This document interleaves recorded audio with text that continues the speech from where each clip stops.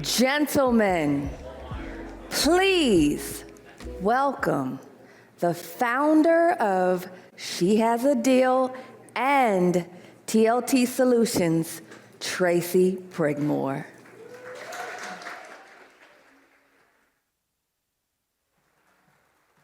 Hey.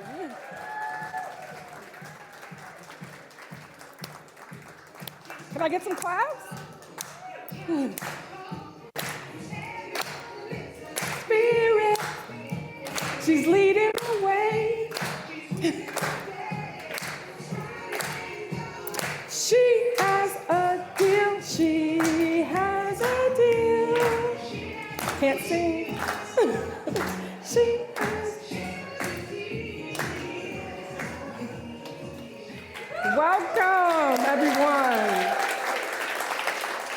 This is so exciting. I can't believe how many of you showed up. This is so exciting. My name is Tracy Prigmore, and I'm the founder of She Has a Deal. I founded She Has a Deal in 2019 to create new pathways to hotel ownership and development for women.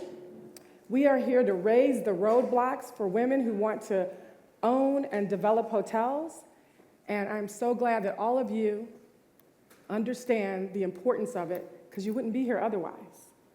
So we have a wonderful program for you today. We have added an extra element for those of you who have been here before. We have added an element called Today's Woman. And I call it Today's Woman because it's about the woman who is a seasoned professional who wants to become a hotel owner and developer, but needs additional resources, maybe some acceleration of knowledge to take action. And so She Has a Deal is here to help her. So this journey for these women, you're going to meet 8 amazing and brilliant women who started this journey back in September of 2021. They have been learning everything from how to source a deal, how to do a market analysis, how to underwrite that deal, to doing the due diligence and raising equity, and then closing that deal. So we have a show for you, but what's most important is that these women need investors so that they can close their deals. You're gonna hear about everything from a hotel development outside of Atlanta near Tyler Perry Studios to a brand conversion in the Honduras, our first international deal, to our basic brands that everyone loves in Memphis, Tennessee. So I am so excited for all of you to meet these women and learn about their deals. But first, I just want to show you a little video about how She Has a Deal works, and then I'll come back and introduce you to our judges. Thank you. To create pathways to hotel ownership and development for women. Women represent an extraordinarily small percentage of hotel owners, and we want to change that. She Has a Deal's signature event is a hotel investment pitch competition for women. How does it work? The process starts when women apply to participate in the pitch competition as individuals or small teams of up to 3. Once accepted, each pitching team comes up with a name and is assigned a coach to help them through the competition. Over several months, competitors are given exclusive access to hotel investment education that is not taught in schools.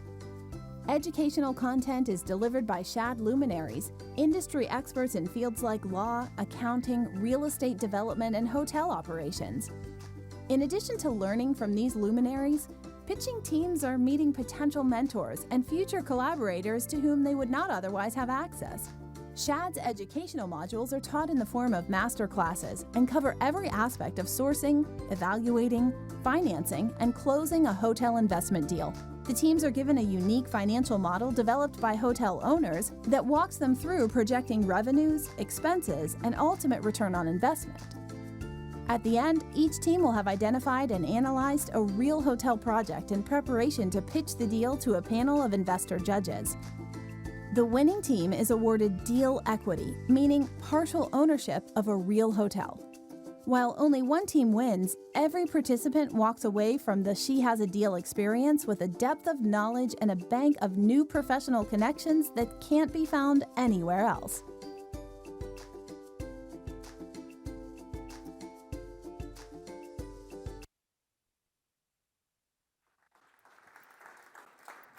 Okay, we're ready to get started, but before we start, I want to talk to you about a way that all of you can participate in our evaluation and judging process.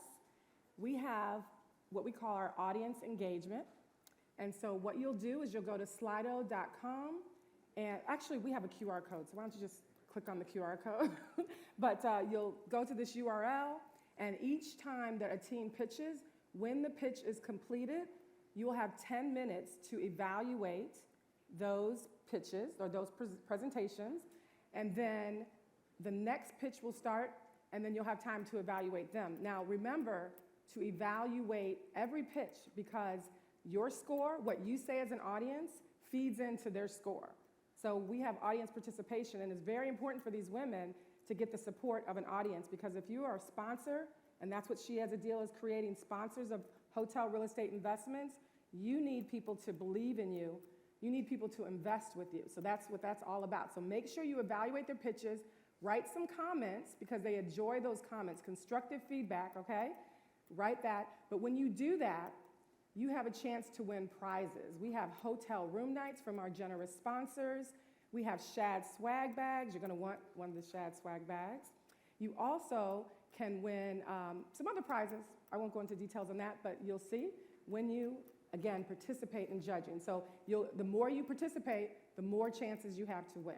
All right, so check out the QR code, put your name in, and start rating our teams as soon as they finish with the Q&A period. So how the pitching is going to work is that the women will come out. They'll have 10 minutes to pitch their deal to all of you and our illustrious panel of judges. And then we'll have a 10-minute Q&A period where the judges will ask them questions, and then the judges will be rating them while we have a 10-minute break in between each pitch. And at that time, we're going to show you some advertisements from our generous sponsors, but you'll have a chance if you have to go to the restroom or you need to make a phone call. But just remember that once the pitches start, you cannot leave the room. Out of the respect, right, of the pitchers, we don't want that noise. So stay in the room, plan your schedule. On the back of your badges, you'll see the schedules. But between each pitch, that's when you can leave the room and come back. But there's a 10-minute break in between each pitch. Everyone got that? So during that 10-minute break, you can also evaluate the teams. But at the end of the day, when the last team has pitched, then you want to go back to Slido, and you want to vote for your favorite team, okay? So we have a Viewer's Choice Award. So not only do the women have an opportunity, I forgot to tell you, they have an opportunity to win $50,000 in equity toward their deal. So the stakes are high, all right? So you're all going to want to participate, help elevate these women, but we do have our technical judges, and I want to introduce them to you. Okay, so I'll start right here with Matt Crosswine. And Matt is the president of Stonehill Capital. How could I forget? Matt was the person who gave me my first loan to buy my first hotel. Yes, thank you, Matt. Then we have Carolyn Mall. And Carolyn is the managing director of hospitality finance and commercial real estate at Wells Fargo Bank. Welcome, Carolyn. I'm glad you could be here. We also have Lisa Waldron. And Lisa is the VP and Managing Director for Development at Hilton Hotels. Nice to see you again, Lisa. And in our back here, we have Ross Birkin. And Ross is, you're the president of Wellfleet Equity, but where I've met Ross was when you were president of RLJ Lodging Trust. I showed it at a owners meeting. Remember that? We met several years ago. Then we have Chip Olson, who is EVP and Chief Development Officer at Wyndham Hotels. Good to see you, Chip. And last but not least, we have Julianne, and you are the SVP. She is the SVP of Luxury and Upscale Development at IHG. So this judging panel, I mean, come on, this judging panel is fabulous, right? They will know how to spot a great deal, okay? And we've asked them to come and help us choose who gets the $50,000 in equity. But I also want to introduce you to, I'm so excited that some of our Power Circle members. We have a SHAD Power Circle, and these are our investors who have already invested in SHAD Prosperity Fund 1. Give it up for them. They are already investing in these women. So today we have the president, Georgine Muntz of Visual Matrix. Thank you, Georgine, for being here, and thank you for investing in the women of She Has a Deal. We really appreciate that. We also have Darian. Darian is the former COO of Brookwood Hotels, and Darian has already invested in SHAD Prosperity Fund. Thank you very much. And I can't forget Beth Azar, and Beth is the president of Azar Advisory Services and a big friend of SHAD, always supporting SHAD and getting the word out for She Has a Deal. Thank you for investing in SHAD Prosperity Fund 1. Now, the investor judges are going to be judging from the viewpoint of a lay person who does not have expertise in the hospitality field, but they are voting with their dollars. They're individuals who have equity to invest and are going to be looking at these projects from their viewpoint. Is this a deal that I would want to invest in? Does this sponsor seem credible? Has their deal that they've put together, does it make sense? Have they shown me that it can make money, that I'm going to get my money back, right? They're going to be judging from that perspective. I forgot to mention, though, we have 3 of our SHAD Prosperity Fund investors also virtually. So we have Al Webb, who's a former accountant, CPA and accountant. And we have Derek Frazier, who's been an investor with TLT Solutions, but also is now invested again with SHAD Prosperity Fund 1. He's a CEO of Morehouse General Hospital. We have a lot of diversity here. And then we have Jashena Watkins, and she's an OBGYN and hospitalist, and she is joining us virtually. So we've pulled in some of our SHAD Prosperity investors, and hopefully they can encourage you to invest too in these women. So I'm going to throw it to, what's that?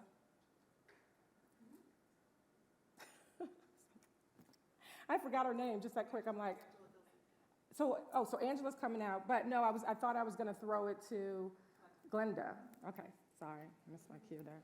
So I'm throwing it to Glenda, who's talking to our first pitcher, Angela Gilzine, and you're going to love what Angela has to pitch for you. I'm excited to tell you more about it, but I'll be right back. We're here. Are you ready? Oh my gosh, it's so exciting. It's so exciting. This is a very exciting time. Truly amazing moment right now. Blessed to be in this space at this time. As you should be, as you should be. You get ready and you go get them. Absolutely. I'm ready. Let's go. Let's go. Let's go.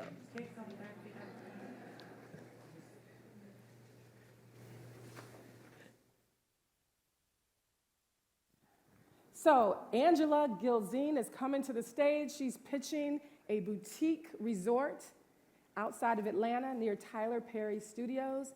You're going to love Angela. Angela has worked her entire career in hospitality. She's been a GM. She's carried a lot of positions, but most recently she was a GM. She has left the industry to start her own hotel brand. And I'll let her tell you more about it, but I am super excited to introduce you to Angela Gilzine. Think on a bam bam, the was all Jamaican, with a different style, different fashion, you know?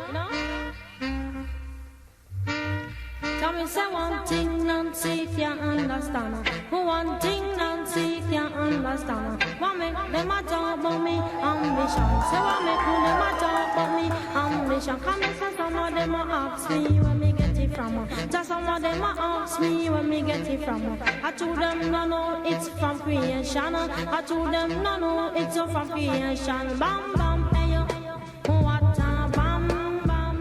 Wagwan Innovation Gallery. Where I'm from in Jamaica. That means what's going on? So what's going on in Innovation Gallery? Are you okay? Yes. Awesome, awesome, awesome. Great afternoon. God is good.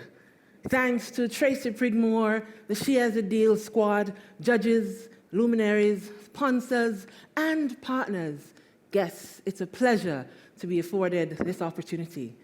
I am Angela Gilzine, founder and president of the Alegna. I'm empowered with over 32 years in the hospitality industry, on site. Wow, 32 years, and I still look good.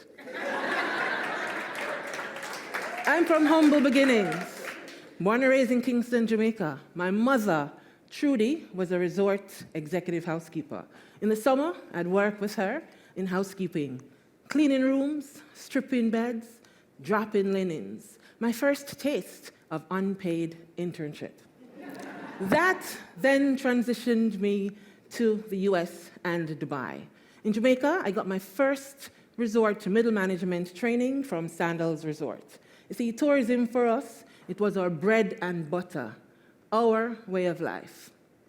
I paid it forward in 2007 and formed the Angela Gilzian Foundation, a non-profit organization to help those in need in Jamaica and Durban, South Africa. Come with me. Our agenda this afternoon, resort overview, and finally, financials. Every great dream begins with a dreamer. Harriet Tubman. Faith-driven, fabulous, fierce, determined, and strong. She inspired me to be a higher me. She is me. This is my dream. 1304 Sandy Creek Road, the address of our property. Nestled on its own private peninsula in upscale Fayette County, Georgia, the Alegna is poised to be an eco-friendly, iconic landmark for guests who are intentional about wellness and relaxation. Our first stop is our plantation-style Great House. Here are the stunning features of the Great House. Work with me. Lower lobby level, the spa and fitness center, as well as our 37, which is our Speak Easy Lounge. Step upstairs, the lobby level, the lobby bar for the upper echelons, our cannabis, cigar, and wine humidor for C-suite conversations. Let's look at our restaurant, the Ortinique. In addition, we'll have the House of Ange Fashion House, gift shop, and administrative offices. The epitome of opulent luxury, where our guests will retreat to their own private swim-up villa suites. Or not.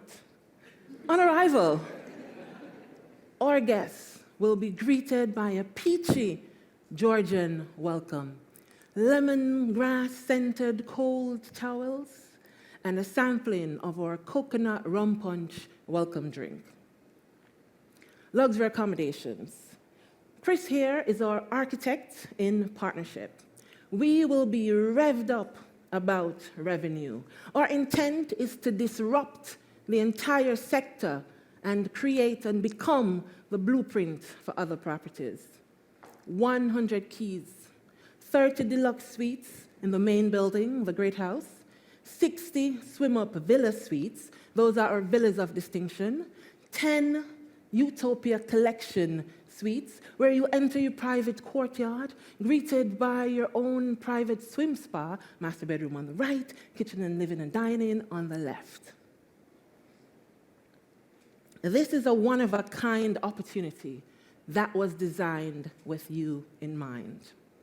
Let's talk about our world of food and beverage. Our Ortinique restaurant will serve fine dining, local and international gastronomy, fine dining at its finest. We're in partnership with celebrity chef Fabio Viviani, who is interested in being the partner in franchise.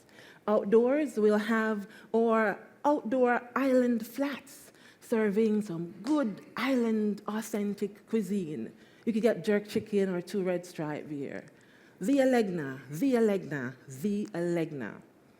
You don't have to leave the pool to get your favorite drink or cocktail. Our pool bar will feature submerged bar stools for the guests that's intentional about relaxation. Rest assured, romantics, all the weddings canceled over the last 2 years will soon have a happy home. And that home will be our exquisite above-water wedding chapels. Our 10,000 square feet ballroom will be the Kithia. On arrival, your guests will revel in an ambiance that meets Georgian and Caribbean sophistication. Our Harriet Tubman Arts Gallery will be dedicated to educating about the art, history, and culture of around the world, because we believe out of many, we are one. We'll also feature artist Eugene Nkoma of Ghanaian descent. Close your eyes for a moment and imagine. Close your eyes for a moment and imagine. Rafting on a traditional island bamboo raft, while you take in the surroundings' lush vegetation. Mini golf will also be at the Legna, for the mini golf will also be as magnificent as the villas of the Legna. Upscale transportation black car service with elite charters. We're in conversation with elite limousines.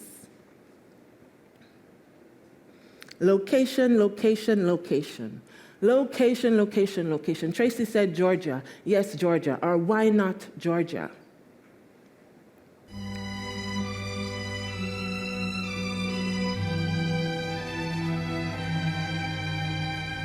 Georgia, as Ray Charles sings, is an old sweet song with Georgia on his mind. Georgia, Georgia. $69 billion industry for tourism. 152 million visitors to Georgia, with a visitor spend of over $25 billion. The Legna will get its fair share. Key performance indicators. Our team will ensure that they monitor all the key performance indicators daily to ensure that we're utilizing those key metrics to implement the best strategies, basically the best strategies to maximize room revenue. The demand generators. Tyler Perry Studio, Turner Studio are all in Georgia. And in Fayette County, Tammy Williams, $125 million film studio, only 5 minutes away from our location. Trillet Studio on the same street as the Legna. We will ensure that we obtain the revenue from these studios. You see, guests of Trillet Studio, Tammy Williams Studio, and Tyler Perry Studio will all stay at the Legna. Heller. Fayette County is the home of the Legna, the future home of the Legna. Falcon Field Regional Airport is in Fayette County, with over 70,000 corporate charter flights into Fayette County annually.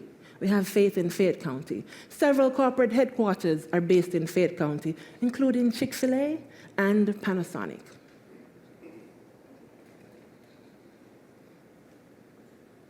In addition, Hartsfield-Jackson International Airport, positioned only minutes from the Legna. Fayette County is 10 counties strong, including, Metro Atlanta is 10 counties strong, including Fayette County. Part of what makes Atlanta so special is the diversity and inclusion. Everyone from anywhere is welcome here. The world's a brighter place when we shine together with pride. We've done a ComSet analysis. We've hired interim hospitality to do... We're out of time. We have to stick to the 10 minutes, but we have a chance for the judges to ask you some questions. Absolutely. So we need 9 million.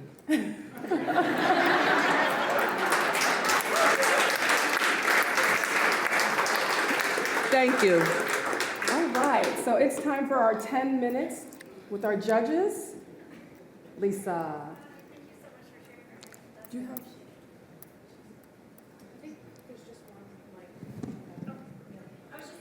Can you just give me a little bearings where your location is? You mentioned a peninsula, or maybe what's adjacent to your property. Is it federal land, or just explain? Absolutely. So Fayette County is about half an hour south of Atlanta. Adjacent to the property, actually 5 minutes down the street from the property, is Trillit Studio. And so we're in an area where there's a demand for a resort, as there are no resorts in that area currently. Matt has a question. Your presence, everything was phenomenal. Love your energy. Thank you. My biggest question and probably the challenge with the resort, amenities, and you're gonna. If I am in Atlanta, I would take a Thursday, Friday, Saturday long weekend trip to come there.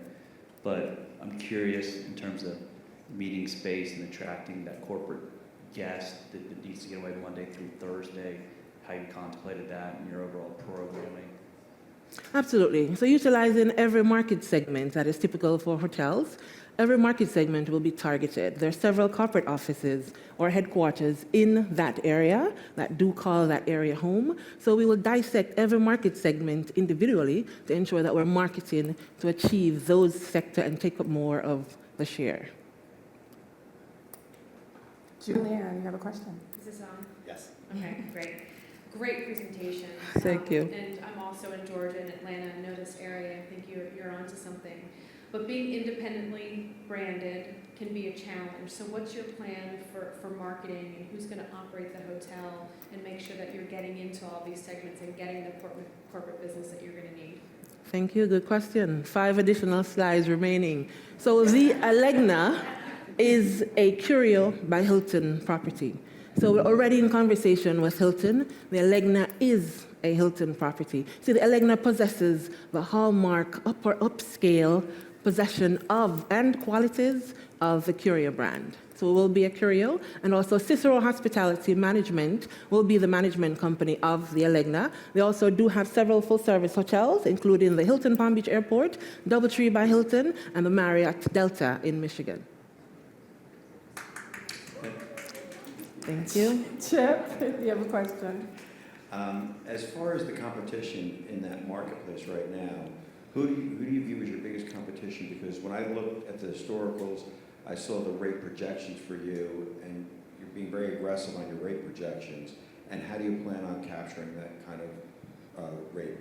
Absolutely. We're very confident that we will acquire our ADR of 649 first year opening. So Interim Hospitality, Ed Zander, is the consultant that we're actually utilizing to obtain that study. We had to go a bit further southeast. Looking at some properties in Georgia, including Chateau Elan, we went a little bit southeast to Carolinas, just to look at those properties that would be somewhat comparable. And with a shop set done today for the next 2 days, we have seen rates ranging from $500 to $999. And they're somewhat comparable to what we have to offer at the Alegna. So we're confident that we'll get that rate and occupancy.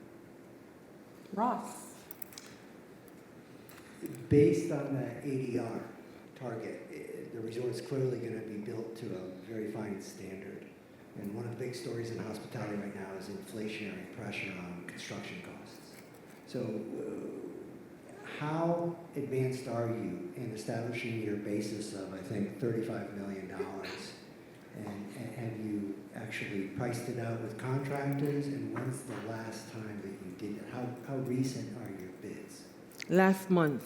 So Essential Development is a company that has provided the projected numbers. So yes, it is $35 million, and that's extremely inflated. We're a bit aggressive taking those factors into consideration as it relates to adding an extra 20% or so to those numbers. Our plan actually is to acquire the property this year. We're taking control in October. We already have a contract on the property. Our intention is to break ground in October, and 12 to 18 months is typical for Curio property in terms of construction. So the Alegna's door will open in January or April of 2024. I hope you'll get a reservation. Good. We're going to be busy. Caroline, did you have a question? Thank you. What a great presentation. Thank you. Thank you.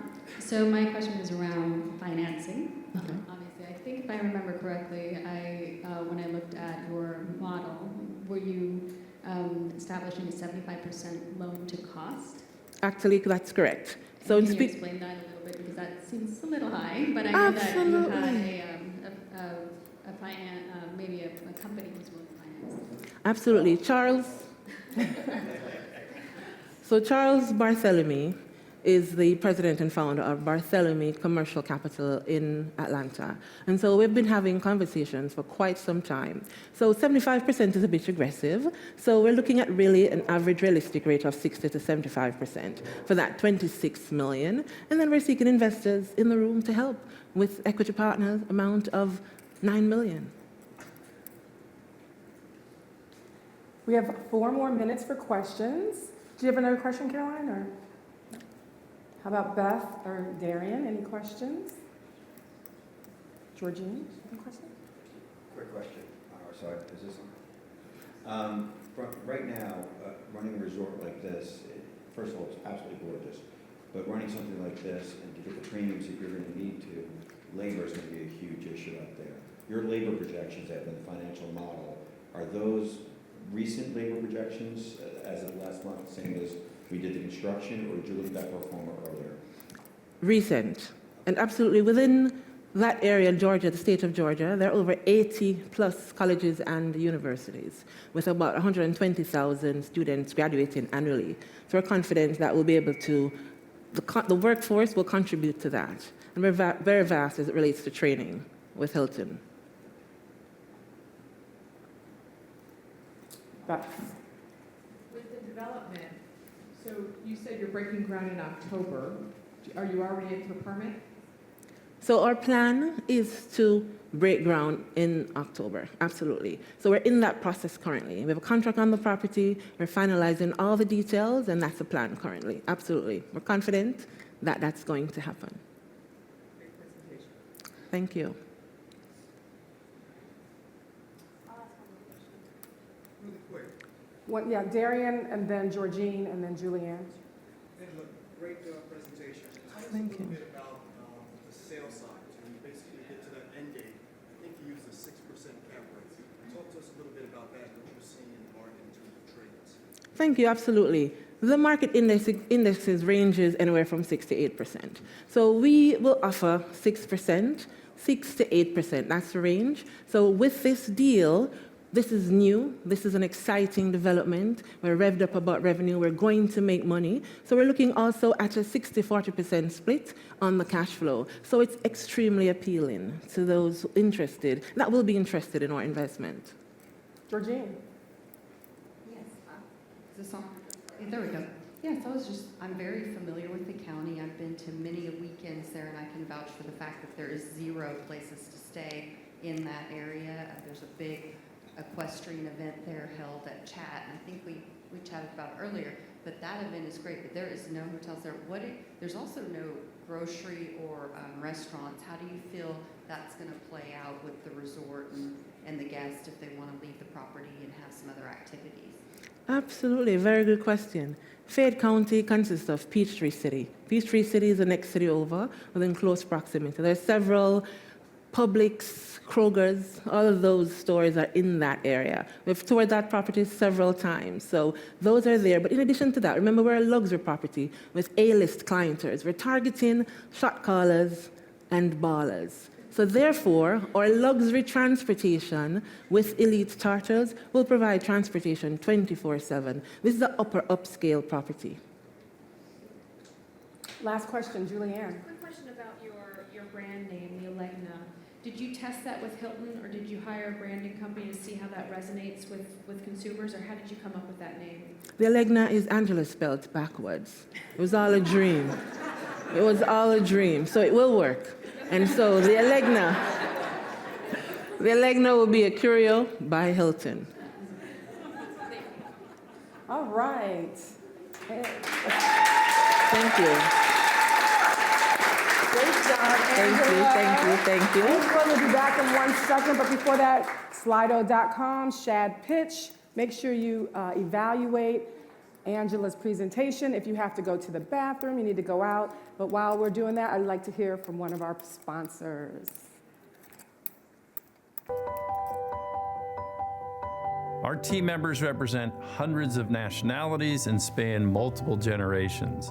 We're dedicated to creating the best, most inclusive home away from home for all of our team members. We're doing this by listening and learning from our team members' unique perspectives and empowering our global team member resource groups, which build communities across the diverse segments of our team and share their unique perspectives as we design our business strategy.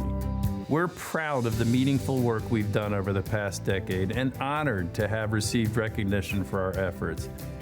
But we know there is more work to be done. We believe that Hilton is an engine of opportunity and a beacon of hope for everyone we serve. We're so appreciative of all our partners and our team members who are with us on this journey and look forward to our bright future together.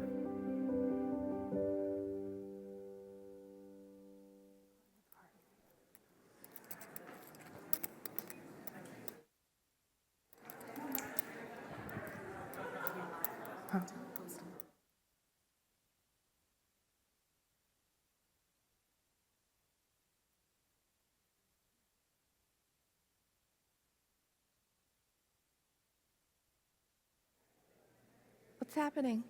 Oh, ready? I asked about it. I was like, I need a theme song. Angela. I'll make my Angela. There is something about being the first. Not only is this the first today's woman, you were the one to open the show. Tell us a little bit about being the first to step into that deal room. Absolutely. It's a blessing.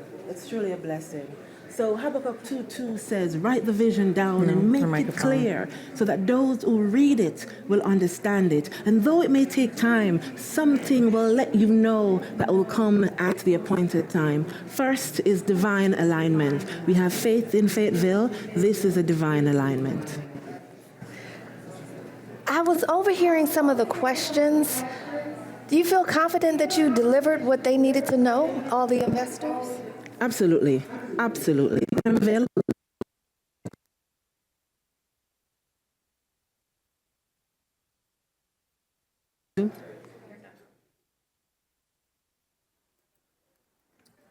All right, it's time for Shad Talk. Does anybody know about Shad Talk? So usually in between each pitch, I sit down with an industry leader and we talk about the pitch that we just saw. We usually, a little like Sports Center, but this year with today's woman, while the judges are still finishing their judging, I'm gonna have Angela come back out and I want to talk with all of you in the crowd because this is about collaboration. This is about helping Angela get her deal closed. So we're gonna take a couple of minutes and what I wanna ask all of you is to think about how you might help Angela close her deal. Can you make a referral to someone that can help her, whether it's investment equity, I think you have your lending taken care of, but we really want to wrap our arms around Angela and make sure she is successful going from being a GM for what, how many years? 32 years in the industry, 5 years as a GM. Okay, so 32 years in hospitality. She knows the business, and now she wants to move to the ownership side of the business. And so I want all of you to think about how can we collectively as an industry help Angela succeed with the Elegna. Correct. Angela spelled backwards. Right? Yes, it is. Okay. So I wanted to bring up something for Angela because she told us she worked 32 years in the industry. Can we keep the noise down just a little bit? She worked 32 years in the industry. She was 5 years as a GM, and you worked with one particular ownership group. Is that correct? Right? Correct. And can we talk about? Absolutely. Okay, so I am excited because the ownership group that Angela worked for and dedicated her time to making them successful have committed to invest with Angela. $1 million. $1 million. So Angela's going to need some other support. Is there anybody in the audience that thinks they might be able to make a referral for Angela or help Angela in any way? Anybody in the audience have anything they want to share? Have you talked to the film studios for the mic? Have you talked to the neighboring film studios? Because I think that there might be referral opportunities and maybe some investment opportunities with them, since there does seem to be a lack of hospitality options for all of their guests? Absolutely. So yes, Trillet Studio. So we're in conversation with Trillet Studio's team to find out more about their intention of possibly investing as well. And that's less than 5 minutes from the property. Because I think that if you could get forward contracts for your property for film shoots, right, where they take over the whole property and you bring that to lenders, it's like money in the bank that they will, I think, participate with these forward contracts. If that's an interest for you to do that, I know that it might be more wellness and retreat based, but if the film studios will buy out your property for weeks at a time, that's money, committed money in the bank. Absolutely, great idea. Thank you for that. We'll definitely reach out. Caroline. Just a suggestion in terms of how eco-focused, right, and how sustainable this project will be. Have you thought about getting SHaDPitch financing, because that is a viable source of financing if you can, if you can deliver the eco nature of it? Okay, absolutely. Thank you. Great comment. We most certainly will. Thank you for that. Great idea. One more, I have time for one more comment, suggestion, recommendation, resource. Matt? Sure. Unfortunately, we got shot down for SHaDPitch in Georgia, but it's coming next year. So, okay. So it will be available next year by the time your project gets going. But Thank you. The comment regarding the film studios, that's if you can pair with them in terms of how many more studios are being built south of the city, in addition to Tyler Perry with the state film tax credit and that industry only grown in Georgia, I think that's probably the most viable way to really make that project go, and you can capture more consistent business by affiliating. Absolutely. Thank you for that. We will. Thank you. There are also other projects like yours that you might not be aware of happening in the greater area. So as you work with Ed Sanders or maybe somebody who's local, just make sure you're digging in and turning over all those stones, because there's a lot of attention on that area right now. Absolutely. We will. Thank you for that. Okay. Have a few more seconds. Did anybody have anything they wanted to share with Angela before we get ready for pitch number 2, Emily Johnson? All right. Well, thank you all, and we'll be right back with Emily Johnson. Thank you, Tracy. Thank you. Thank you. Thank you.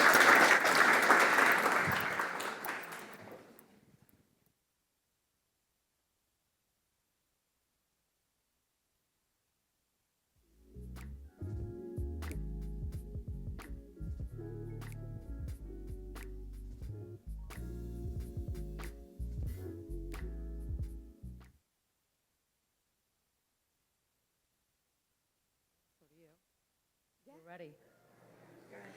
Emily, you're here. I'm here. I'm finally here. Let's do this. Let's do it. This is going to be really, really exciting. Your second. Let's go. I'm ready to go. I'm ready for all of you here today.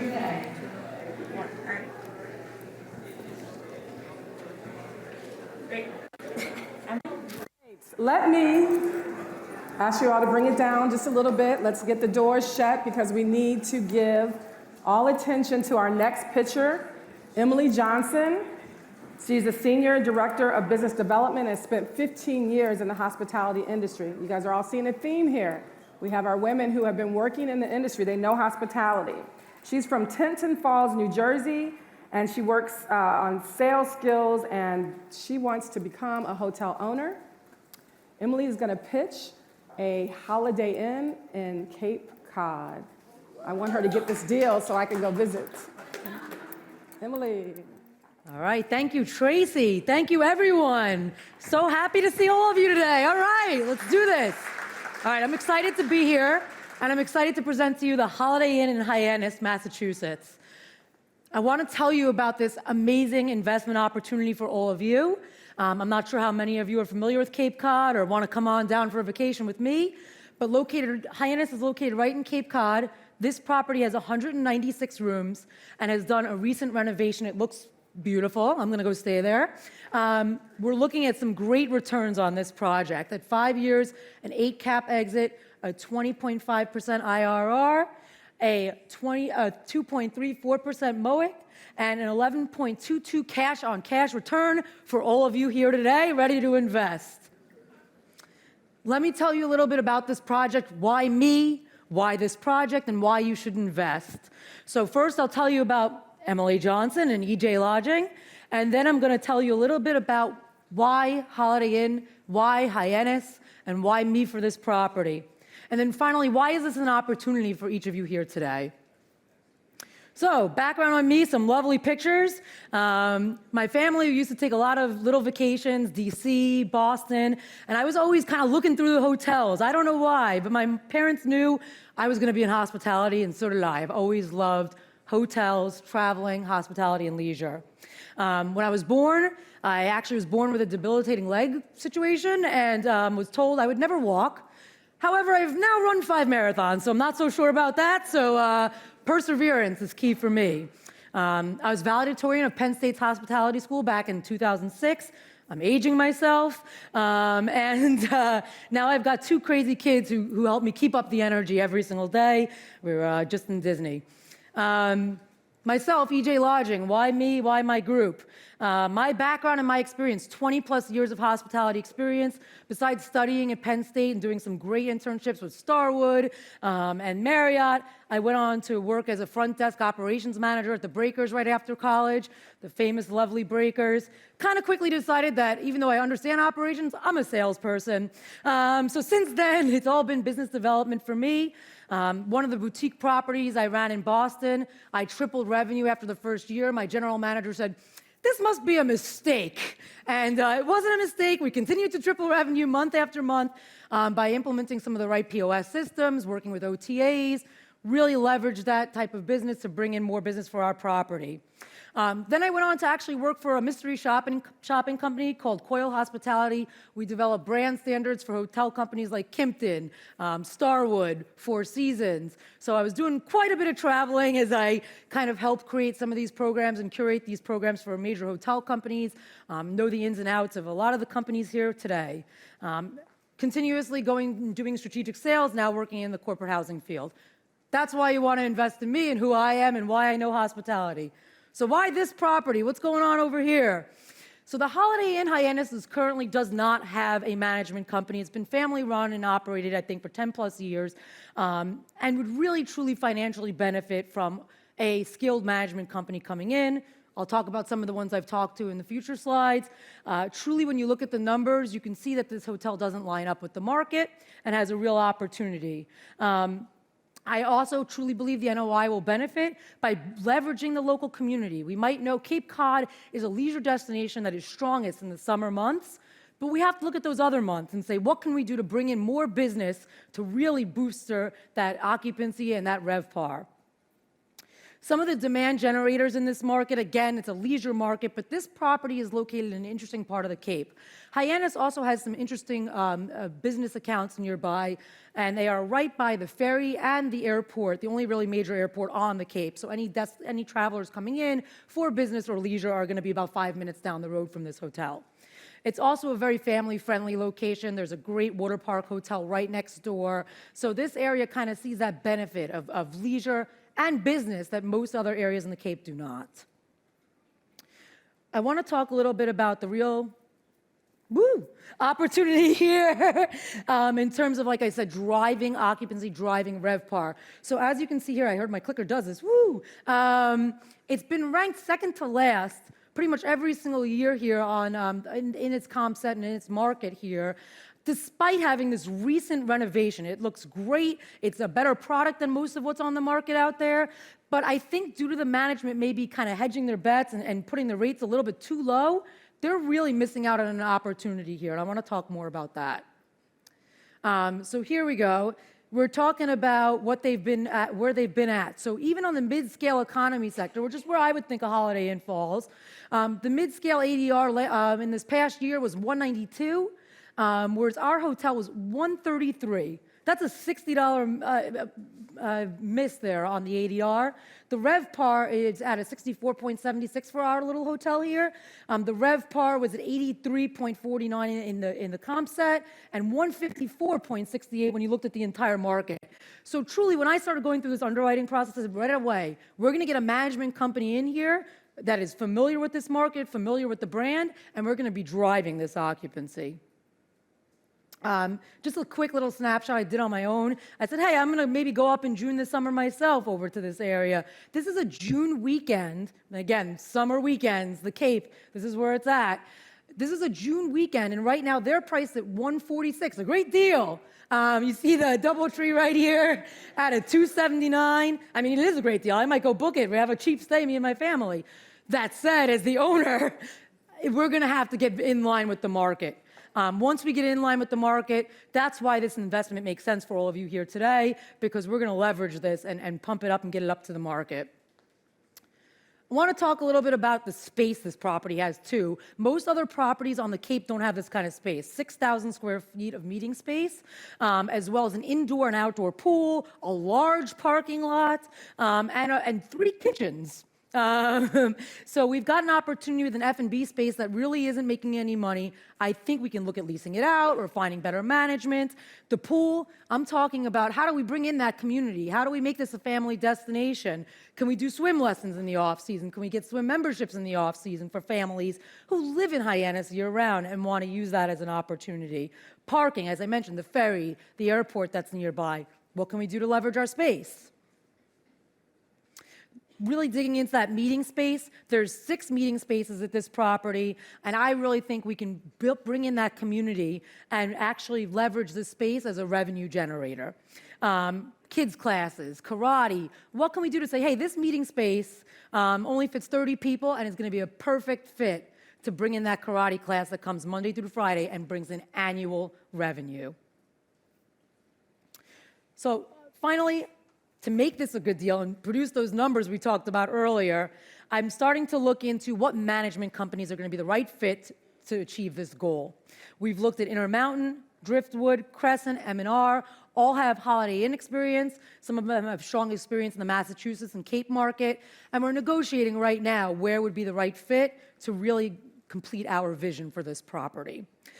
We've talked to IHG about a ramp for the franchise fees. So this property is an IHG property that has a 15-year franchise agreement. We're going to get that ramp and make sure that we can leverage building revenue for this property. And I've also had conversations with the Cooperative Bank of Cape Cod, a local lender. We've talked about a 70-30 debt to ratio or 65-35. I'm trying to get that 70-30. But with your equity here today, we're really going to be able to capitalize on working at that local lender. So just to review, I've been staring at that clock the entire time. I'm a New Yorker. I'm getting through this thing like this, right? But I want to review the key details here. $135 per key, an 8% exit cap rate, 20.5% IRR. I think it's easy to see how we're all going to make money on this because of some of those numbers I showed you before with the occupancy, the ADR, where it stands today, and where it's going to go. Cape Cod is a leisure destination that people are going to continue to go to. Families have been going for generations, and they're going to continue to go, including myself and my family. We enjoy usually a week up there every year ourselves. I want to thank you all here today. Look at some beautiful pictures of our hotel. Look at it. It looks great. Come on. Look at that farm door. I love that. Thank you all for your time and appreciate all of your thoughts. Come into this box. Woo, get in my box. Let's go. Great job, Emily. Now it's time for our judges' questions. Who wants to go first? Chip. Is this on? First of all, you need some energy. If you could just ramp it up just a little bit. I'll go get the caffeine. I'm getting it. When I was looking at the pictures and looking at the models here, right now you have 5,000 square feet of meeting space total in the property, correct? It's right by 6,000, yes. 6,000. Is that contiguous? Could that be opened up into one space? So 2 of the meeting spaces can be opened up into one space. They do use that for weddings. And how big are the weddings that you can hold there? The weddings, the maximum capacity is about 100, so it's a smaller wedding space. Okay, because you mentioned about leasing out the space. Would you lease out the banquet space too?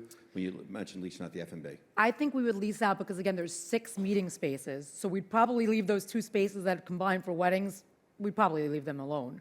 We want to look at one of those smaller spaces that's for 30 people and say, what is this doing? Last year, they only made $6,000. That's it, not in food and beverage, but just in revenue for paying for the meeting space. Therefore, the only money they're really making off this meeting space is from F&B.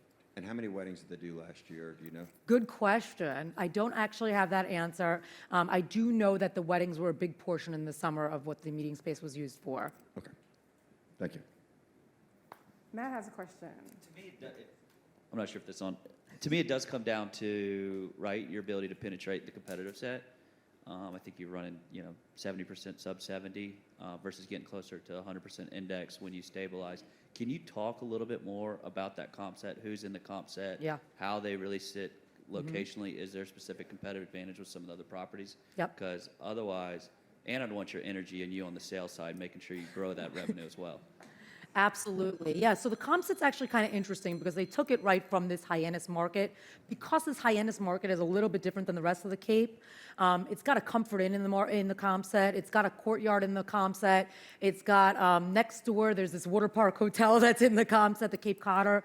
So it's got a mixed comp set, but most of it is mid to economy scale. So if we're looking at that being pretty similar to a Holiday Inn, especially a refurbished Holiday Inn like this, this hotel should be getting closer to that index, right? I think on one of the slides there, I had that index was only at 90%, right? I think we can get closer to the 100%. Yes, yes.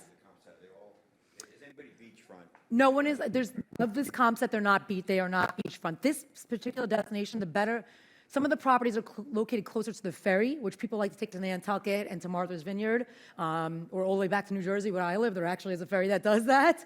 But in this comp set, I don't think there's any hotels that are located right by the ferry. A lot of them are right on the same street. There's one major road here that a lot of them are on this road. Ross. Your renovation budget, I think it was $566,000. Is that based on renovating spaces that were untouched in 2018, or do you think you're going to have to go back to, because 2018 was 4 years ago, are you going to have to go back and retouch some of those spaces? Yeah, so the renovation was like 2018 into 2019. What I've talked about with them is that the PIP is extremely low. They think my $500,000 is conservative. They think a lot of my numbers is conservative. Been told by IHG they don't really think there's much of a PIP at all here. But we're factoring that in because windows, some soft goods, I'm sure as we go through the hotel, there's going to be some areas that we're going to want to fix, so I want to budget for it.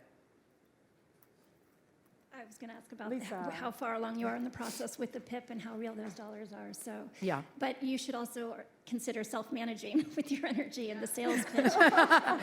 As I said, I started in operations, and then I said, you know what, I'm going to go sell instead. And I think I'm going to go, I went for that, right. Yeah, but you've got some great management companies that it sounds like, can you just talk us through where you are with the sale, LOI, what you would need from the investors in the room today?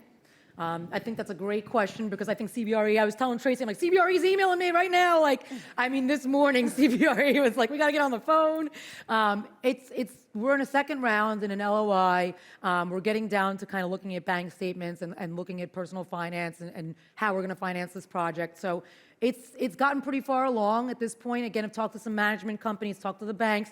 The banks want to see the actual figures, but I've gotten some basics on the term sheet, some emails and information that I've gathered, but it's happening now. CBRE is emailing me this morning with let's go.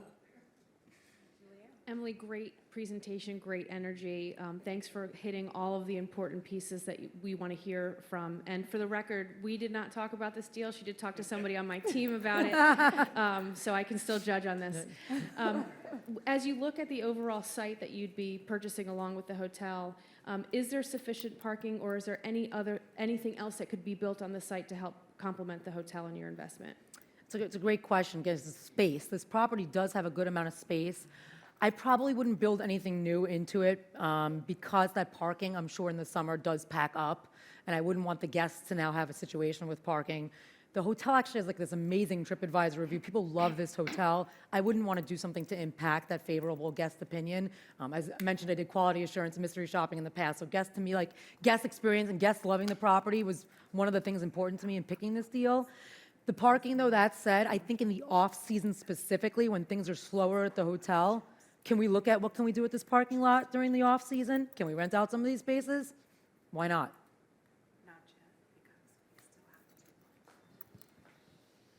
Hi. Thank you. What great energy, as everyone said.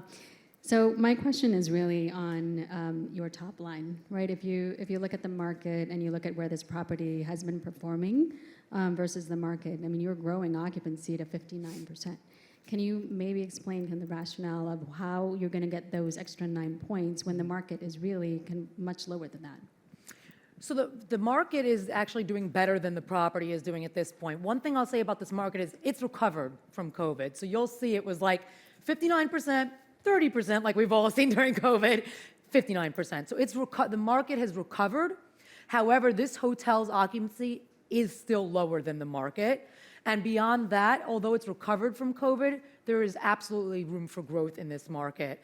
And again, Hyannis specifically, with the mix of business and leisure, there's certainly room for growth there. And again, particularly this hotel, when you look at the indexes, it's missing the mark.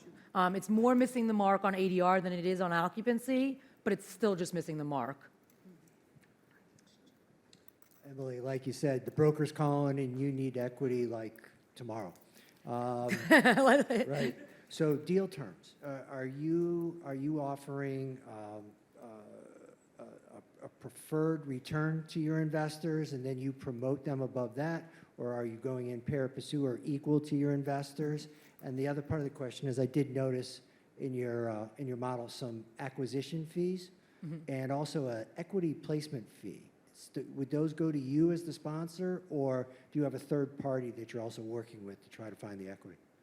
Well, so a couple answers. First of all, yeah, if we want to negotiate after this about what those terms will look like, I'm ready.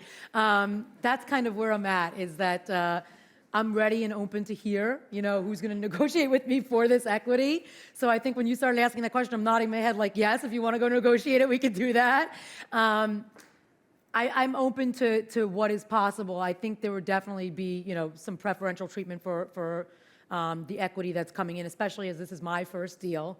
So, you're making a bet on me, but I hope you understand from my background that the bet on me is the strong one. That said, when you looked at the underwriting there were a couple little funny things I think I factored in. There was something in there that we factored in because we know we want to start making revenue by leasing out. So you probably saw like a negative in one area. We kind of did that because we know it's going to be a lease. So as opposed to being an expense, it'll be a profit. And then as you said there with some of the fees, I think we are factoring in that there'll be some fees involved with whoever is going to be partnering with us for equity. All right, we have time for one more question. Oh, you didn't ask. I just wanted. Just real quick, are these the management companies you're talking to, or do you have actual pro formas and full engagement from them? And if you do have the pro forma, like how in line are they with your assumptions? These are management companies that I've reached out to based on looking at their portfolios and what they've done. I'll give you an example. I know like Crescent has done some great Holiday Inns, right? So I want someone to come in that, again, understands Holiday Inn and is going to be able to say, here's what we've done in the past to make a Holiday Inn more profitable. That's really what I was looking at. So I'm at my initial inquiry point with them and really want to hear almost from them what they believe they can do to make this aligned with my vision. Quick question. You're from Jersey, so you worked in Florida. How did you get to Hyannis? What's your background? Because a first project, you want to have some experience in a market or understand the local market. Do you have experience or knowledge of that local marketplace? So I live in New Jersey, again, I'm from New York, New Jersey. We lived up in Boston for about 5-6 years. I've spent a lot of time on the Cape every summer we're there. So that's my knowledge of the market, is really having lived in Massachusetts and understanding that the Cape is like a special place. But yeah, Jersey girl. Jersey shore girl. Any shore you like. All right, Emily, great job. Thank you. Everyone, give a round of applause to Emily. I've got some little treats for all of you here today. Thank you. All right, so now we'll hear from, coincidentally, our sponsor, IHG. Thank you.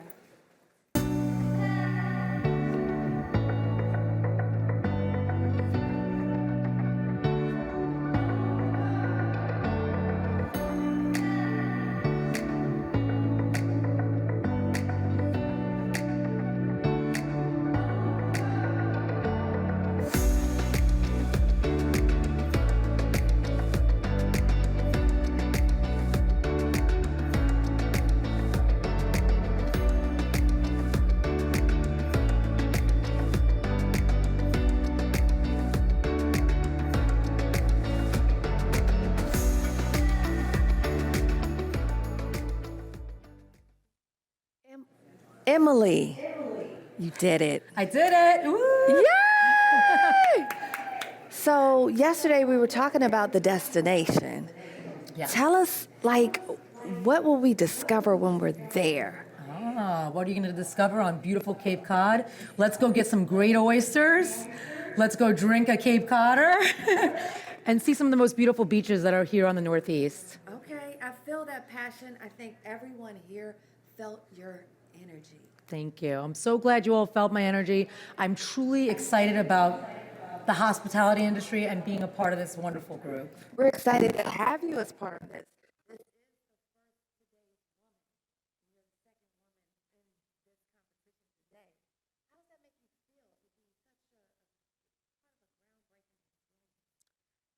I'm truly humbled. I am so appreciative of Tracy, the whole SHaD squad. It's really been wonderful to find this group that is catered to women.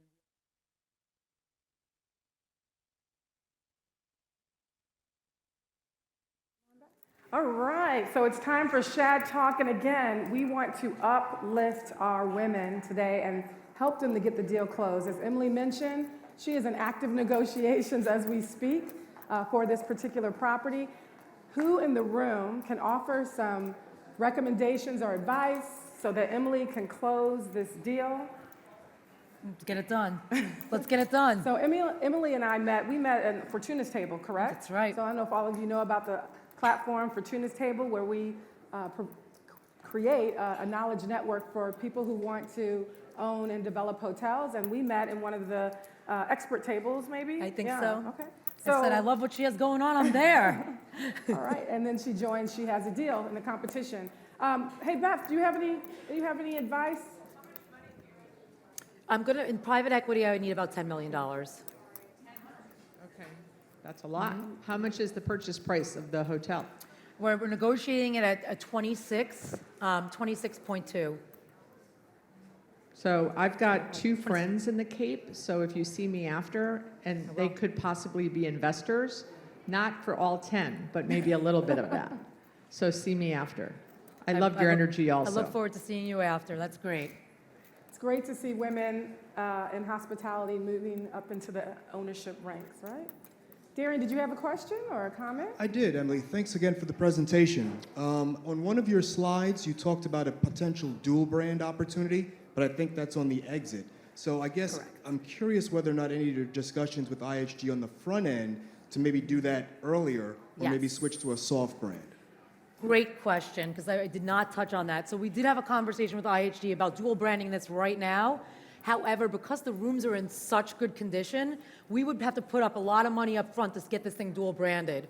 We talked about making it a Holiday Inn Candlewood Suites, which I think is a great exit strategy, because at that point, the rooms are going to need a refresh, and a future investor would be very interested to say, hey, this could be a dual branded property and bring in a mix of business. That's right. Who else can make a recommendation or give a comment so that we can help Emily get to the finish line, whether it's this deal or any deal? Any other comments for Emily? I'm so good, I know. No, I'm kidding. I'm kidding. I'm not that egotistical. I'm just saying. Please criticize, tell me, help me. All right, well, we can move on. So Emily, thank you. Thank you, did Tracy. a great job. Thank you. It's amazing. I want to just share that these women started master classes in September, and I have to say, we've come a long way, which is not a bad thing to say, right? I mean, that's what we're here for. She Has a Deal educates women to advance their knowledge about hotel ownership and development, and so that's what it's all about. So I love to see you guys start out not knowing anything on the investment side, but flourishing and pitching like you've been doing this for a long time. So congratulations on your pitch. Thank you. And I also want to thank our luminaries. We probably have some luminaries. Are there some luminaries in the room? Can I get a shout out to our luminaries? Come on, there's luminaries in the room.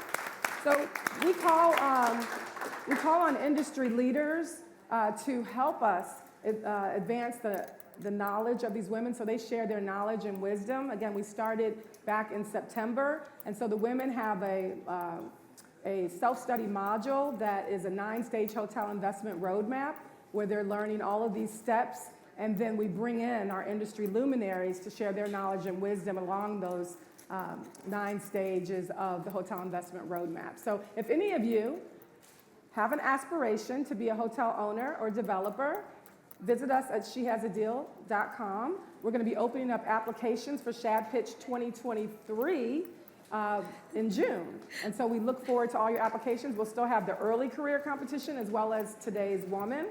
And then next year, we're going to take Shad to the Marriott, the new headquarters of Marriott in Bethesda, Maryland, because as you can see, we're running out of space. We love this space. We love Hilton and their support of She Has a Deal. And we love this beautiful space, but we are busting out of the seams, as all of you are very interested in what we have to offer. So thank you all, and we'll get ready for our next pitch. Don't forget to vote. I forgot to say, not vote yet, but don't forget to rate Emily. The polls will close in 10 minutes. Actually, they're closing soon. Oh, no, vote they're now. closing soon. Hurry. Make sure that you rated Emily for a chance to win raffle prizes. And you can come back at the end, and I'll remind you again, to vote for your favorite pitch so that you can win the Viewer's Choice Award. So we still have 6 more teams to pitch to you today. I hope you're having a good time. We'll be right back. So as Tracy said, we have 6 more teams, but this is Monica, and she's number 3. Are you ready? I'm ready. I'm as ready as I can be. Oh my God, I'm just so excited We are to be here. Go get them, go get them.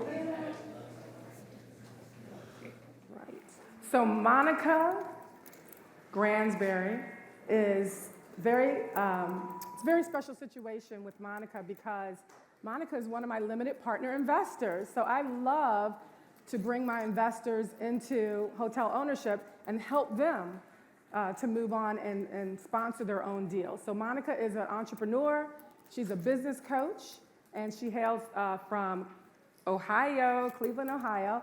She's going to pitch a very interesting project, Hotel Lorraine in Toledo, Ohio. It is a redevelopment of a hotel that was built in the 1920s. So I welcome Monica Gransberry, or Monica Moss Gransberry, excuse me, to the floor.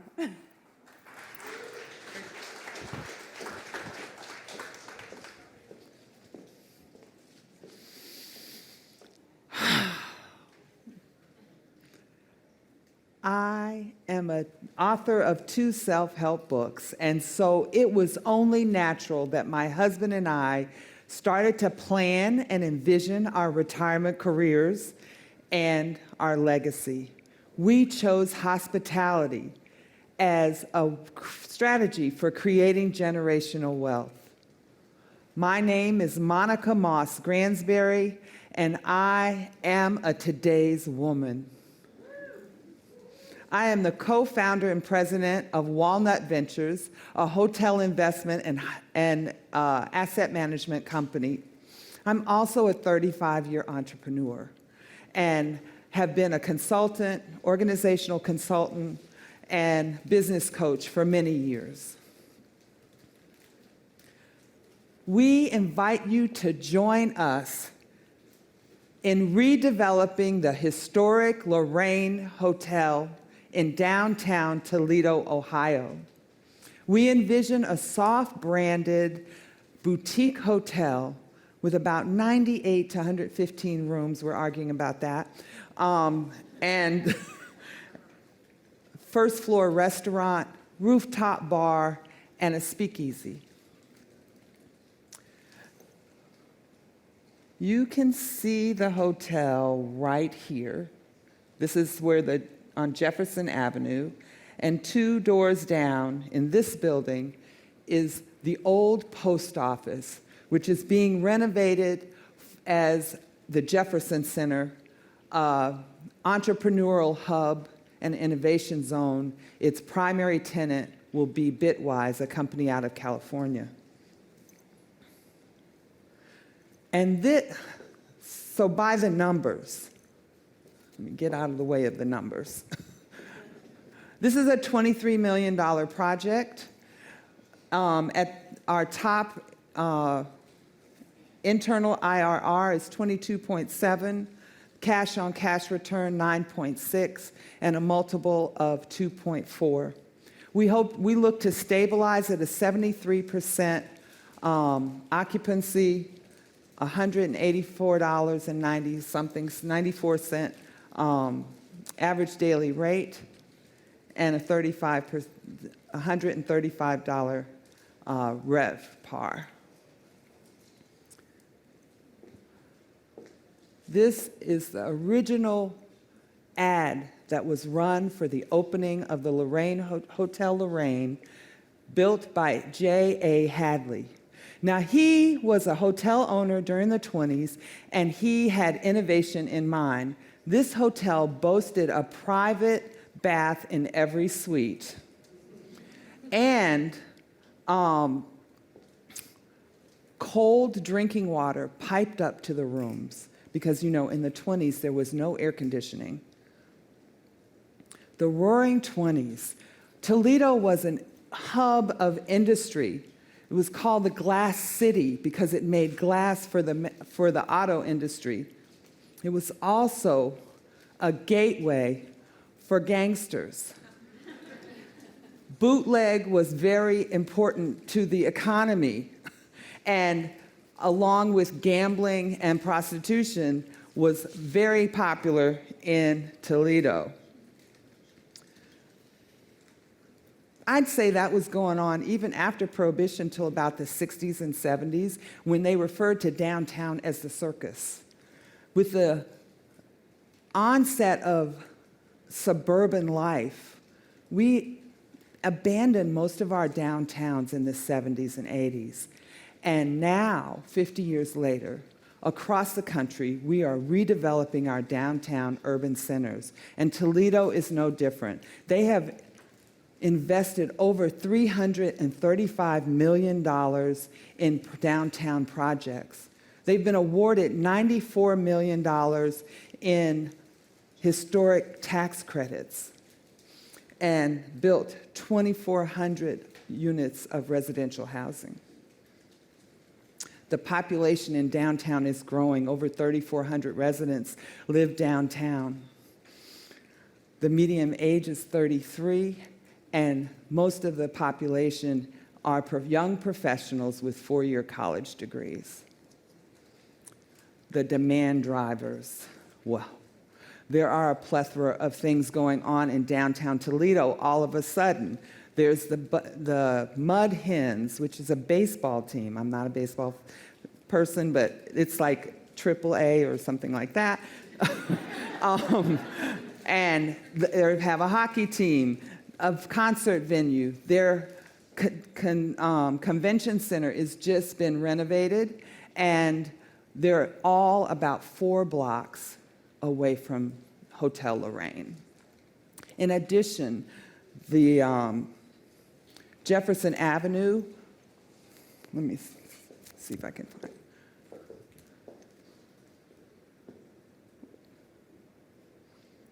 Jefferson Avenue, okay, sorry.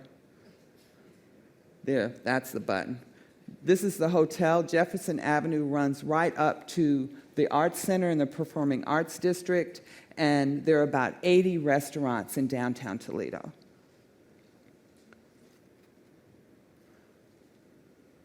Now, the demand for room nights. About 3 million people come and visit Toledo downtown, and 300,000 are looking for an overnight stay. The average overnight stay is 3.6 nights because people are coming for events and to visit family and friends. The convention center brings about 125,000 attendees a year, and they are looking for 600 hotel rooms. The challenge has been, there have been no hotels downtown until the Renaissance opened about 4 years ago with 240 rooms. Everyone else has been staying in the suburbs and coming downtown to visit. In the pipeline is a Hilton Garden Inn Homewood Suites that will bring about 300 rooms to the downtown area. and the Lorraine Hotel will level out the playing field, bringing the room count up to mid-600s. The market is growing in downtown Toledo. Calibri Labs shows that the market is recovering. As you can see from the slide, average daily rate exceeded pre-COVID levels, and we're only 10 points away on occupancy and RevPAR to meeting 2019 levels. Our ideal client. Our ideal client is in their 30s and 40s. They are professionals. They want to come and have a unique experience in the marketplace. They're coming for events, to visit family and friends, for weddings, and for business. One of the architects that we are interviewing provided us with this slide. You can see the building and the 50 parking spaces that come with the deal, and there are two parcels behind the parking that we'll use for employee parking. The room count, you can see a sample floor plan, has about 13 rooms per floor. There are 8 floors in the building. This is a picture of the front desk, which is still intact. We hope to salvage some of the really wonderful historic features and supplement them with some contemporary elements. We got our inspiration from other boutique hotels in the Midwest. We love the streetscape here of a hotel in Milwaukee.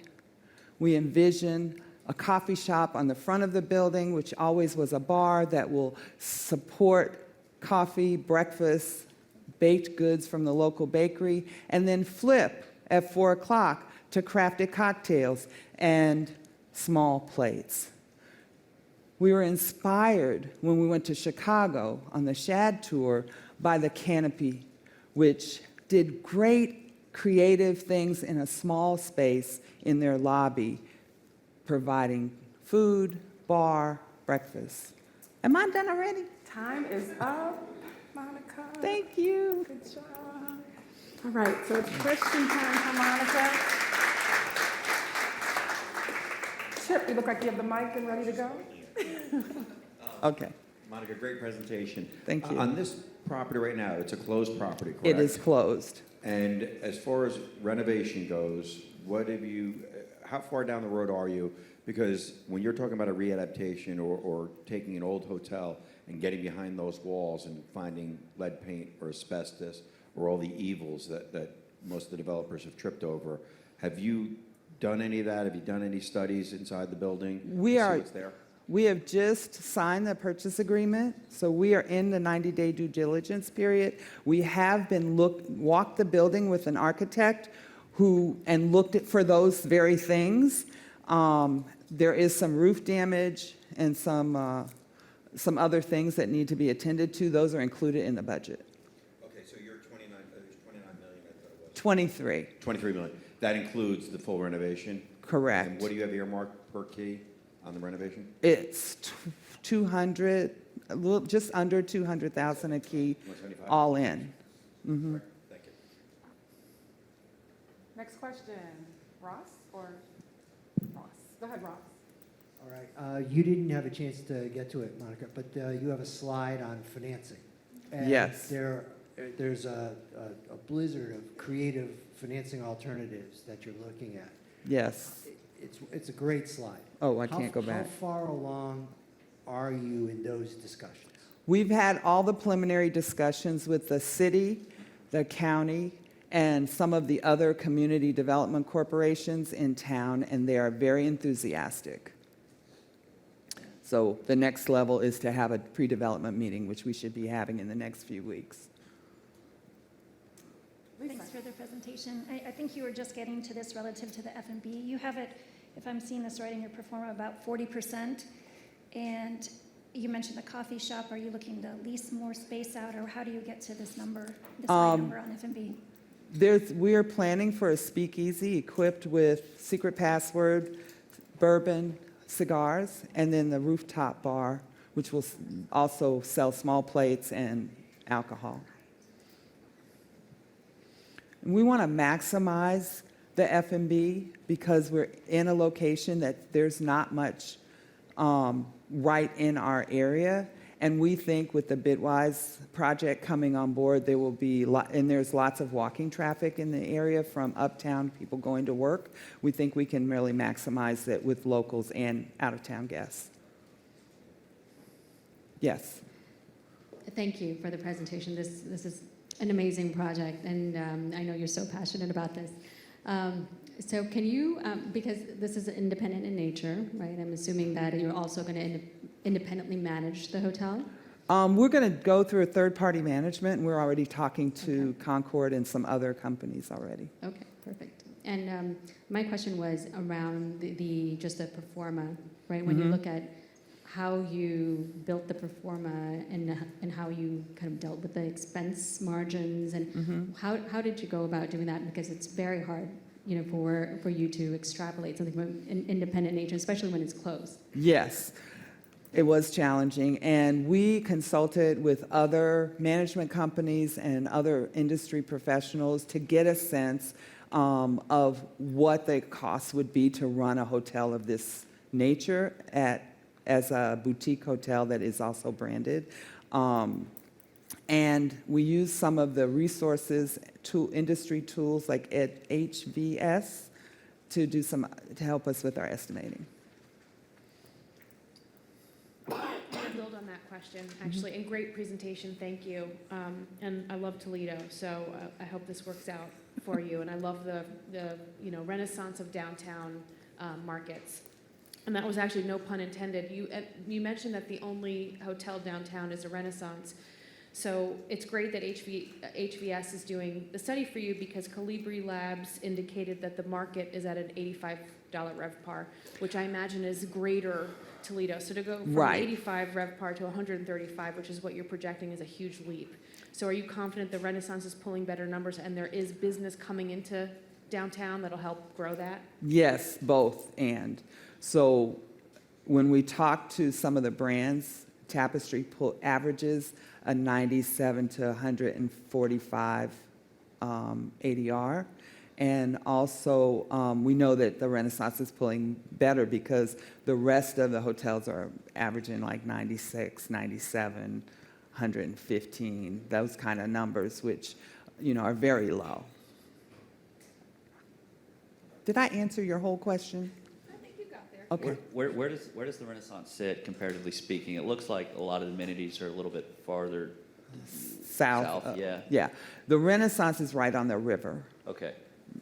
It's about 8 or 10 blocks away from closer the to the Lorraine. river, right around probably more the central district. Mm-hmm. Okay. And do they have a lot of meeting space at the Renaissance, and will you have meeting space here? They have meeting space. We will have a small boardroom, and then part of the concept for the rooftop bar is to have a place for renting out for small events.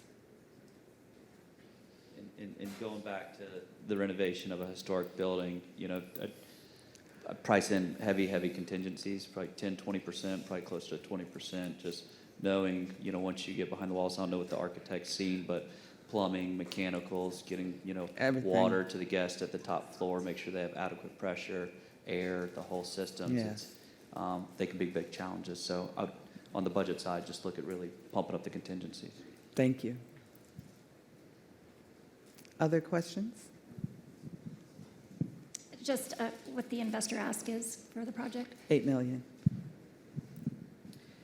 I believe you mentioned at the beginning of your presentation that there's a tenant in the building called Bitwise. Is that right? Oh, no, that's in the old post office that's being renovated right now. That's around the corner, okay. So any other additional tenants besides a coffee shop? Are you doing any other type of tenant work on the ground floor? It's not planned at this time. We're not opposed to it, but that's not in the plan. Got it. Thank you. Georgine, do you have any questions? Oh, I'm sorry. Yes, we are. The parking. We plan to subcontract the parking out.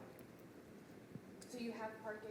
There's 50 parking spaces at this time that come with the building. So I haven't been to Toledo, but I would love to go, and it looks like a great option. What typically comes to the convention center there? Is there some regular things that you can count on? Yes, there are. There's some fun things like gymnastics and those kinds of sports things.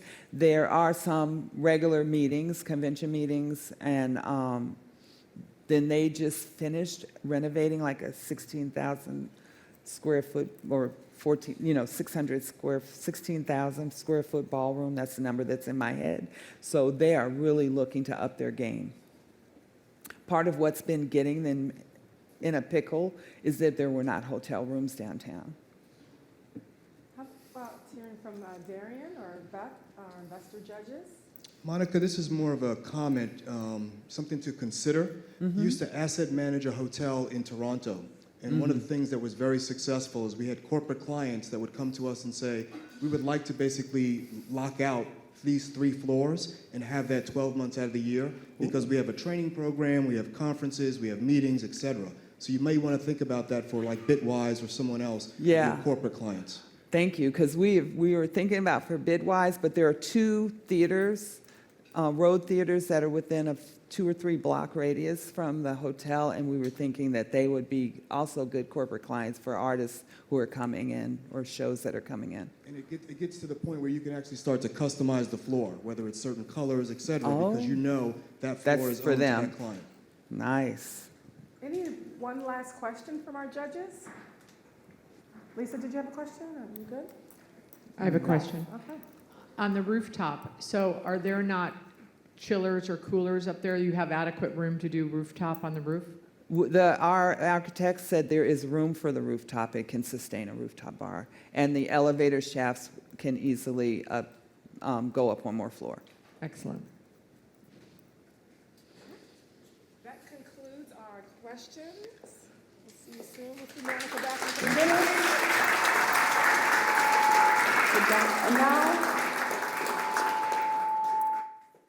And now we'll hear a word from our sponsor, Hyatt Hotels and Resorts. Well-being is still very much at the center of what we do at Hyatt. Fulfilling our purpose statement of caring for people so they can be their best, I mean, that's at the core of what we're trying to do with well-being. We talk about how we make guests feel. Fuel, our food thoughtfully sourced, carefully served. Function, our beautiful Stay Fit clubs in our hotels. You have to be able to get to a place where you're present in order for you to be your best. If we show that compassion towards others, we get there together. We want to elevate the well-being of everyone with whom we come into contact.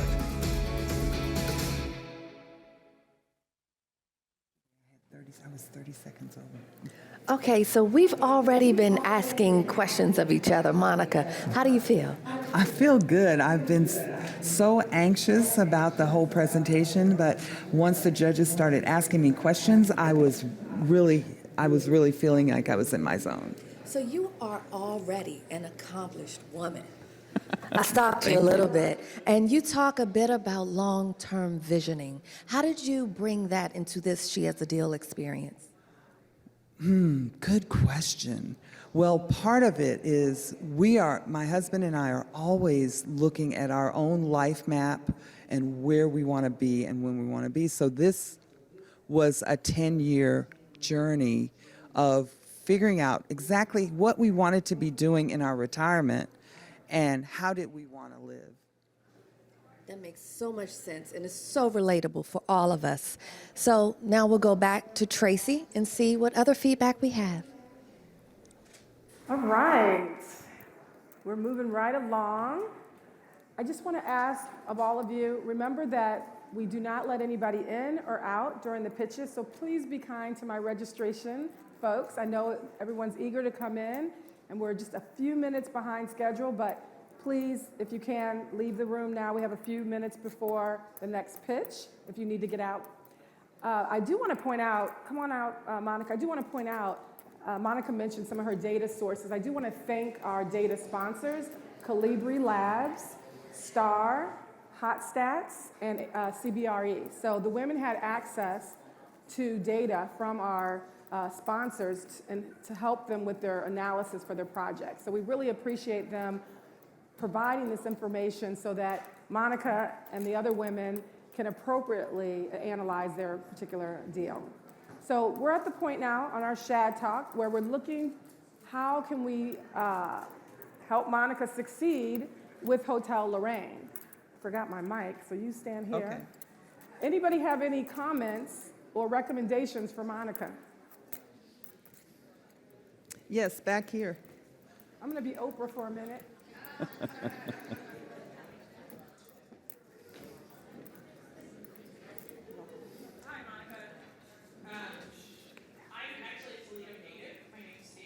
Hi, Stacy. So I'm very excited to see a Toledo project up here. Downtown is in this midst of revitalization with all the stuff that's going downtown. So I'm happy to help facilitate productions and connections to whatever extent I can. I'm based in Chicago now, but I'm happy to lend my local expertise. Oh, thank you so much. Thank you. That's wonderful. And I forgot, HVS is also one of our sponsors, so thank you for your support. Anyone else want to give any comments or feedback to Monica as we help her on her journey? Anybody else? Oh, good. Lynette, how are you? I was in the restaurants, I don't know if anyone mentioned, but the historic credits that are probably available to access for being a historic building.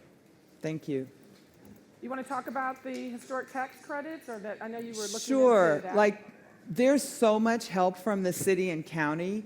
There's about $240,000 worth of grants that are available to us. There's about 6 or 7 different kinds of historic tax credits, upwards of $5 million, and then low interest loans from the Port Authority and LISC, which I'm not sure what their acronym stands for, but they are a National Community Development Corporation.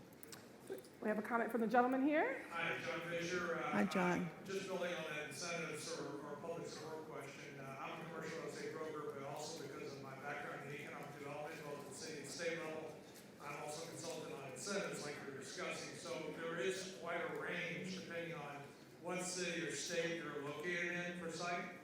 There could be state level TIF, local level TIF. There could be tax rebates on construction materials, engineering, architectural, POS systems, all kinds of things that may help in addition to loans and some of the other historic tax credits you're talking about, which may also exist, by the way, at the state and federal level. So there are a lot of different things that could happen. I'd be happy to walk through that with you. I'd love to talk with you. Thank you. John, for that. We met in Louisville, didn't we? We met in Louisville on the 10 City Tour. Did we meet in Louisville at the 10 City Tour? You came. Thank you for coming.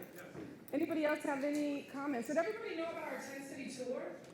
Did anybody come to our 10 City Tour? We went to 10 cities where the women live and where they're from, and we were helping them raise capital, connecting with potential investors. So thank you to our 10 City Tour sponsors. We were hosted by Stonehill in Miami. We were hosted by Ambridge throughout many cities. We were hosted by Highgate in New York City at the Knickerbocker. And we were also, I'm missing one. IHG in Atlanta. How could I forget IHG in Atlanta? Thank you, Julian. Atlanta was hot. Okay? Atlanta was super hot. So thank you to our 10 city sponsors. We're going to get ready for our next pitch. Don't forget to go to slido.com and go to SHaDPitch to evaluate all of our pitches. Right now, you can evaluate Monica for a few more minutes. Please rate Monica. It's going to add to her score. And then you can win prizes as well. All right, let's get ready for the next pitch. Thank you, Monica.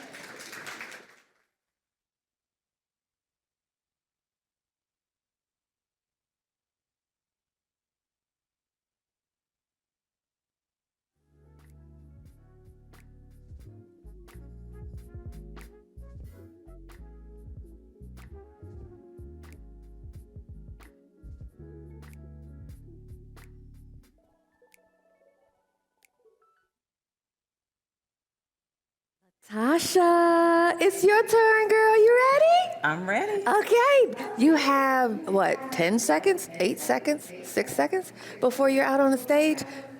You ready? I'm ready. You ready? Let's do this. You ready? Let's do this. Let's go.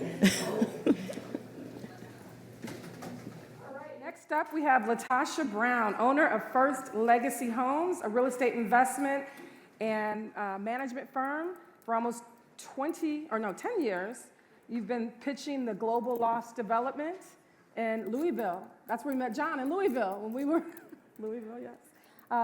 When Latasha she actually has made a lot of connections in Louisville for her project. So I'm gonna bring Latasha on and you pitch it and let them know what it is. Yes. All right. Hello, everyone. Hello. All right.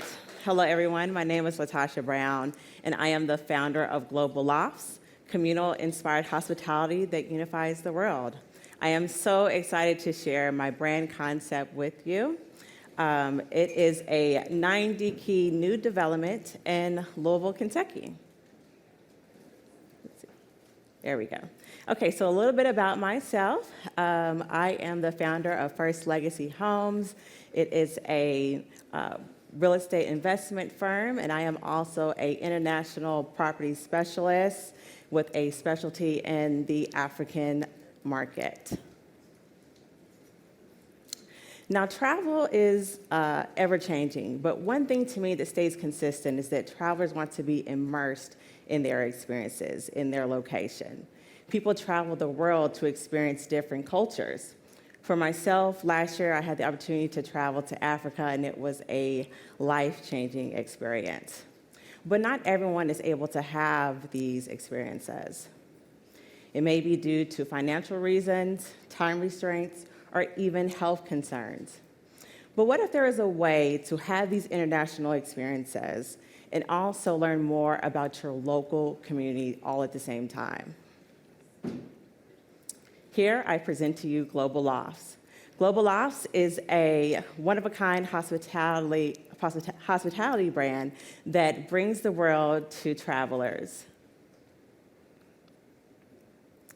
So here, all of our accommodations will be internationally inspired by our local communities. Here I have a illustration of an African-inspired theme. The rooms will be themed and change every 6 months. I am working closely with the Office of Globalization to make sure that I am representing everyone and that it is inclusive. So the next room could be a Cuban-inspired room. So this will be, once again, like I said, a representation of all of the local international communities within Louisville. And here are just a few of our offerings that we will provide. We will have a dinner option. We'll have on-site office and co-working spaces. And then we'll have specially curated experiences for our guests and also for the local community as well. So to kind of just get into our curated experiences, I call them global events. I will be working closely with the local international communities to be able to provide these experiences. And there will be an array of items and things that the guests and the local community can partake in.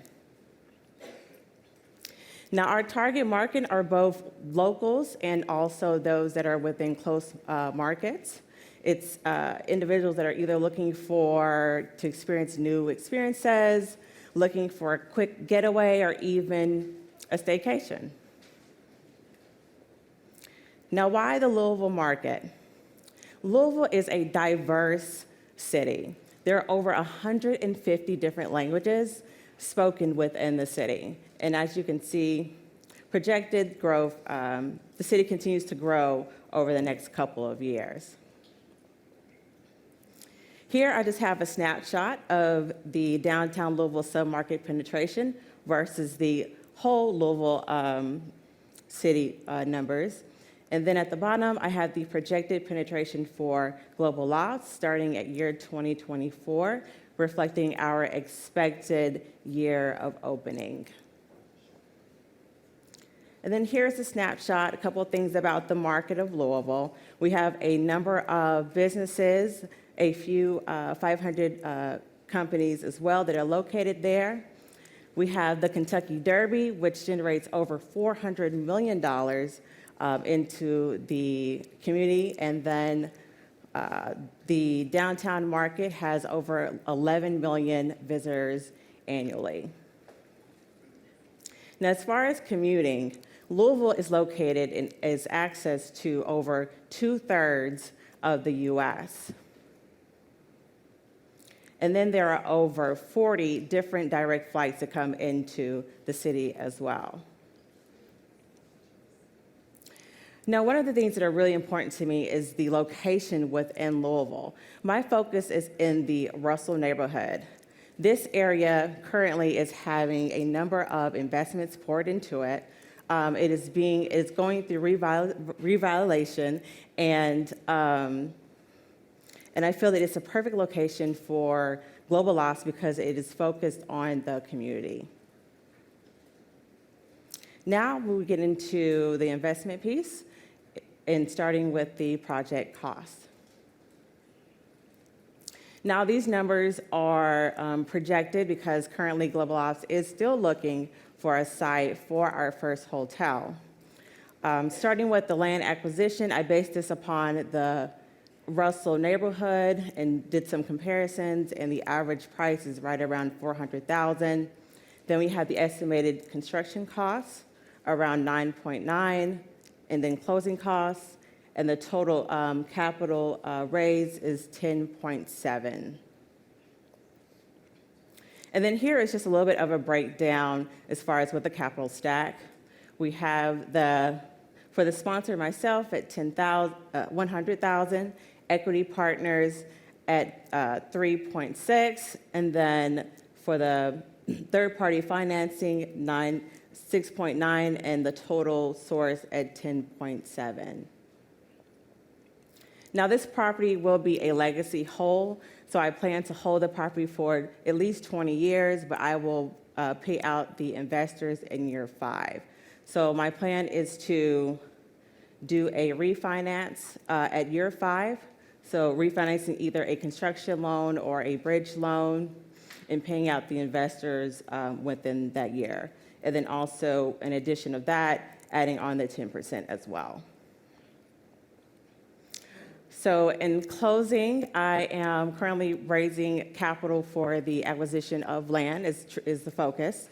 And then I'm just really excited to bring this brand to Louisville. There's nothing like it, and I hope that you will be able to join me as well. Thank you so much.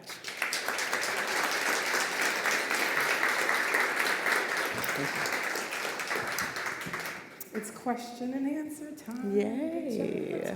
Thank you. Natasha's been in my master class for a while, right? Yeah. And then decided to pitch, so glad to have you. Who wants to start with questions? This might not be on yet. Okay. Hit all the points we were all looking for. Thank you so much. So first, there's no Global Office Hotel open today, correct? Not as of yet, okay. But it will.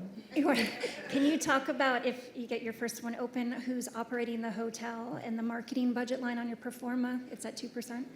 Just on your efforts to get the name out there? Yes. So as far as the operating of the hotel, I have been looking into a local company that has experience with boutique hotels.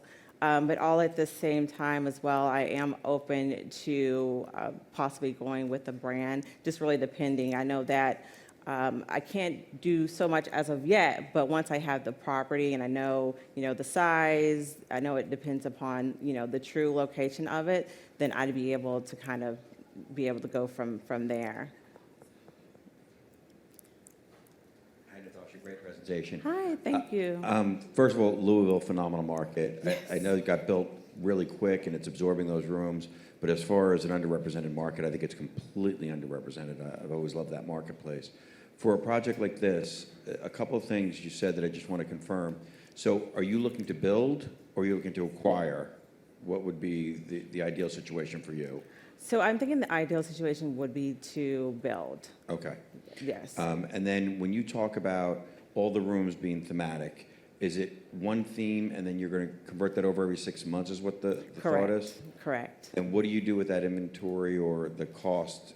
I mean, that's a lot of cost you're adding into a project to renovate every 6 months as opposed to, and even though it's soft goods, I understand that, as opposed to somebody that would renovate every 3 to 5 years on a soft cost basis. Oh, correct. That is something that I have thought about, and I'm still kind of looking through to figure out what would be the best way in keeping the costs down. But I honestly am still trying to figure that portion out, but I'm looking closely at that to make sure. That's why I said probably keeping all of the rooms cohesive, doing them all the same, and then maybe just changing them out for a longer period of time might be something that would work out best.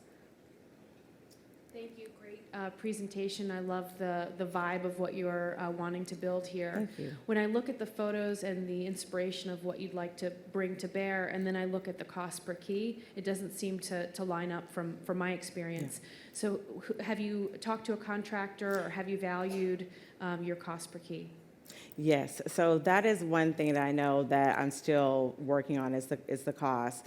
So with the contractors that I've talked to, they have given me kind of like a rough estimate, numbers, because once again, it's really based upon the property, the location. So they're like, well, this is a really wide range. So I think really honestly, it'll come more into play once I have the location, then I can kind of really narrow down with the numbers and make sure that it is cohesive and it's not out of budget and too much. Great, and I'll be Chip's parrot here. What segment are you wanting to build in? Is this sort of mid-scale, upscale, luxury? Oh, What's your upscale. aspiration? I'm so sorry. I didn't include that. Yes, upscale.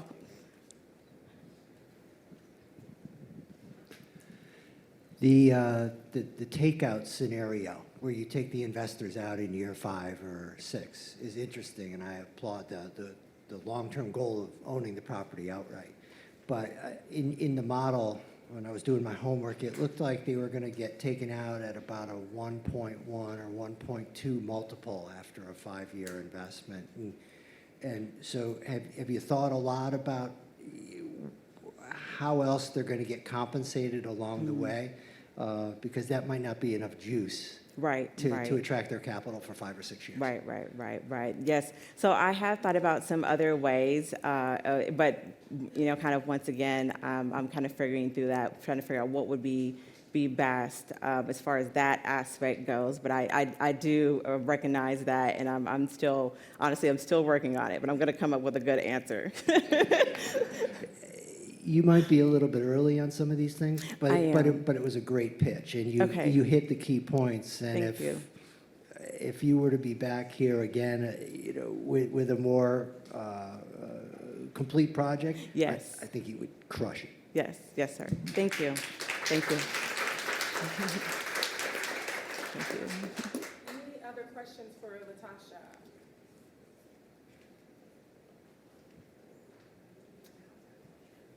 Darian. Thanks again, Latasha. A question Yes. that came to my mind was, tell us a little bit of how large of a site that you need, because you had 400,000 in terms of the land acquisition. So I'm is that 1 acre, 2 acres? How much is that? And then what does it look like in terms of proximity, target markets you're trying to hit? So are you trying to be close to the fairgrounds? Oh, okay, yes.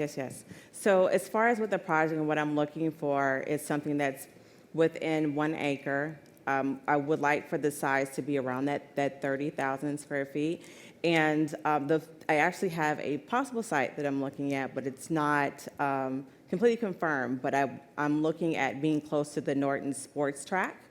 So the Norton Sports Track is within the Russell neighborhood. It generates over, they're expecting 20 to 30,000 people annually. So that's really kind of the focus area that I'm looking at. So this current property is about 2 to 3 blocks from that. And there's no other hotels outside of the ones that are downtown. All right, well, that concludes our questions. Okay. Good job. Thank you. So I need to encourage everyone to go to slido.com, SHaDPitch think it's just SHaDPitch, yes, and evaluate Latasha's pitch. And don't forget, at the end, you're going to go back and vote for your favorite pitch team. All right? Latasha, you're going to go backstage, and we're going to hear from one of our sponsors. Okay, all right, Greenberg thank you. Trolley. They keep our legal issues intact and our transactions. Take a look.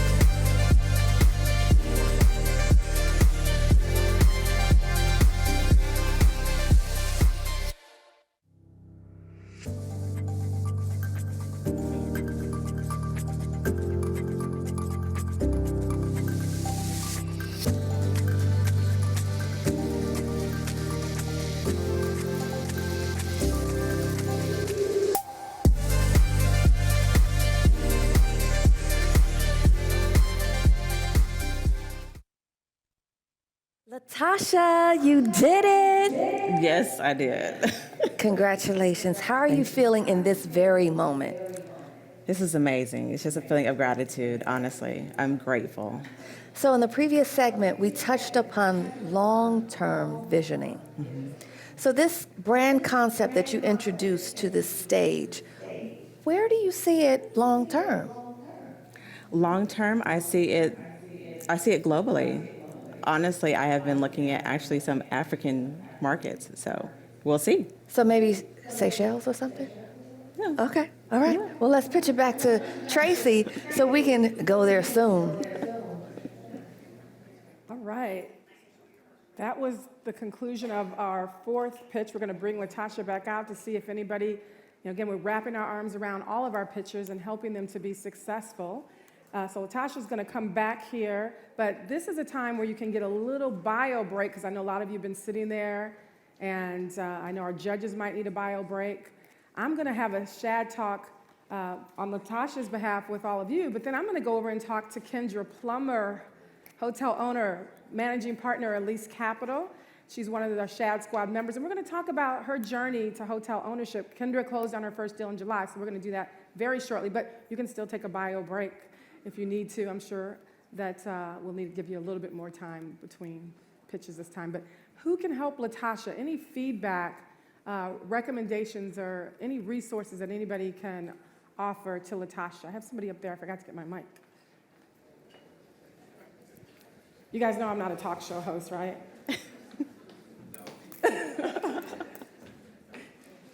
Thank you. Such a great job. I love your concept. Thank you. By the way, my name is Talisa, and I know the CEO very well, Cleo Battle, who runs the bureau there. And I think he would love the idea and the opportunity to connect with you. So if I could offer you that opportunity, I'd love to make that connection. Yes, thank you. Thank you. Talisa? Anyone else? Oh, yes. Hi, how are you? Good. Great job. Picking up on what Talisa said, I'm Ingrid, I'm also from IHG with Talisa. But I would also recommend that you look into the Louisville Artisans Guild when they were talking about keeping your costs down. It's a very active and a pretty historical guild. A lot of great artists and crafts people, and you might be able to even do things on consignment and then sell when you're doing your refurb. Okay, thank you. Thank you. Who else can offer some recommendations, some advice, some resources? Okay, over here? Oh, no, she's waving. Anybody else want to offer some? Oh, yes, ma'am. Just have you considered, since you're not going branding, you're going with your own independent style, you don't have necessarily the mandates, have you considered just to manage those costs and keep those costs down in the neighborhoods that you're going in, any existing buildings that might be vacant, to just buy down with where construction costs are today and where you need to get in terms of your land acquisition price, maybe that's one way to get in at the right price point to make that deal work. And I didn't know if there are any buildings or anything in that neighborhood that you might be able to repurpose. There are. There's mostly warehouses that are in the area, and the one that I'm looking at, I may be able to say some of it, but not all of it. So, yeah, thank you. Any other comments for Latasha? Well, I want to thank some of our other sponsors that are here today. I don't think I mentioned that in addition to the $50,000 for first prize, we have some of our sponsors that are donating complimentary registration to their hotel conferences. So we have Alice, BHN, is offering complimentary registration to our winners. You want to win that? That's a great conference. Hunter Hotel Advisors and their hotel investment conference. AHOACon, they are also offering complimentary registration to our participants as well, who are the winners. So we really appreciate the opportunity for these women to have the opportunity to network and gain knowledge at those investment conferences. I don't know if you haven't been there, you need to go.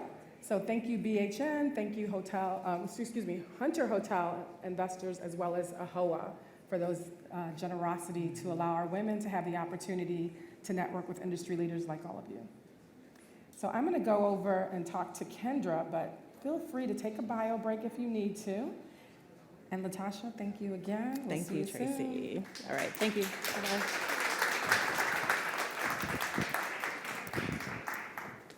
Leave my mic, right? Thank you. So I just said that. Okay.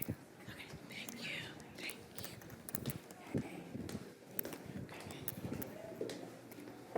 It's falling off. Hi. Kendra, how are you? I'm good. How are you?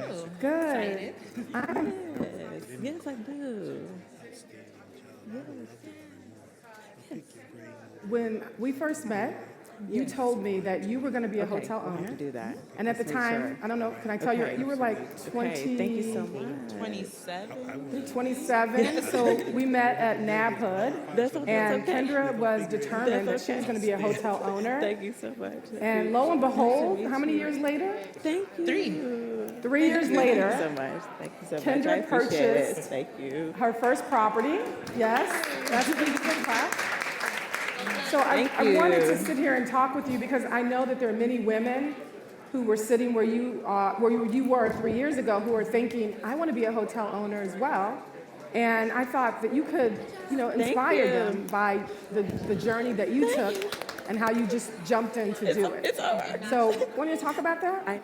Sure, I'd love to talk about that. And I think that that's a good point in mentioning that too, that it was 3 years since talking. A lot of people think, oh, all you do is, put an offer in and in 90 days your hotel is closed on. And that's not how it works every time. Right. So having that motivation, hotel ownership is really where passion meets purpose, that intersection, so that you can keep going and fuel yourself to become the hotel owner that we all have the capacity to be. So how did you prepare yourself to take that step? I know you worked in the industry, but it takes more than just working in the industry to be successful. So tell me how you went about, preparing yourself to take that step. Yeah, so it was a lot of research, my own self-research, because I didn't know what I didn't know. So it's asking people like you, going to conferences and making a space for yourself, which can be difficult when it's a very relationship-based type of industry. So really putting yourself out there, which is hard for me as an introvert. So being able to get out there in different ways is what prepared me, and then that helped me to learn what I didn't know, and then I would go and devour that after. Great. And so tell me about how you approach finding the opportunity and what steps you took from there once you identified an opportunity. Yeah, so finding the opportunity was using those same brokers that we meet at every single conference and keeping those relationships going. So the broker that I worked with actually advocated for me to get the deal done because I was a first-time hotel owner. So the seller kind of said, well, why should I take a risk on her? How do I know that she can get the deal closed? And that broker had to come back and say, I've known Kendra for years. She's part of these associations. I've seen her. She has the drive to do it. You know, take this risk on her. So I actually needed that broker to take the risk for me, and I appreciate her for that.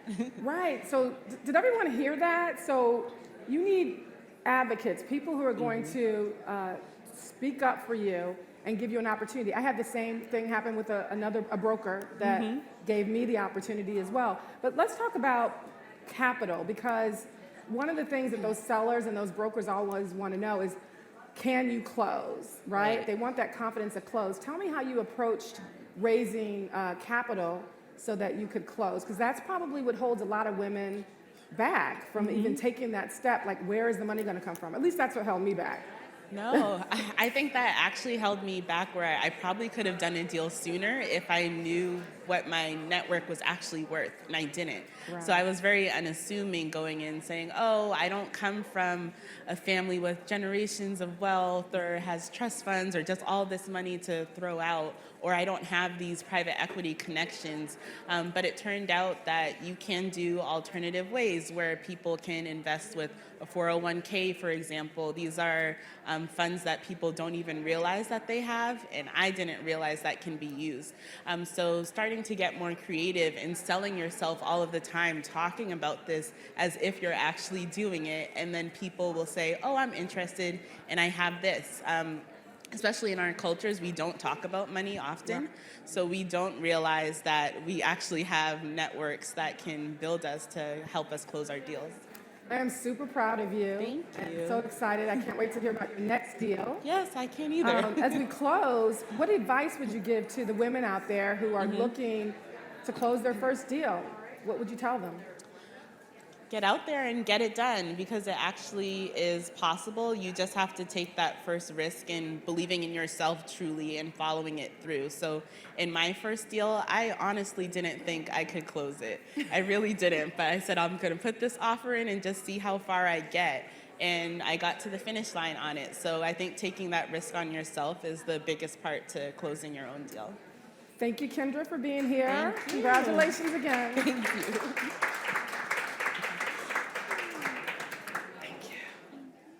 Good job.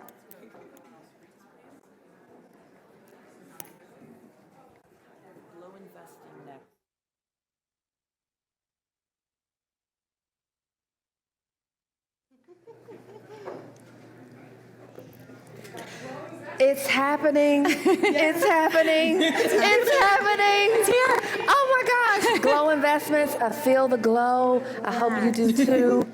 Are you ready? We are. We're definitely ready. Ready? We're ready. Thank you.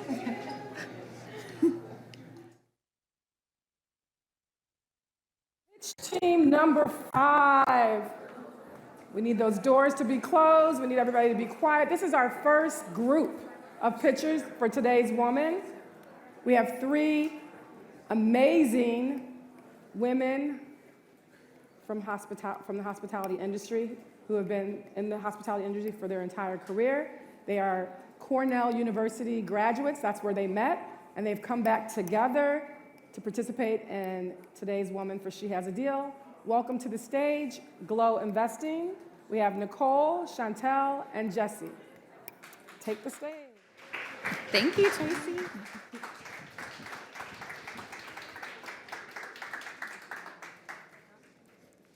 Hello, we are Glow Investing, and today we'll be pitching a portfolio Hampton Inn deal. One property is in Houston, Humboldt Airport area, and the other one is in Baton Rouge, Louisiana. We're a real estate investment group, and we look for properties that are under 120 rooms, limited service, and branded. We look for tertiary markets and secondary markets. My name is Nicole Wiggins. My background is in revenue management. I remember applying to Cornell's hotel school and scholarships, talking about how I wanted to be a hotel owner one day. Hi, everyone. My name is Jessie Glassmeyer. My background is in hotel asset management and finance. I've seen firsthand the lack of representation in ownership roles, and I know that our industry can do better. Hello, everyone. I'm Chantella Barato, and my hospitality experience is in hotel training, operations, and management. And as a first-generation American, this is about generational wealth. To learn a little bit more about ourselves, Nicole and I met at NSMH, the National Society of Minorities in Hospitality, and Jesse and I were at Penn State participating in the Global Hospitality Management Program. Together, we bring over 30 years of experience in the hospitality industry, and we will continue to thrive as hotel owners. So let's talk about this Hampton Inn portfolio deal. We have already submitted offers for these properties in partnership with Tracy Prigmore and TLT Solutions. The Hampton Inn Humble Airport has 86 rooms, built in 2000 and renovated in 2019. Our strategy is to maximize off of that renovation and leverage an airport shuttle that's unfortunately not being leveraged today. We hope to increase occupancy within this market. Shifting over to Baton Rouge, Louisiana, 101 keys, built in 2008, renovated in 2016. We plan to complete a full PIP within the first 2 years and ensure that we have a strong sales and marketing strategy to increase our RevPAR index and strengthen our relationships within the community to ensure we have strong occupancy percentage in our leisure, corporate, and government travel. Together, this is a $17 million opportunity. So let's talk about the market. So Humble, Texas is at the corner of progress and history. It's located just a short distance from downtown Houston. Humble has a population of over 15,000 residents, a mean income of $41,000, and employs 8.34 thousand residents.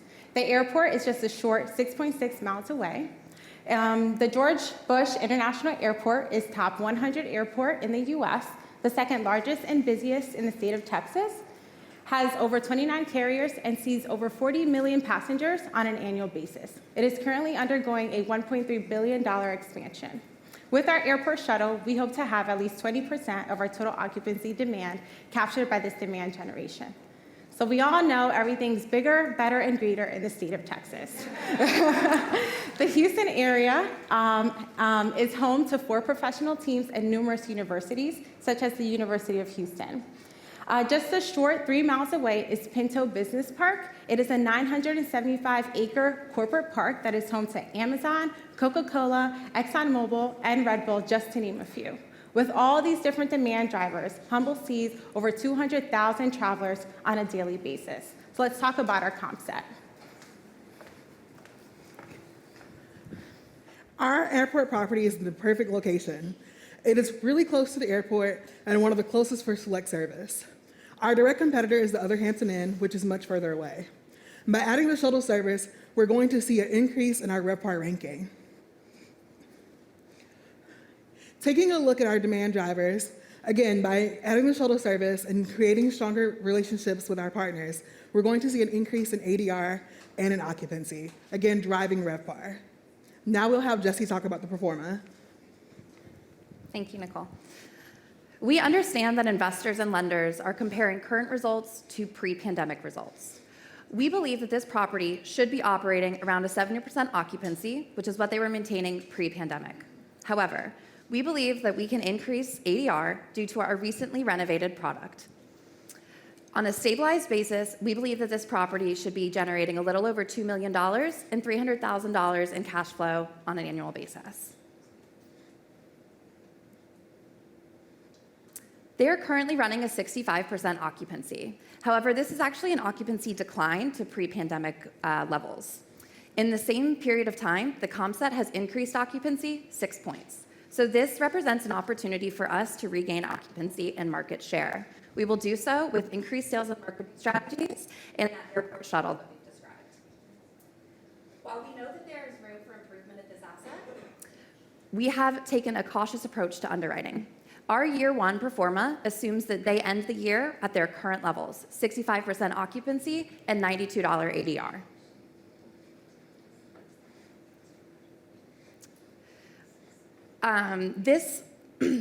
Through our renovation and our increased sales and marketing, this asset will sell in year 5, generating net proceeds of $8.5 million.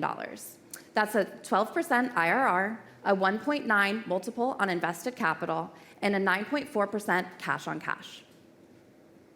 So let's take a look at Baton Rouge. Thanks, Jesse.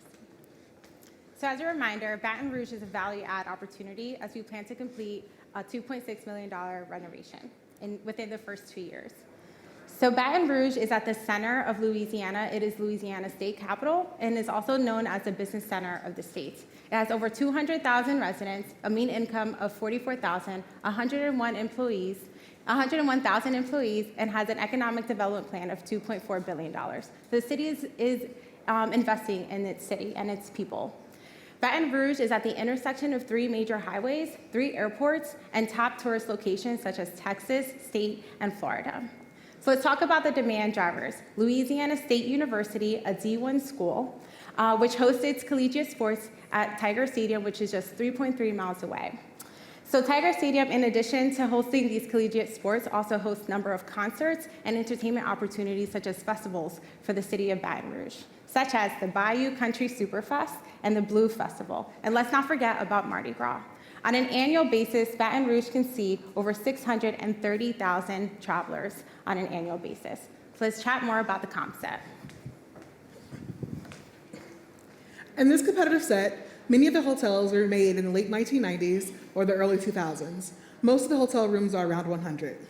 This property is sitting amongst the other demand drivers along a major highway, along together right outside a major highway. After we complete the PIP, we're going to see a huge drive in ADR and in occupancy. This property will be the leader in its competitive set in RevPAR. Now we'll have Jesse talk about the performa. Historically, this property has been operating at a 65% occupancy and generating $2.5 million in revenue. We believe that on a stabilized basis, this property should hit 72% occupancy and generate $3.5 million in top-line revenue. We also believe there is room for operational efficiencies and that we can increase EBITDA margin to 38%. Year to date, this property has increased occupancy 6 points. That's extremely positive. They're also operating an EBITDA margin of 39%. We have taken a conservative top-line approach and a consistent EBITDA margin approach in our performa. So year 1, again, we're assuming a cautious outlook. We are going to purchase this property for just over $10 million and invest $2.6 million in a complete PIP, a property improvement plan. Our total net investment is $140,000 per key. When we sell this asset in year 5, we're going to sell for $16 million and generate $160,000 per key. That represents a $20,000 per key value creation opportunity. This investment is going to generate a 16.6 IRR, 2.2 multiple, and cash on cash of 9.3%. As with any investment, investing in hotel real estate presents many risks. There's risk of damage to your asset and top-line revenue generation. On the expense side, everybody is talking about inflation. However, the hospitality industry is uniquely positioned to react to inflation because we price on a daily basis. So as costs increase, we can react in real time. This presents investors an opportunity to hedge against inflation risks. Nicole is going to talk to you about your investor realized ROI. So, investing in our deal means investing into both properties, the Houston-Humboldt Airport and the Baton Rouge property. Let's consider if you decide to invest $100,000. Between year 1 to year 4, each year you can expect a return near $10,000. In year 5, upon the sale of both properties, you can expect a return of over $155,000. That means a blended IRR of 15%, a MOIC of 1.9, and a cash-on-cash return upon sale of both properties at 37%. Thank you so much for your time. Thank you. Thank you.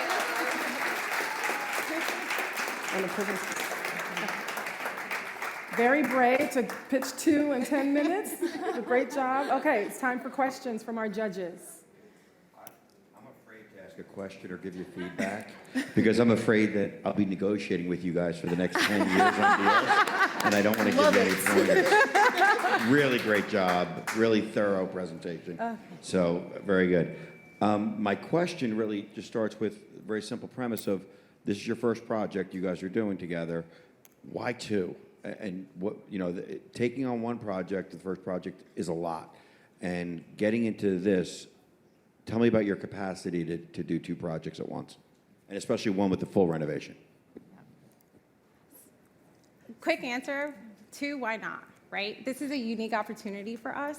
And we saw the seller for one property was selling both assets at the same time, actually 4 assets. We put in an LOI for all 4, one in Texas and in Murfreesboro. We unfortunately did not go through with those 2 offers, so we're in negotiation for these other 2. This is a unique opportunity for us, so we want to make sure that if we see something, we take full advantage of it. And in terms of your question of capacity, I completed my master's program while doing this. I have a full-time job. We all have full-time jobs. If you're passionate about it and if this is what you want, you'll dedicate the time and energy for it. Yeah, you will. I'd also like to add to your question. So when we consider maybe just doing one, the Humble deal is very stable, as we've talked about. It completed a renovation right after the hurricane, interior and exterior. And considering the Baton Rouge, we wanted to use a stable property while we were doing the PIP in year 2. And luckily for us, we're partnered with TLT Solutions for both of these properties. So Tracy has also already done a full renovation for Hampton Inn. So we wanted to take advantage of the resources that we have available to us. I look forward to working with you guys in the future. Thank you. I have a question. And thank you. Great presentation, and also your analysis. I mean, it definitely put a lot of thought into it. I just have a question on let's take a step back and look at the broader market and what's happening in the market, because these are great opportunities within its own submarket. But if you look at market trends, right? Baton Rouge went from 74% down to 55%. Whoa, what happened, right? Humboldt was a little bit more stable, but it did have a dip, and then it went up again in 2021. So, in your analysis, did you look at new supply? You know, what's happening in the bigger macro market? Yeah. So for Baton Rouge specifically, a lot of its festival and leisure travel, they lost, obviously, due to COVID. The Bayou Country Fest just came back, which generates over 100,000 residents, travelers to the area. So there is an uptick, coming, and there is new supply. So in regards to new supply. Yep. In Humboldt, there is a Home2 Suites opening about 3.8 miles north. They're actually closer to the medical facilities than the airport, so we don't think that we're going to compete directly with them, kind of different business models. And then in Baton Rouge, there is a Home2 Suites opening 7.5 miles away. So we don't think that we're going to be competing with them directly. And otherwise, there's really not many projects in our submarkets. Your revenue figures, your revenue projections are pretty conservative, as you noted. So there doesn't seem to be a lot of risk there. Seems like the risk is in the renovation and in the debt. So how hard is that, especially the big one, the 2.6 million renovation? How hard are your numbers there? When's the last time you tested them? Do you have bids? And how confident are you in your debt metrics? Do you have letters of, commitment letters from lenders? How far along are you? Okay, so on the PIP front, we have received the change of ownership PIP from Hilton and have reviewed it. We are working with Tracy, and again, very thankful for her support, because she has just recently done a full PIP on her Hampton Inn. So her experience is vital when we're analyzing that PIP. We have not gone out to bid. On the debt side, we are confident that we can secure permanent financing, because the total is not as high, so we don't think that we need to get like a bridge loan. We can just go straight to permanent financing and lump the PIP in with that. And something to know about the PIP, at the moment, we got the approval to not do the exterior of the hotel, which obviously saves us a few dollars on the front end for the PIP. Really great presentation, and I was struggling to jot down potential questions for y'all. You just covered it all. So congratulations for a great presentation. As you're investigating on operators, because I think you mentioned you're going to talk to third-party operators for this, right? I would recommend also considering operators who have renovation experience, because Hampton is, it's a prototypical brand, right? hundreds and thousands of people have renovated these hotels, and that might give you some synergies in terms of your cost. With that being said, I think you answered it with Ross, but have you talked to contractors about the cost and the timing to renovate your hotel? So through this process, we've worked on strengthening our relationships with different management companies. So we're still analyzing which management firm we would move forward with. Right now, both of the properties are being managed by American Liberty, and there's a number of different, I believe, Ambridge hospitalities in the area as well. So we are making sure that we reach out to them and work towards getting those quotes. We know that especially for the PIP, we will definitely make sure that we have a PMP on site to oversee that, as neither one of us are local to any of these areas. Nicole's actually in Texas. But yes, we will definitely make sure that we do our due diligence in that period. And I would like to put in a quick thank you to Intermountain, because we were evaluating a sleep-in at the BWI airport, which required a substantial PIP. And we worked with Intermountain to come up with the PIP budget and estimates. So they reviewed that PIP with us, and they've provided a lot of help. So we will plan to do the same as we move forward with these deals. I echo everything that everybody said so far. That y'all were great. And you knew your deals, and you covered all the deal points.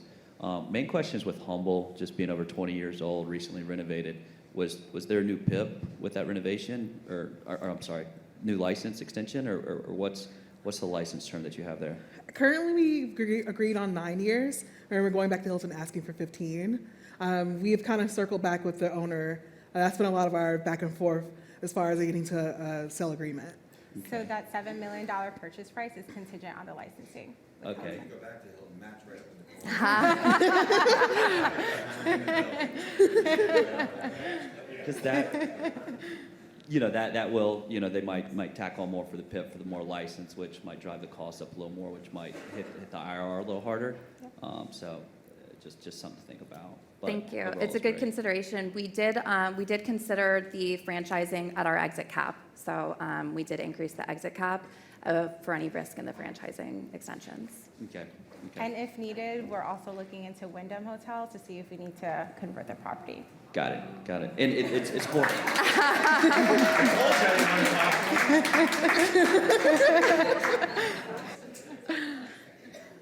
One more question on financing. So have you talked to lenders? What is your financing status? We've talked to a couple of lenders. Go ahead, Jesse. That's okay. We have spoken to specifically small business loans. Originally, we were looking at deals approximately the size of Humble. And as we described, the opportunity to bid on 2 and actually 4 originally presented itself, which we need to continue to improve our relationships with lenders. Most of our experience thus far has been with the small business loans. Hi, thanks so much for this. I was keeping quiet, not to be biased coming in here, but you guys did all your homework. You guys know this brand. You've done your homework. So I think you've hit everything. The 2 versus 1 is, I think, the best answer that you had. So I appreciate it. Just a quick question. You're the first team that we've seen, and you did a great job, by the way. It's very hard to do a presentation with 3 people, and you did the dance fantastically, so great job on that. The question is, when you guys formed this group, was it because of friendship, or did you see, why you 3? I want to say when I originally looked at this, a mentor of mine was asking what I want to do, and I was like, I really just want to own real estate. I was like, I want to own hotels, some apartments, this is what I really want to do. And a couple days later, she sent me over, she has a deal. And I was like, oh, I looked at it a couple years ago. They're only looking for college students. I'm too old. She says, no. And when she told me that they added the women's track, and I was like, oh, this is great. So Chantal and I had a conversation about pitching into someone else's hotel deal, maybe a year ago, because we were just trying to figure out what to do with our money. We don't have that much. We still need you, please. What did she say? And so Chantel was like, okay, I'm doing my MBA program still, but I got it, I'll do it. And then when it was time for us to talk, she called Jesse. Time's up. But okay. We'll be back. We'll be able to come back. Thank you. Thank you all. Thank you, Tracy. So great to see a team that comes together. They went to university together, to hotel school, so it's great for them to come back together. I want to show you our sponsor again, Encore. They are our technology sponsor. Give it up for Encore. Okay, what's next now?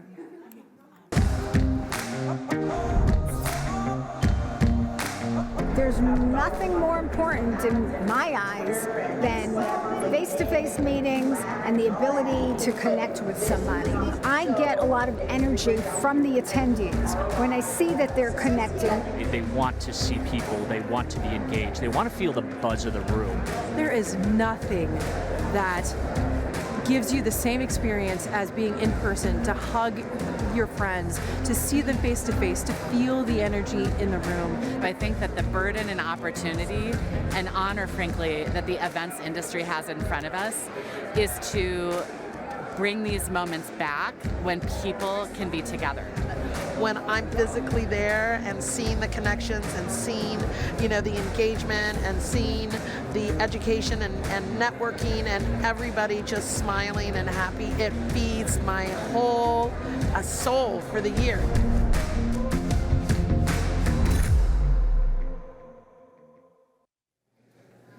Ladies, you had the audacity to pitch two hotels. There's a quote that says, passion is needed for any great work, but to really, really, really make change, you need passion and audacity in big doses.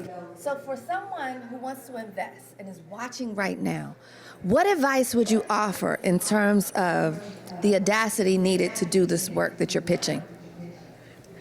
I would say that we found audacity from Tracy. As we kept talking to Tracy, she said, stop talking to me about the price of the property. Like, what is the return? And let's get back to what the return on the cash will be. And I would say for anyone else who's looking for the audacity, do the research, find partners. Like, as long as you're willing to learn, people will help you. I'm convinced. I hope you guys are too. Now we're going back to Tracy. Glow, whoa. As Glow comes back to the stage, so we can have a little Shad talk and offer some support for Glow. I just want to remind you to rate Glow at slido.com. SHaDPitch is the meeting ID. Come on, Glow. Glow, glow, glow. So Glow, 2 deals. We've decided to joint venture, so as you guys know, Today's Women can joint venture with She Has a Deal and TLT Solutions if they need support in moving forward. So they've decided that they want to partner, so we're working together. So what questions are from our audience? Or, you know what, let me go to our investor judges. When I get a chance to ask you, did you have any questions? Why don't we start with Beth and Darian? You all did a great job. So how do you decide which team to partner with, Tracy? The deal has to make sense. And, part of the process, too, is we're educating them along the way. So we're seeing, who makes a good partner, right? And these ladies we have asset management here, revenue management, sales and marketing. Come on, like, I don't. Yes, exactly. If I can add to that also, through our journey, we need leverage, and Tracy brings that to the table. She has the experience. So we're honestly honored that she's willing to go in not only with us, but even anyone else, and really give us a seat at the table, because as first-time, hotel owners, there's risk for us too, right? We're putting in our own sweat equity, and we know our investors take the risk on investing in us. And it looks so much better with Tracy along our side. I want to say, one of the biggest hurdles that we keep overcoming because of Tracy is the question of proof of funds. There are very few brokers who are really trying to talk to us about, hey, what's in your bank account? That's essentially what they get to within 5 minutes of talking to them. And having Tracy on our side really, really helps with that. Client and partner in Houston that might be interested in investing, so see me later at the cocktail party. Yes, ma'am. I think it's really gonna serve you well having Tracy, especially having gone through a PIP, because one consideration we constantly have to remind folks of is factoring in displacement for the renovations. A lot of times people forget, oh, you realize that half your hotel might be underwater because, hey, it's offline. So make sure that you built in proper displacement. Thank you. We didn't quite get to the end of the presentation, but can you talk about the A shares versus the B shares and how that's structured in the deal? So part of what we're looking at is going directly to private equity to achieve a large portion of the A shares, and then going out to smaller investors for the B shares. So if someone wants to input 10,000 or 20,000 versus where we're going to A shares for millions.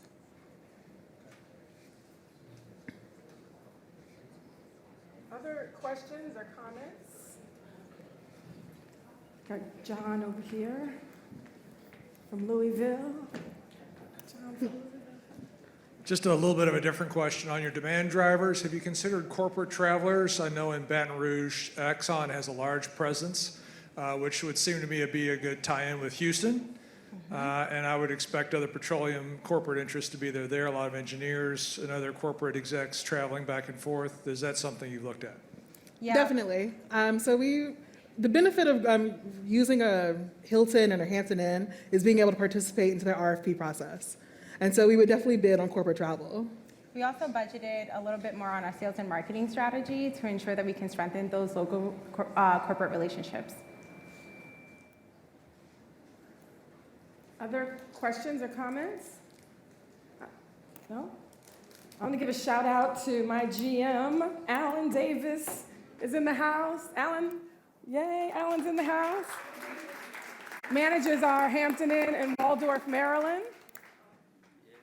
Yay, Alan. And then I have to give a shout out, if I'm giving a shout out to Alan, I'm going to give a shout out to Laura. She's our director of sales at the Courtyard in Waldorf. They're visiting with us. So I appreciate you guys so much. Great job. Did you have fun? We did. All right, so go raise some money. Thank you. All right, so we like to start our pitches exactly on time. We were running a little bit behind, but now we're ahead. So I've always wanted to be Oprah. So I'm just gonna. You can give me a car. You get a bag though. You get a bag. But I'm just gonna walk around. I wanna talk to some people in the audience and whoa. And see, I'm over here. Thank you. Are you having a good time? Hello, everyone. My name is Victoria. I am having an excellent time. I am glad that I was invited to this event and to hear these wonderful ladies pitch, to gain knowledge in the hotel industry and investments. So, yes. So what brought you here? I'm here to support one of the pitch representatives, Ms. Donna Roseby. Very good. Thank you for being here. Okay. I see one of our luminaries in the room. Two of our luminaries. Okay, I got to hear from both of our luminaries. Lan Elliott and Andrea Foster. Hi, Melinda Griffith with Concord Hospitality. Sorry. It's been a long time since you've seen me. I just want to say on behalf of Concord, I am so psyched that Julianne got me to Tracy last year and that we had the opportunity to become a sponsor of this wonderful organization. Kudos to you. What you've put together is industry forward. Give it up for Tracy and Shad. You guys are amazing. Glad to be a part. And I'm like, I don't know why I called you Lan, because I know who you are. So I apologize. It's for that. okay. But give it up to Concord for being a sponsor. We really appreciate it. Thank you very much. Glad All to be right. here. Well, Thank you. And I'm Andrea Foster. I am SVP of Development for Marcus Hotels and Resorts. I met Tracy at the Hilton Owners Conference 3+ years ago when she shared this idea with me. And I went, oh my God, no one's doing this. This is amazing. So I'm thrilled to be a luminary and a coach for one of the Today's Women today. And thank you. This is amazing. I love the turnout. It's incredible to see everyone here. So thank you. So I see one of our preliminary judges sitting up front. Didn't you judge the preliminaries? Say something about the preliminaries. Well, that was for the early, were you early career or Today's Woman? Oh, no, we didn't have it for today's one. What am I thinking about? Okay, you guys, it's time for me to retire. All right. Hi, I'm Fern. I'm Fern Cantor. I am with CHM Warnick. We're also a sponsor of the event. Very happy to be here, and judging the preliminaries was eye-opening. The only thing I could really say is I wish I knew as much as these women know when I was starting out in my career. So thank you. Thank you, Fern. And yes, I need to talk about our partnership with CHM Warnick. So CHM Warnick is the best, right? They say the best asset managers. And so we've partnered with CHM Warnick so that our investors can be confident in our asset management and the optimization of our assets, right? The returns on our assets. So thank you very much, CHM Warnick. All right, so they're telling me to wrap it. This was so random. But are you guys ready for the next pitch? I don't think I'm supposed to be talking on the microphone, am I? We'll give faith and excitement. Yeah. Are you ready, Genesis? Yes, I'm so excited. Oh my goodness. I've been preparing for this for like the past 6 months, so super exciting. I'm excited too. And we are about to watch you give it all. Thank you. Is Genesis Lafacardi, and Genesis has created a brand called the Genesis House. Genesis and I met through iFund Women. I don't know if you guys know about iFund Women, but they help women founders, and I judged one of their pitch competitions, and so an introduction was made, and we flew out to Arizona to meet Genesis and see her project, so I'll let her tell you more.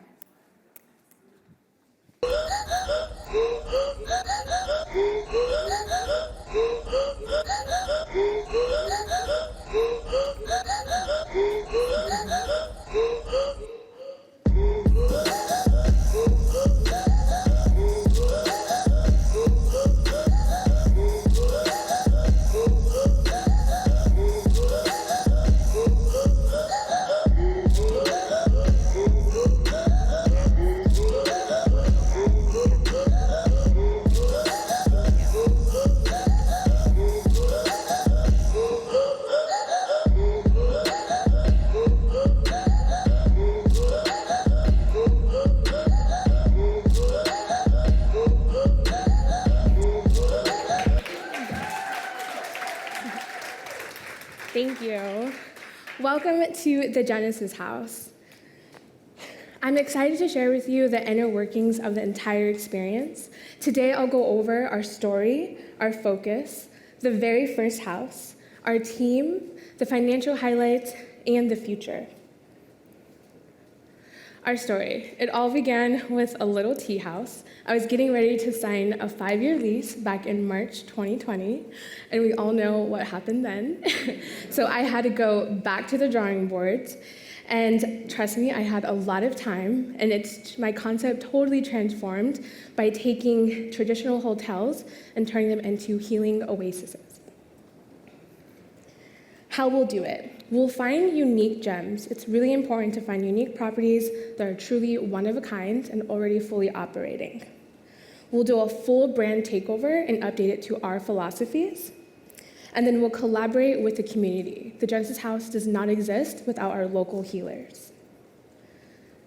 The partnerships, of course, have to be mutually beneficial. This is a unique opportunity that is focused on finding strategic partners. We look for property owners or capital partners that want to own real estate and are passionate about creating experiences without having much day-to-day operations involved. With not a single location open, we have been making waves. Our products have been featured on Forbes, Yahoo Finance, and we have been featured on Hospitality Design twice in the past 4 months. Our reach is incredible and it's growing daily. We have over 30,000 followers on our Instagram platform alone. We have over 15,000 visitors on our website. We have over 3 million people that have learned about the Genesis House through our digital network. And we generate $5,000 in profits every single month with our candles, our soaps, and our tea baths, which are formulated by me. And you guys all have that in front of you right now. In addition to our own brand momentum, we will partner with these innovative growth drivers to strengthen our brand and awareness and growth potential. Specifically, Design Hotels has an entire network of boutique hotel owners and will use their booking channel to reach an even larger demographic. We offer what they don't: opportunity, affordability, and diversity. The Genesis House focuses on these 5 key pillars. Our own hospitality management, we're going to introduce a new way to treat people. Our in-house design team will keep all of our properties on brand and truly adhering to our aesthetic. Our Genesis House Spa will introduce new treatments for our guests to experience. Our e-commerce brands will let our guests take what they truly loved and have it delivered to their front door. And lastly, our global network of holistic healers that we continue to grow every single day. Affordability is super important to us. That is why we will offer a daily rate with unlimited breakfast, a movement class, and a spa service. We want to make sure that our market is able to actually afford to come back. Diversity is truly important to me. As a multiracial woman and daughter of 2 military parents, I've had the opportunity to travel the world and experience so many different cultures. I'm excited to reflect that within the Genesis House. Our focus will always be our people. Our main demographic are ages 18 to 41. As I like to call us millennials, the Henrys, high earners, but not rich yet. This target market contributes 43% of the global accommodation market. Currently, only 3% of our global hotel room supply is directly designed for millennials and the Gen Z market, theoretically leaving 40% in underrepresented earning potential. Our needs are pretty simple. According to a survey conducted on behalf of Eventbrite, 78% of young adults prefer to spend their money on experiences alone. The Global Wellness Institute reported that millennials spent over $830 million on wellness travel alone in 2018. And a published Upwork Future Workplace report stated that 73% of departments are expected to be comprised of remote workers. Less than 1% of hotels are owned by African American women, and I'm so proud to help change that narrative. According to some recently conducted surveys in 2021, this is very recent, the majority of US Black travelers believe that Black representation directly influences whether they're going to even visit the location. 71 of US Black travelers want to visit destinations that are already perceived as safe for them to even go to. This allows us to tap into a $129 billion market just by paying attention to representation and inclusion of Black travelers in the United States. As of 2 weeks ago, I'm excited to introduce to you the very first house that will be in Sedona, Arizona. It will be a complete, thank you. This is what I mean by a unique experience. It will be a dome. It's over 12,000 square feet, and it's located in front of a waterfront and between 2 vortexes. The Genesis House means the beginning, and we're going to continue to do many firsts. We'll be the first female, Black-owned, adult-only 15-room resort in the entire state of Arizona, and even in Sedona. This property offers so many amazing things, and it's already generating $500,000 a year without even having the Genesis House brand attached to it. We'll be adding a lot of value enhancements, including private domes on the 4.7-acre property, a garden that will also serve as a seating place, a movement dome that can be rented for event space and for our guests to participate in daily classes, a gift shop, which would be the Genesis House first brick and mortar, and the Genesis House Spa, which will be located on the 3rd floor of the dome.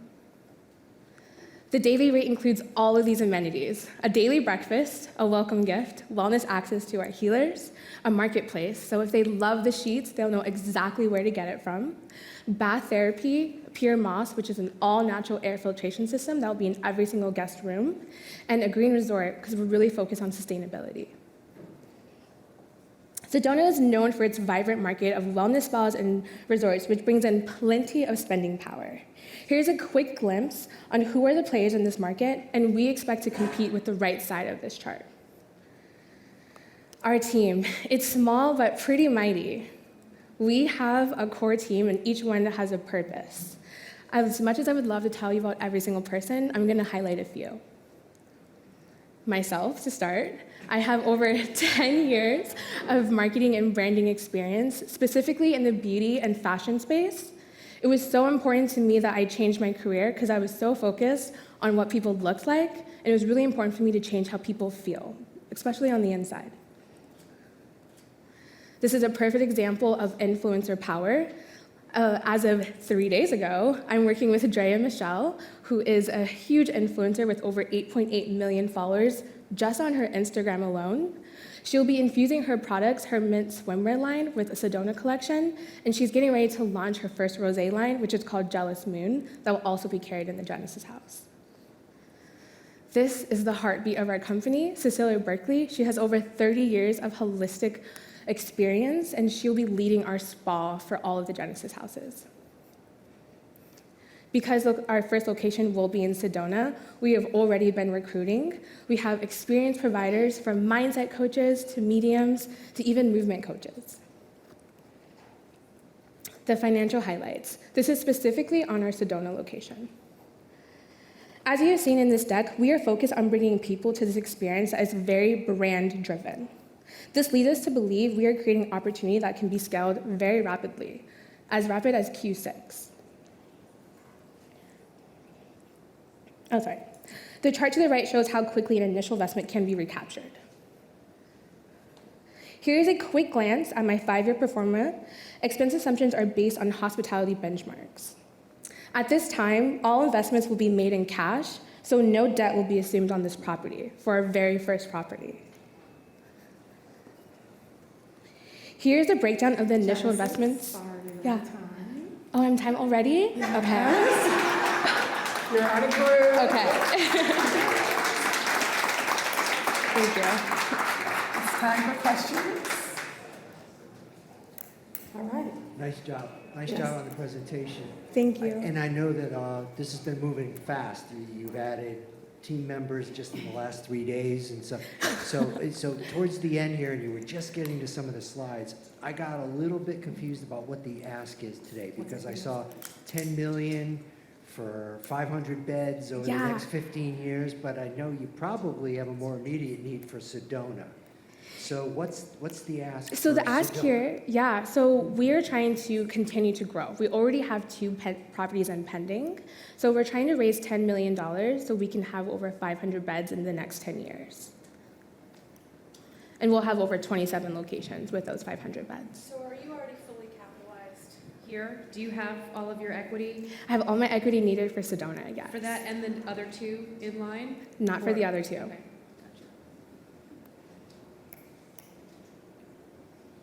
Next question. Yeah, can you elaborate a little bit more on the comps that you're looking at? Because, 15 rooms, wellness, it's around, but where are you looking for your comps? Are they in Sedona? Yeah, we were looking at a lot of revenue, looking at a lot of the ADRs in the hotels around. So we'll be starting at $1,000 a night. Can you touch on the model, right? How much these properties are, all in, what's it costing? So $10 million for 500 beds when each hotel is roughly around 15 rooms, 20 rooms maybe? Yeah, so the model will look, every type of property will always have a different partnership, whether it's we're working with our capital partners who are actually going to purchase the property in whole, or if we're working directly with the property owner. For the Sedona case, I'm working directly with the property owner, so she'll be covering all of the structural changes that are needed to uphold the Genesis House brand, and the Genesis House will be covering all of the FF&E, so any movable fixtures. Okay, so you don't own the real estate, it's more of an operating model that you were presenting? It's an operating model, correct.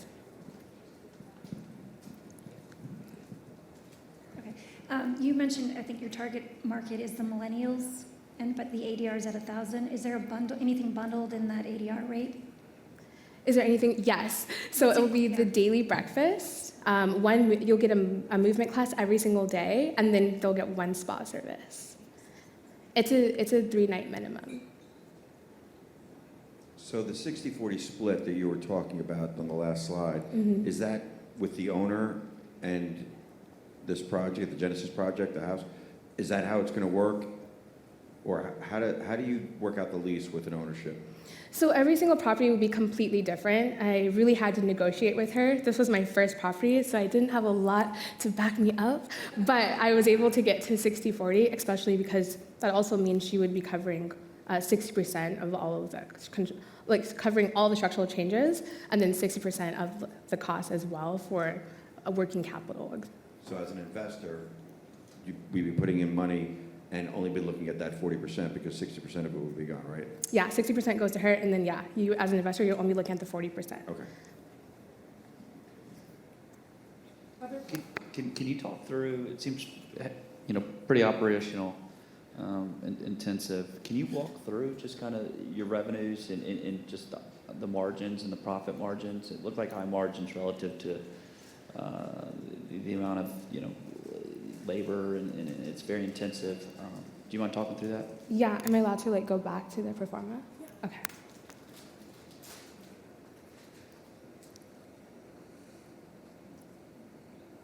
So year one, we're looking at occupancy starting at 53%, and with our ADR starting at 1,008, we are looking at a net operating revenue income of 1.5. Okay, and all that's net of lease payments and everything? With everything, yeah. Okay. Thank you. Are the employees yours, or are the employees still with the owner?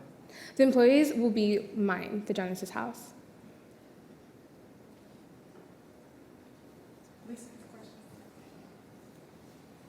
I love the social media presence that you already have. Just have you thought about interesting ways? Is that how you're planning to book? Directly through those channels, or OTA breakdowns, or how are you capturing those guests? Well, so far, I've already been getting pre-bookings. So those are my first priorities as soon as I open.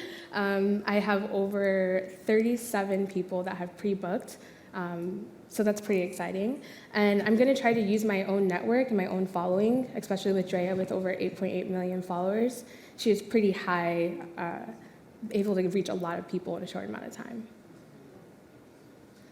First of all, we all jumped into questions because this is such a unique proposition, but you did a really great job. So Thank really you. cool concept. Yeah. What does your labor model look like for 15 rooms? I know this is a very high touch model, and your margins or your percentages for your operating costs are kind of small. So Yeah. How many people are working? So I love that you asked that question. So the main thing that I love about this is the Genesis House is really serving as a stage for our holistic healers. And I don't know how many of you have attended retreats, but they are always responsible for booking the hotels, finding the spaces for them to share their findings. And so we'll be doing a trade deal. We wouldn't even have to pay our healers. Just the fact that they have a place to perform their own healings and their own teachings, we'll be giving them a place to stay as payment, and then plus they'll be getting a profit share based on who books for their teachings. I got you. So, because I've gone to yoga retreats before, so it's kind of that model where I'm paying the yoga instructor, whoever the healer is, and then they're giving a percentage to the house. Mm-hmm. And so we'll have a monthly calendar of all the activities, so when you're booking, you already know, oh, this is all the things I'm going to be able to do. Have next markets in mind already? Yes, I do actually. So I'm working on another location in Prescott. There isn't anything of that kind.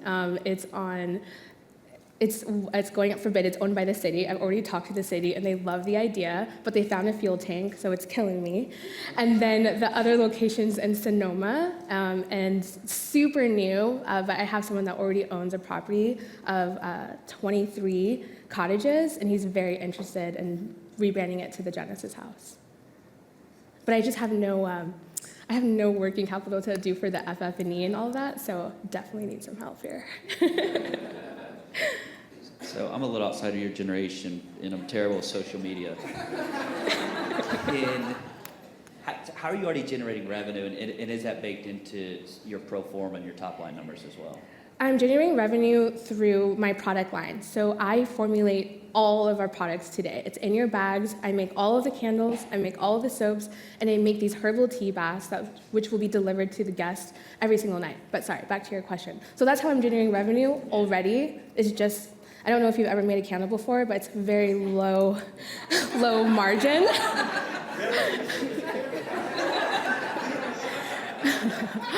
And I wanted to create a way for everybody to be able to support, because not everyone just has $50,000 to throw at me. And so an easy way to support the Genesis House is just by buying a candle or a bar of soap.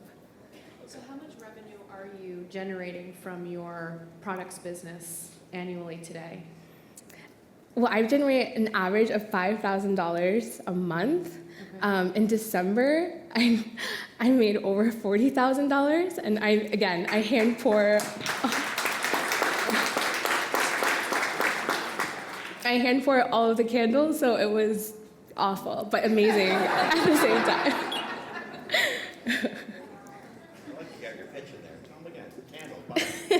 Buy the candles. If you use code SHAD, you'll get 30% off.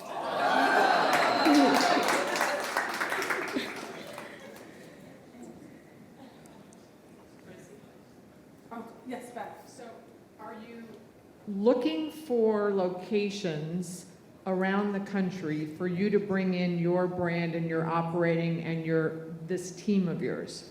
I'm looking for locations, and I'm also looking for capital partners that have no interest in running day-to-day operations but want to increase their real estate portfolio. So I'm looking for those two kinds of people. But you want to put the Genesis House in existing unique facilities around the country? We'll do a full brand takeover. So your team slide was so full of rock stars, you didn't have a chance to go through each one. But are they all on the payroll, or do they have day jobs, but they're available to you? So right now they're not on payroll, but they truly believe in the Genesis House, and they all want to quit their jobs and work for the Genesis House when I get some money in my life. I don't think so, yeah. But that's what's really important, is the people behind the Genesis House. The most important thing is passion. They have to be extremely passionate about it, and obviously they're passionate because they're working for free right now. We're out of time. Okay, we're always out of time. I know. Thank you. See you in a few minutes. Okay, so now, as Genesis said, she has been talking with Marriott for Design Hotels brand, and so we'll hear from our sponsor, Marriott Hotels.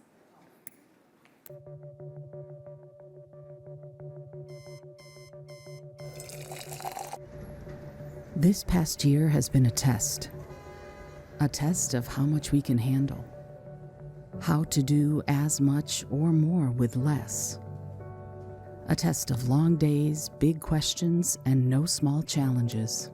I've learned how valuable our culture is. I've found how resilient and adaptable our people are around the world. We have taken this test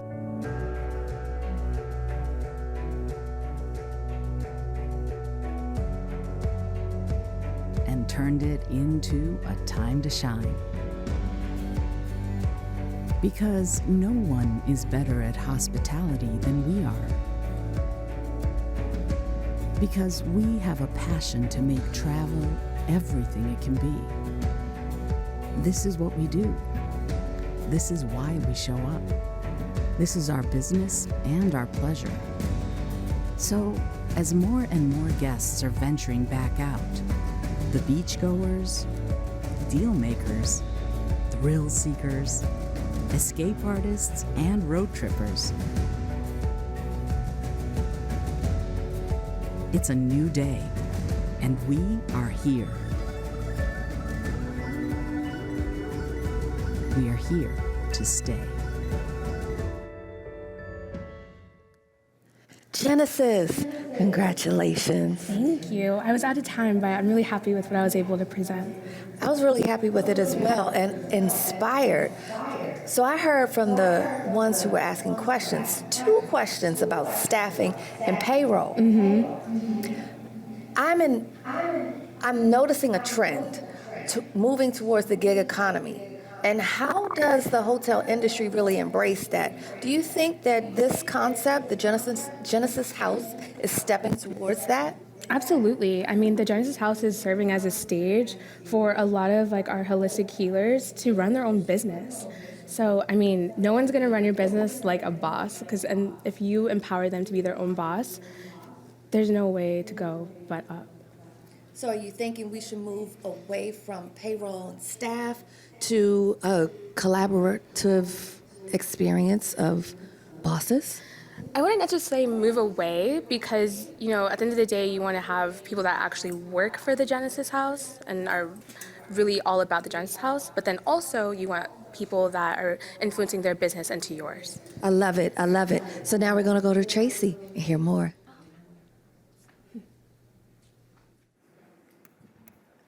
All right, the Genesis House. Now, I did have an opportunity to experience the spa services at the Genesis House. It was quite exciting. We're going to bring Genesis back out and see what we can all do to help you succeed with that expansion.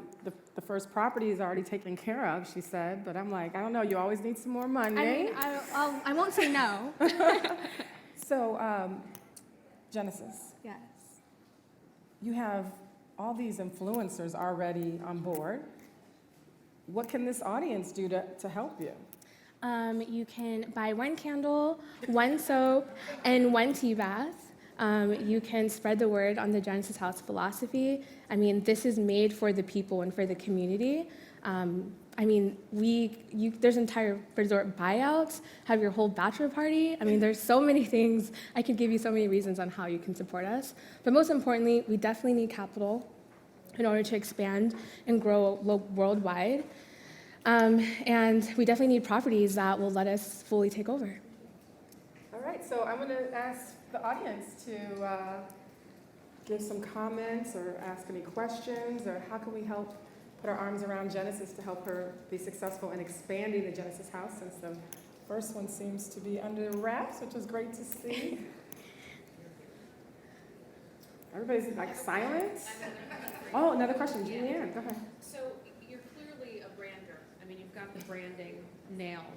I kind of want to go to one of your experiences for sure. Does there always have to be a hotel component, or is it something that could be, you know, day spa or day experience? Are you always looking for overnight accommodations? I definitely always want it to be. I want people to be able to go to the Genesis House and really stay and really like soak up as much as they can.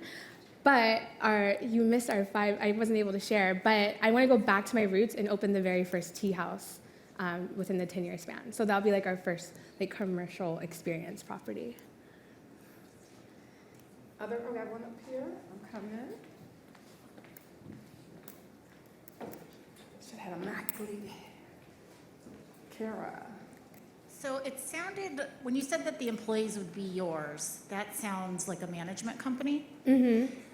And it sounds more like your expertise is in branding. Have you kind of thought through what that means? Are you running the hotel soup to nuts, or is it just the employees that are yours? Oh, yeah, no, I'll definitely have a general manager that will run the entire property. My focus is really to keep growing and building the brand. My suggestion would be maybe bifurcating and focusing on the brand, because I think once you go down a management path, there's just a lot of inherent costs that maybe you haven't thought through, and a lot of liability. Just 2 cents. And I just forgot to remind you to go to slido.com, SHaDPitch, and rate Genesis. Who else has a question or a comment? We have a couple minutes. Oh, okay, Beth. Where do you want to do your tea house? What city? I would love to do it in Miami as the first city. And is it going to be a retail location? Yeah, it would be my retail location. And how many square feet?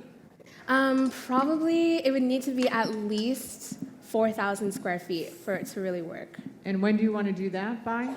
I mean, we can do it tomorrow. Okay. Well, I'm from Miami. You are? Oh my God, and you asked me, and then I say Miami. Manifestation, guys. Yeah. So see me at the cocktail party. Yeah, okay, amazing. I'm gonna cry. We'll be anywhere, guys. Like, honestly, we're just doing a full takeover. Yes. I actually had the pleasure of meeting you when I was in Phoenix. Oh, I awesome. actually emailed her, right? She responded and took me to the airport, didn't even know who she was. I didn't even know either. I was like, I'll meet you in an hour. I'll see you there. Amazing. My question to you is, you're looking for locations, right? And it sounds like you're primarily looking at the West for your experience for the Genesis House. Not at all. Yeah, I live in Phoenix, so it's easier to get there fast. I'll go anywhere.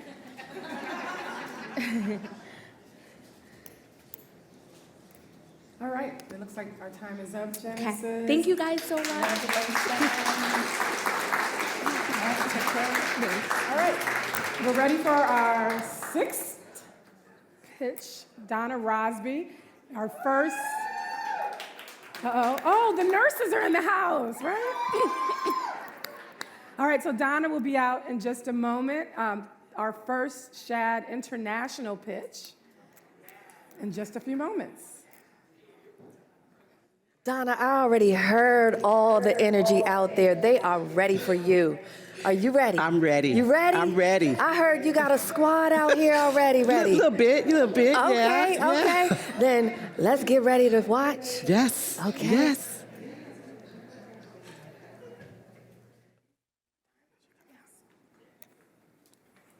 I introduced her just a little too soon, but I want to say a shout out to the nurses investment group. Are you guys from Kaiser or no? Or you're all over? No, we're actually retired nurses. Oh, the retired nurses, you guys, the retired nurses. Okay. We saw you on social media. You have your investment group together. We're going to bring Donna out, everyone, and we're going to learn about her brand conversion in the Honduras, our first SHAD International pitch. Donna.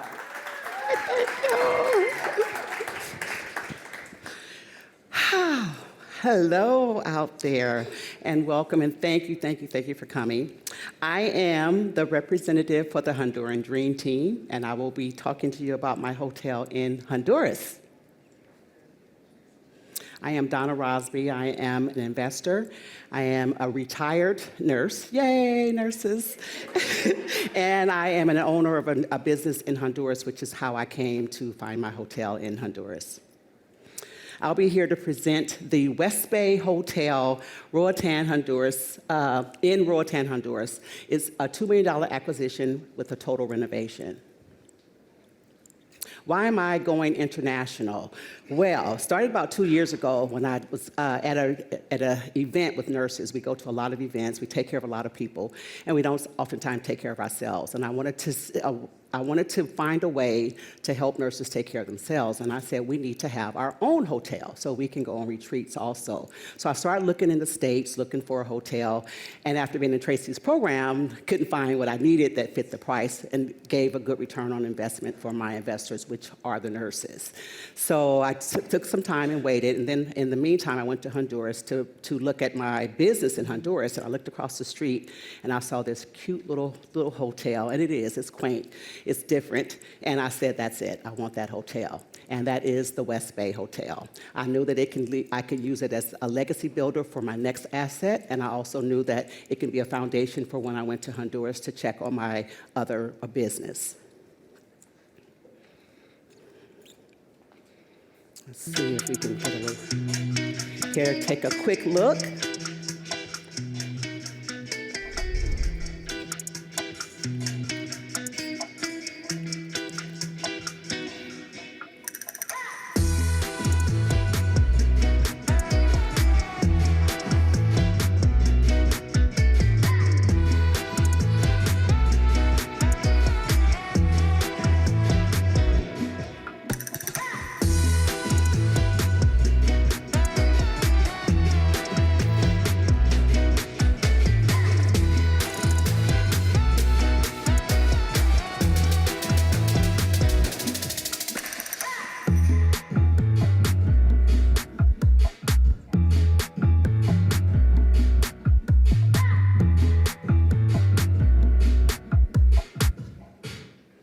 So you can see, needs some love, but it has a lot of love already. It has some culture, has its own little energy.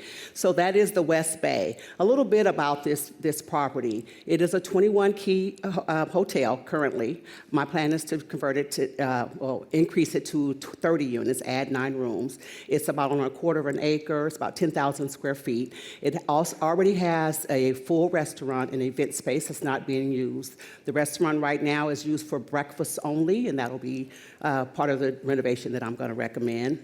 It also has a swimming pool that needs renovated on site that's really very close to the bar, so it would lead to good nightlife when the pool is separated a little bit more from where the bar is. Some of the hotel highlights is location, location, location. So this hotel is very, very close to the beach. Location is it. You can have a very good sea view from the 3rd and 4th unit in the back. It's about 5 minutes from the cruise ships and 20 minutes from the airport and 3 minutes from the beach. So it's just a step away from the beach. The primary route for the cruise ships that they take the tourists on is called West Bay, hence West Bay Hotel. So you have to pass by the hotel to do any of the tourist routes and sites. And then in Honduras, the money is called lempiras. It's for every dollar is 24 lempiras, so your dollar goes a long way in Honduras. Two of the most costly things in Honduras is water and electricity. And two of the things that comes with this hotel already is the hotel is built on top of a well. It has its own private well. So hence the water problem is taken care of. And the second is as far as solar, that's going to be something we'll be adding to the hotel to take care of the electrical increase in price. Electricity is very expensive. And then that already comes with it what's called a Solator license, and that license actually assesses no asset and no real estate taxes, and it allows me to get in material from the states, equipment that I might need with no duty taxes. That is already included in the hotel. My executive summary is a $2 million boutique hotel that's currently it's not performing well because it doesn't have any management, it doesn't have a POS system. So my goal is to add all these things to make it perform better, do a total renovation to increase the occupancy and change the whole vibe of the hotel. How am I going to do that with the PIP? Some of that is including, number one, is the increase in the rooms. The increase in the rooms is going to give it, of course, increased occupancy. The increase in the look with the renovation is going to give it a new look from the interior and the exterior. As you can see, some of the rooms are a little bit very, very outdated. The boutique style that I'm looking for is going to be applied when I implement the renovation. Some of the new income generators is, of course, on-site management. That's very important. Right now, the staff is the managers. They're running the show. So you get what you get on a daily basis. So we need to outsource the management. We also need a POS system. They're doing things manual. You might find a calculator or something here or there. So putting in something that makes it run more efficiently is going to be definitely implemented. The event space not being used at all. So I plan on opening that up and using that. The concession stand, as far as the restaurant, instead of owning the restaurant, my plan is to concession that out, let someone else come in, and I just get the increased revenue from the restaurant. And then as far as the transportation, I want to partner with the transportation company that'll help transport my guests to where they need to go. My competitive advantage, of course, the affordable room rates are about $210 to $230 a night after the renovation. Right now, it's between $75 to $90. That is a very big increase in price. I realize that, but with the changes that we're going to make, we'll be able to accommodate that increase in price. Also, of course, the beachside property, the beachside location. My financials, so this 21-key purchase price is at $2 million. My loan amount will be $1.3 million. I'm looking at a loan-to-cost of only 40% with a 5-year term, and of course, being a non-recourse loan. Total cost basis is $3,300,000. So other financials, purchase price of $2 million with an NOI of $551,000. That gives me a cap rate of 27%. 27%. It is what it is. I know it is. I said the same thing. Cash on cash is 20%, and that IRR, I know it's really high. It's the numbers that it was input. We'll talk about it. And then my MOIC is 15 times the dollar that's on there. My performer from 21 to 22, of course, is going from 21 beds to 30 beds. Of course, you're going to get an increase of price from $95 to $210. Occupancy of 70% from 2021 to up to 83% in 2022. And my RevPAR in 21 will be 86 and up to 103 in 2022. Historical financials, just a quick glance from 19 to 21. You see the revenue was $736,000 approximately, and down to $551 post-COVID. The numbers right now pending are hitting to that level of 2019, and even moving past that and escalating more past that when the renovation is complete. Other hotels surrounding the area, I just picked out a few there. So you can see the ranges from $75 to $230. Mostly resorts, not a lot of hotels, but resorts have a higher price. The hotels are very small because the resorts are bringing a lot of the tourists, but the locals and some of the other tourists who might not have as much money still need a place to stay. And then we have Honduras here, and you can see right here, this is Roatan. This is one of the 9 cities that my hotel is in. Oops, excuse me. And then the tourism in Honduras is increasing. In the last 4 years, you can see it's went from 601 million to 667 million. That's 67 million people, 67,000 people that's of tourists that's come annually into Roatan. Now, just remember, Honduras is the country. Roatan is one of the cities within there. It's a little island on the Western Caribbean. It has the largest barrier reef, very close to, as you can see, for people who Miami and San Diego. So not that far. It's about 40 miles long. So it's big in relationship to some of the others, but pretty small.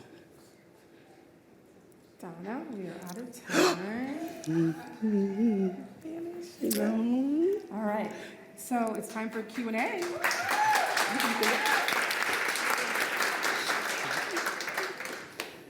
Sure, yeah. Great presentation. Great presentation. Thank you. And very unique project.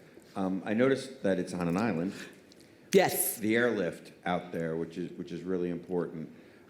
Where would you fly into? It's actually, they have a new one coming into Roatan, but it's called Sampobla. I don't know, I can't say the name, but it's about 20 miles away from Roatan. But direct flights would go in? The direct flights in about 3 months will go directly into Roatan. So they are having a new airport built there. Oh, that's great. And then your building costs on those 9 rooms. I've built, I know people that have built in the Caribbean, and it is a challenge getting supplies and materials over there, and the costs seem to go really high. You're in here at about $55,000 a key, I think I saw. Have you priced that out? Actually, no, about 69. 69. 69. Have you priced that out as far as the We've done a cost? rough estimate. I have had a contractor go over and give us an estimate of what it was. Actually, his price was actually lower. That's what I came up with, the $1 million PIP. It was actually lower than what I had even suggested. And after speaking with, at the end, I would have said Wyndham was working with, was going to work with me, suggested that it would be higher. So that's why we went to the higher cost. But just to take into consideration that the dollar and the Lempira is different. So for that $24 is $1. So that's why the $1 million here would be $3 million there. And what's the timing? 6 months. To build the 9? Oh, no, the timing to build is, yes, 1 year. 1 year. 1 year. Good job, Donna. Thank you. Wondering, is it legal for U.S. citizens or LLCs to own property there, fee simple? And then the second question, and get money out without getting just like horrific tariffs. And the second part of the question is hurricanes. What's the history there, and is insurance affordable? Insurance is affordable, yes. The insurance actually is pretty cheap. The rate for insurance is not expensive. Hurricanes, the last one I want to say was about 10 years ago. I'm trying to think. My partner's here. She's from Honduras, so about 10 years ago, and it was a big one. It did not affect Roatan, where my hotel is, though, even though it's being close to the beach. It affected one of the other islands that had the higher reefs that were higher. As far as what was that first question you said? The legality of owning the real estate and then getting the capital, getting profits out of. So I do have a business already there. I have an LLC there. And because my business partner is from Honduras, we did it that way, did a joint ventureship, so that I'm able to get across some of the additional fees, because you do have additional fees if it's just an American-owned company. But because of her ownership, we do get a decrease in fees. And I can get capital from the United States to go over there, and I also have access to capital in Honduras. So we've actually been talking to a couple of companies in Honduras that might be able to give me the capital that I need. What's the nature of your current business there? It is a motorsports business. So we have jet skis, boats, a couple of other water sports products, and it's fairly new. Then you know about insurance. Yeah, I know about insurance, correct. I have a quick question, just on the market itself. How many hotels are in Roatan? Oh. And there's a lot. There's a high occupancy in your historical numbers. So is that Honduras? I mean, in my experience, Caribbean markets are very seasonal, and I've never seen occupancies. Correct. And that was part of the reason why the increase in the rooms is necessary. There's only 2,500 rooms in 52 hotels with 2,500 rooms in Roatan. So the 9 units is going to be very much needed and necessary, and even more if possible. There's not enough. In Easter alone, there's over 20,000 people that come to visit Roatan. So they're staying everywhere. They definitely need more rooms. And these are who's coming to Roatan? So visitors, just tourists. Nurses. The nurses, the cruise ships are just, right now there's over 8 cruise ships, and it's going to 4 more going to port there. There's so many that they have to actually open up another port. So the tourism is really, really increasing. So that they come, and then out of the people that come from the cruise ships, over 80% of them come back to visit, to stay. And so they need a place to stay. Thank you. Mm-hmm. I'm going to build on that question because it's what I wanted to ask. Are you relying on U.S. tourism, or is it Central America? Is it Asian? I mean, who's coming to that market? So typically? everyone but Americans right now. 0.5% of Americans are only, but it is Canadians, Asians, everywhere. All the other countries are coming, except for not a lot of locals. So we need all you guys to come to Honduras. And that's on slide, I think, 21, too.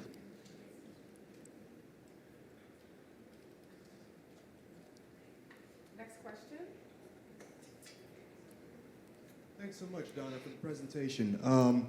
One question I had, you talked about the tax benefit. Mm-hmm. Is that in perpetuity, or does it have some sort of expiration date? It does not.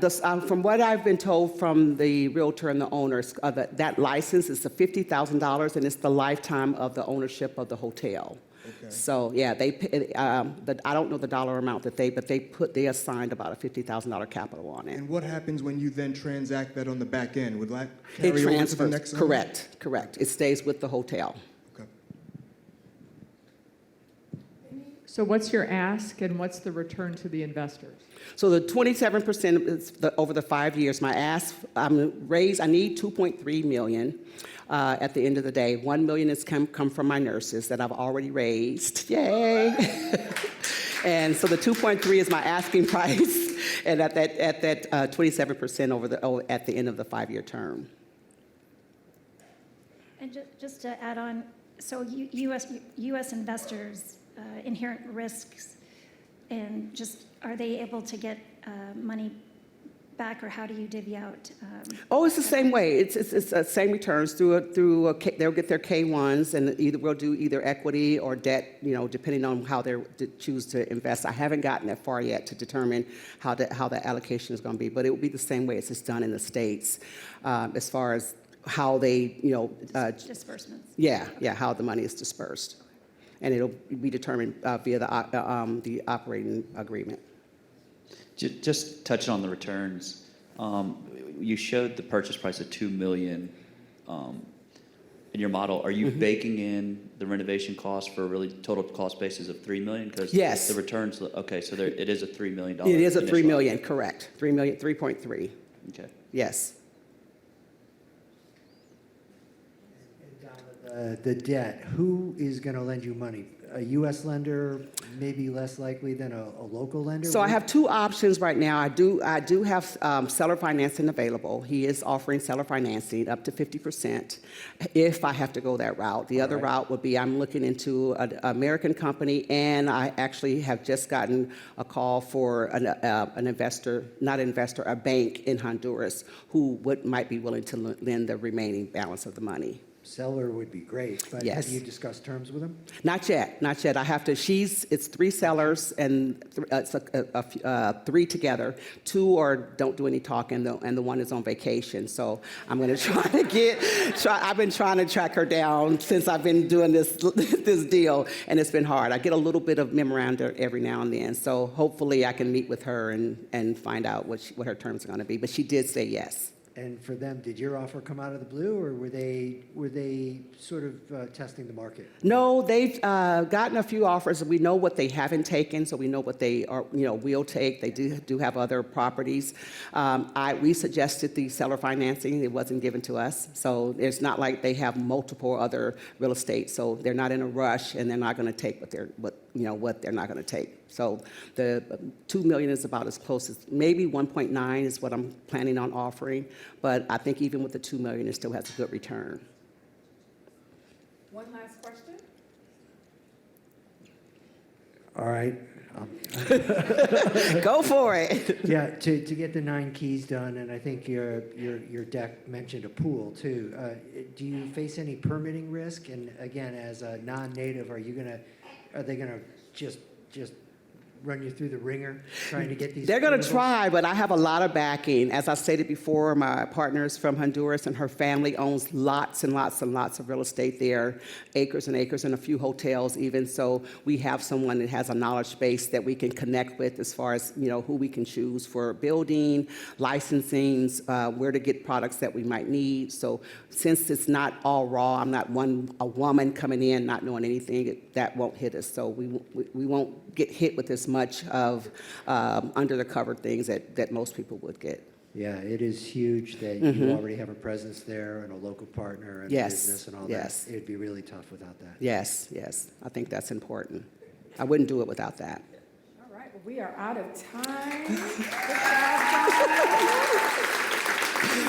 See you in a few minutes.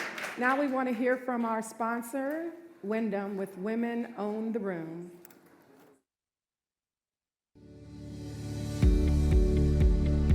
Women Own the Room is probably one of the most important things that we could do as an organization or as a company.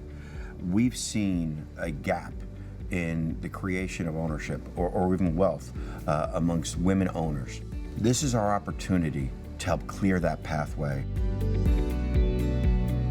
Anytime you have a first-time hotelier, financing is going to be an issue. They need to understand what is the difference between a construction loan and a permanent loan once your hotel gets operating. So there's a lot of know-how that Wyndham will bring to the space. And then the second component is introductions and relationships we have with our banks and equity partners. And then third, there's participation through Wyndham, by Wyndham, and so we have some skin in the game, and it's a demonstration of our commitment to the owner's success. We're going to focus on how do we make Women Own the Room operationally intensified so that if you have questions, if you have issues, we have a team of people there that have been through this before that can help you with that ownership. And last, it's about community, right? It's about working together as one unit and relying on each other to help understand what it takes to own a hotel and operate it successfully. In 3 to 5 years from now, I would love to walk up to somebody who said, I started with Women Own the Room and now I own 5 hotels, 10 hotels, 20 hotels. Whatever their goal was, we helped accomplish that. I want to hear that they're paying it forward. They're helping other underrepresented groups, figure out how to break into the space.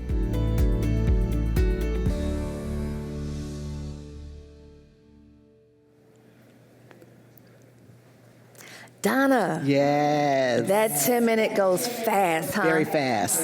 I couldn't even blink. But you pitched, and you pitched beautifully. Yes.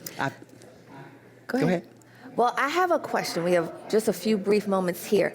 But when we're talking to our friends and family outside of this hotel conversation, and they hear us saying things about investment, development, especially international, they think we're talking about $57 million projects, right?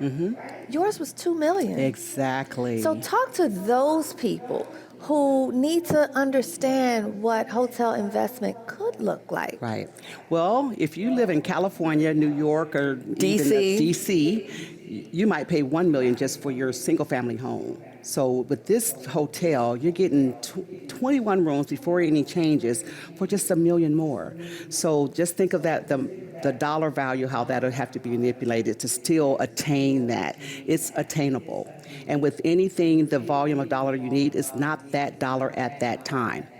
So coming up like I do with a group of people, bringing that money together and funneling it and making it grow, you can get a hotel. You can get a hotel. Yes. I'm excited. I think it will all be on our way to Honduras. Yes, come to Honduras. Well, now we're off to Tracy. Bye. All right. So we're going to bring Donna back out, but I want to remind you to evaluate Donna at slido.com, SHaDPitch. And don't forget that at the end of our last pitch, which is coming up, you're going to vote for your favorite pitch team. Come on out, Donna. We're going to see how we can wrap our arms around you. So I keep forgetting my mic. Can I get my mic? What? I keep forgetting my mic. Okay, so who in the room can offer any advice, make any connections for Donna for her conversion? Now, did you talk about your brand? Like what brand you? So Wyndham, under the soft brand of Tripped, is who I'm working with currently. We just saw Chip. Yes. Do you know the nurses that you are partnered with? If you do, I assume you know them all? Yes, the one sitting right next to you. Yes, these are my friends. Have you thought about going out to a broader nurse base? As, you know, like teachers, the huge pension fund, they've raised gazillions of dollars with teachers. So this could be a brand in and of itself, you raising money with other nurses. Actually, yes, that's how I do most of my opportunities and deals. So this is just a few of the nurses. It's, almost 34,000 nurses. So I have 7 investment clubs, and I work with nurses and other people other than just nurses. And because this idea started as a nurse idea, that's why I pitched it to the nurses first. But there are other investors in that $1 million pocket. So I go to whoever wants to invest. Okay, any other comments, or how can we help Donna be successful in the Honduras? Georgine. How volatile is the foreign currency exchange rate there? Is that pegged to the dollar, or is it volatile? It is pegged to the dollar, so it does have some fluctuation in the cents, a couple of pennies here and there, but there's not a big dollar exchange. So yeah, you're pretty okay. It might be 2 cents here or there, but not 50 cents or 75 cents at a time. Did you have a comment? No? Okay, so we are going to transition to our final pitch presentation for today's woman. I want to thank our judges for hanging in there. We have our investor judges who are Shad Prosperity Fund members. Thank you very much. Donna, we actually met because she tuned in, or you came to one of our investor meetings. And I said, are you interested in investing? She's like, well, I was thinking about doing my own hotel. I was like, well, come on and join. She has a deal. Yes. So glad to meet you. I'm very excited. I know. Oh, I love Tracy. She saved me. I was looking. How can I buy a hotel? And then Tracy popped up. So. All right. Thank you. We'll be right back with Amina, Dr. Amina Bendy. Don't forget to rate Donna. We have a couple more minutes before Amina takes the stage for our final pitch of today. But you can come back tomorrow for our early careerists. We have 6 finalists in the early career competition. We'll be back here tomorrow morning at 9:15 a.m. And don't forget those who are coming to the reception. We have our VIP reception in the Hearth Restaurant after the last pitch. Okay? Thank you. And use the QR code.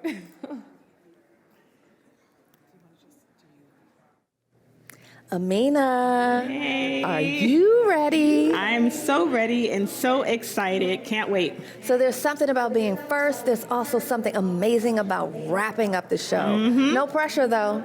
Look, I'm last because I'm here to seal the deal.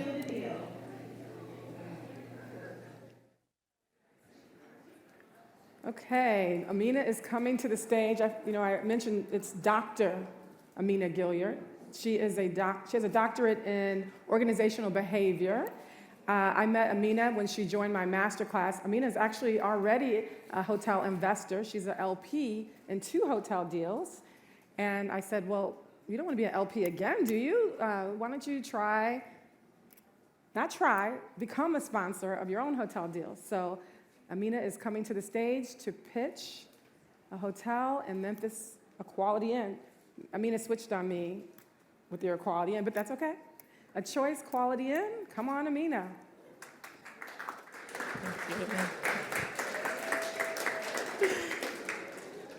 Greetings, judges, investors. I'm Amina Gilliard James, managing partner at Duke Ventures LLC. Today, I'll tell you a bit about our company and also our proposed acquisition of a 70-key Quality Inn in the highly sought-after Sunbelt state of Tennessee. Now, I've been doing organization development, operations, and quality management work for about 20 years now. I love it so much that I even went to get a doctorate in this stuff. But I also realized that I always had a love for real estate, from buying homes in Fayetteville, North Carolina, to rent out to military families, to then becoming an Airbnb owner in Hampton, Virginia. But in 2019, I realized I truly had a passion for hospitality, most notable hotels. That's when me and my husband founded Duke Ventures LLC. And since then, we've become 2-time hotel owners, limited partner investors, and 2 Hilton-branded hotels, 1 in Georgia and 1 in Oklahoma. Now we're looking to scale up our business by acquiring a portfolio of limited service, mid-scale properties.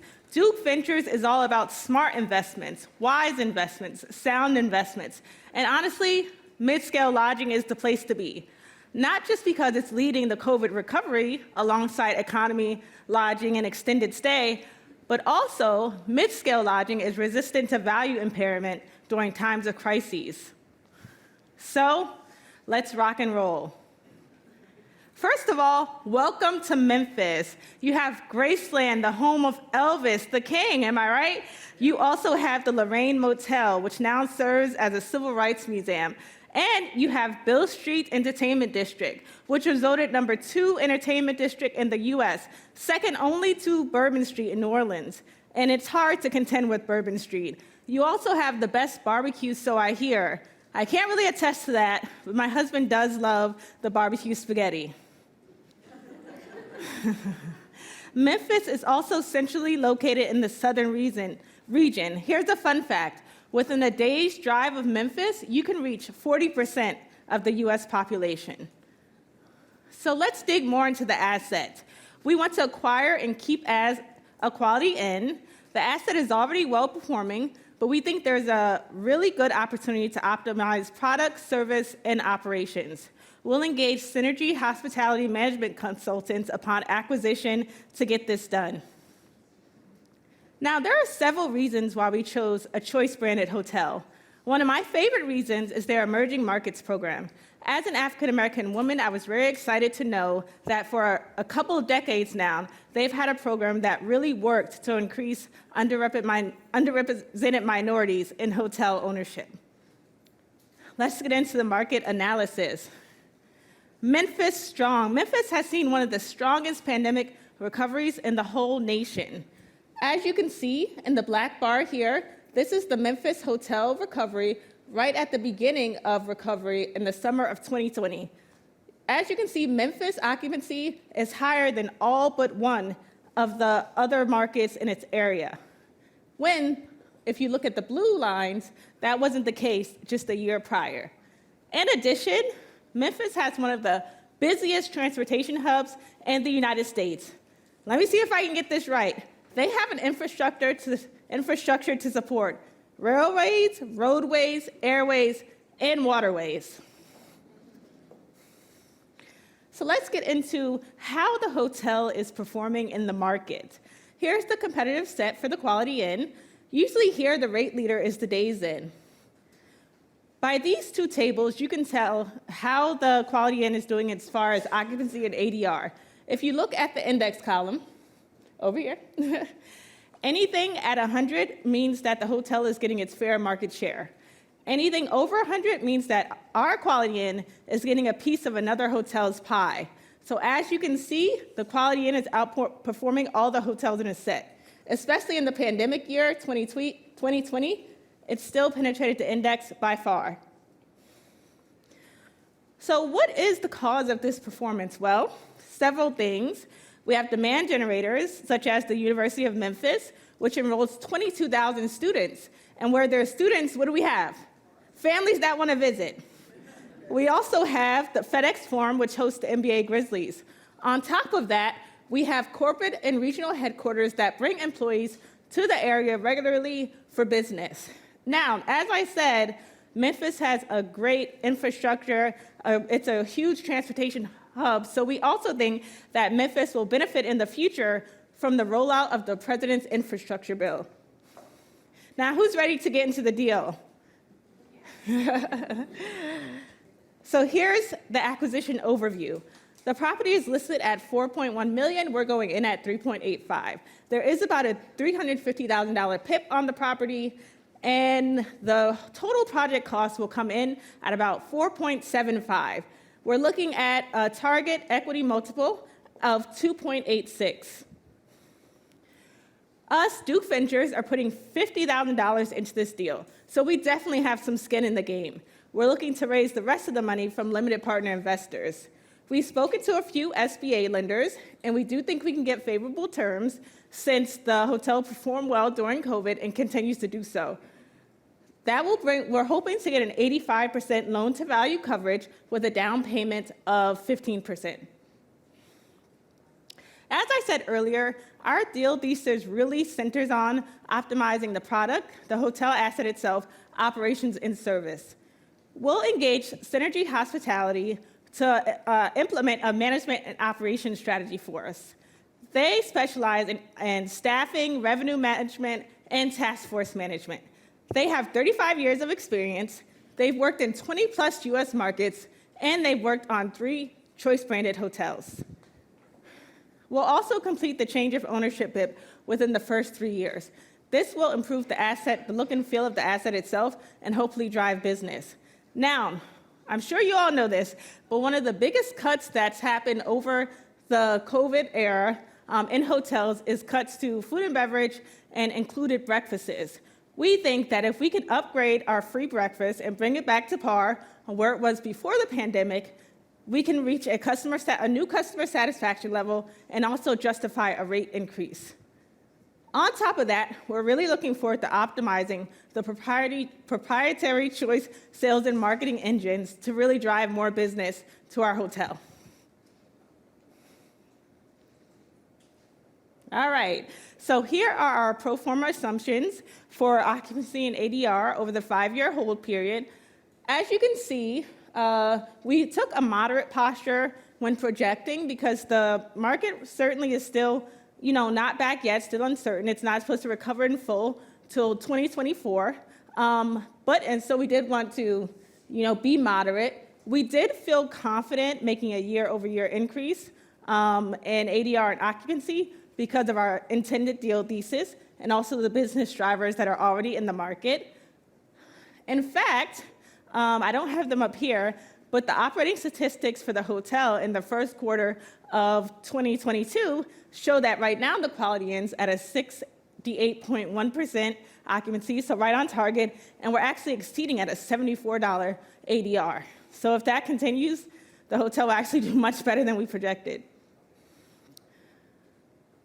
The Synergy Hospitality Consultants will also help us with our exit strategy. We plan to exit in year 5 at an 11.5% cap rate with a net proceeds of about $879,000. So what does this mean for those investors that are in the house today? Well, first we have our ownership structure. Memphis Venture is a single-purpose entity that the members will be Duke Ventures, LLC, us, and our limited partner investors. Synergy Hospitality will not have equity in the deal, but they will be responsible for day-to-day operations. Then we have Duke Ventures, who will also asset manage the property. Now, if you want to invest $25,000 into our project, you'll see here that you'll get about 3.5% equity in the deal. Your 5-year cash flow is listed here, and after the sale of the asset at year 5, you'll get a net proceeds of a little over $65,000, hitting that 2.86 equity multiple. Now, if you're really a big spender and you want to invest $50,000 into our deal, you'll get about 7% equity in the deal, and you can see the 5-year cash flow here again, and about a total return of $130,000, which again is hitting that 2.86 equity multiple. Now, these are just examples. We'll be happy to take your money if you want to invest more. So where are we now? Well, we've submitted a letter of intent to the broker.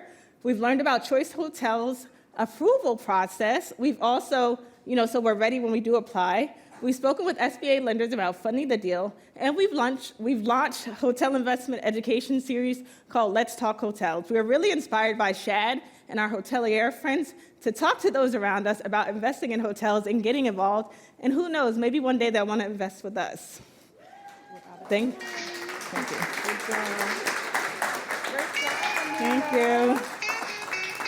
Questions for Amina? You might hear blues. That was part of my presentation. Thank you. It's time for questions. Oh. We can hear the blues. Yes. Okay, let me go back. Yeah. Okay. Thank you. This thing's working, but, oh, there we go. Describe the relationship with Synergy. So they're not in the Memphis market right now, but they're very qualified. But this is frankly a small assignment for them. I wonder if there's a relationship there, George Washington University, or some connection there, because they're a good choice for you. But why would they take on this assignment? Yeah, well, there is a relationship there. Synergy is actually the operations management company for one of the hotels I'm invested in, a Hampton Inn. But also, I pled my case, and they really understand what we're trying to do as far as the operations of the property. So actually, when we underwrote it, we didn't underwrite it as like a full 3% like management companies would usually get. We underwrote it at a 2% because we think that will probably be the cost of their a la carte services, especially using their staffing and revenue management expertise. And then we might even taper off after year 2.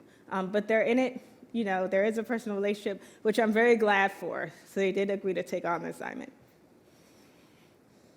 A great presentation, and I you. agree with Ross. I love people that make it in on the time. So great job of doing that. Thank you. I was looking at the projections and also the historicals, and there was a big jump from 20 to 21 in both occupancy and in rate. Did they close hotels out there? Did something happen? Did they renovate this hotel? What happened to cause that huge jump? So we're still investigating that. We do know some hotels closed because of COVID, but those were mostly in the downtown Memphis area, and this is off, on a highway. We do believe that there was a change in management from, the owner really coming in and being more hands-on with the property in 2021, and he also started doing renovations in 2021. But as you'll see in our underwriting, that's why we also kind of kept the middle of the road with our projections, because without all the information, we didn't want to really rely on that huge leap. But the first quarter operating statistics are promising as far as ADR, but still to be seen as far as occupancy. Great, thank you. A great presentation. You Thank nailed you. all the important points. So great job. The historical occupancies are fairly low. Is there additional supply coming into the market that you're aware of and concerned about? There is additional supply, but once again, we're not really concerned because it's in the downtown area. honestly, if this hotel was in downtown, I'm not sure that I would have pitched it. But we're a little out in East Memphis, so we're really kind of relying on more drive-by traffic than tourists coming down, or if tourists are looking for quality, and then they'll stay at a hotel while they're sightseeing. But yeah, not too worried about I think, and also like part of our deal thesis will be optimizing the use of the sales and marketing engines through choice. And from what I understand, that's not currently a priority at the hotel. So we're really thinking that that's going to give us some guaranteed returns and drive more business to the hotel and increase the occupancy as well. That's great. And then on the SBA loan, folks who you're talking to, are they quoting 85% loan to cost? Because that seems aggressive. It is aggressive. We really won't know until we really can get the tax returns and make sure they match up with the P&Ls, the historical P&Ls. They're quoting between 80% and 90%, depending on who I'm talking to. There are a couple of banks that are looking for hotel assets, even though, as we know, lending isn't what it used to be. But I have a contingency. Actually, in my mind, I plan to get 70% LTV, so I'm really working. I didn't write that into underwriting, but in the back of my mind, that's what I'm looking for as the worst case scenario. So we'll be able to raise the remainder of that equity. I'm confident in that.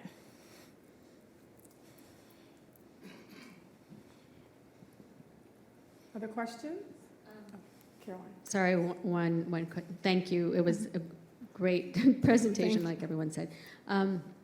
On the property taxes, is there a reason why property taxes are so low? Is there a special treatment here in any way? When you look at your projections here, I don't know. Yeah, so we're still looking into that as well.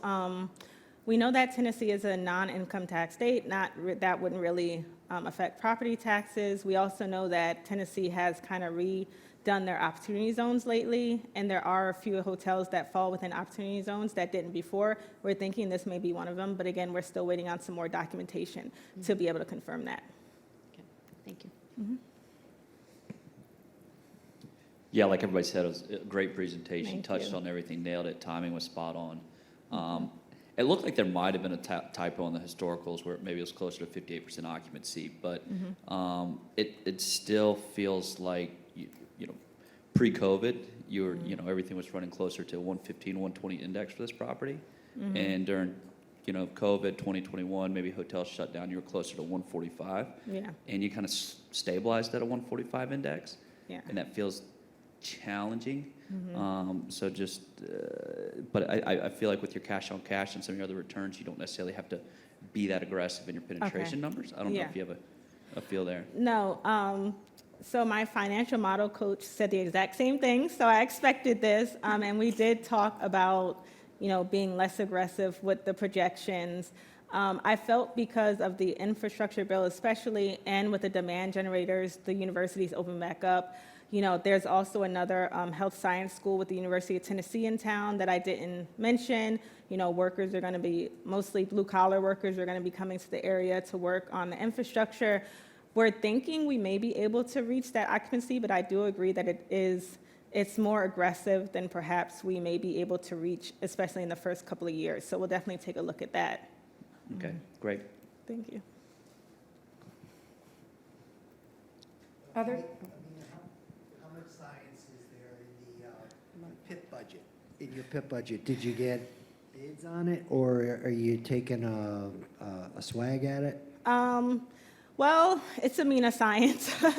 I had an extensive conversation with the broker, who's a personal friend of the owner. I got a kind of inventory on the current renovations that are being done.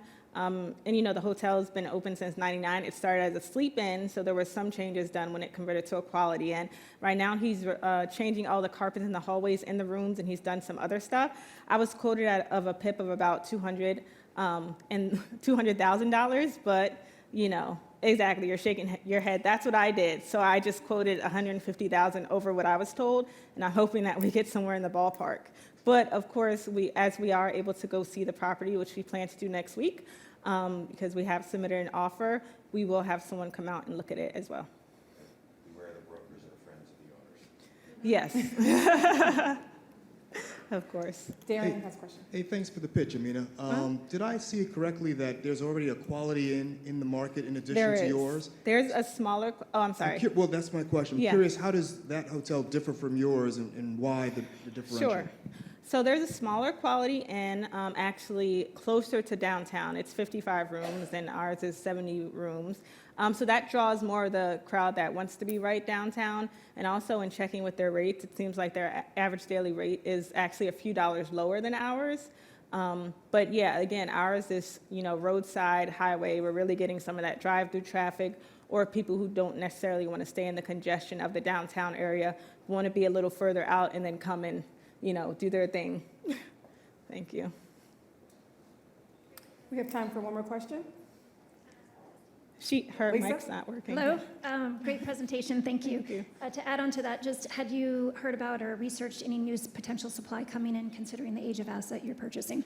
Yes, so from what I've seen so far, there's actually a ton of new supply coming into downtown Memphis.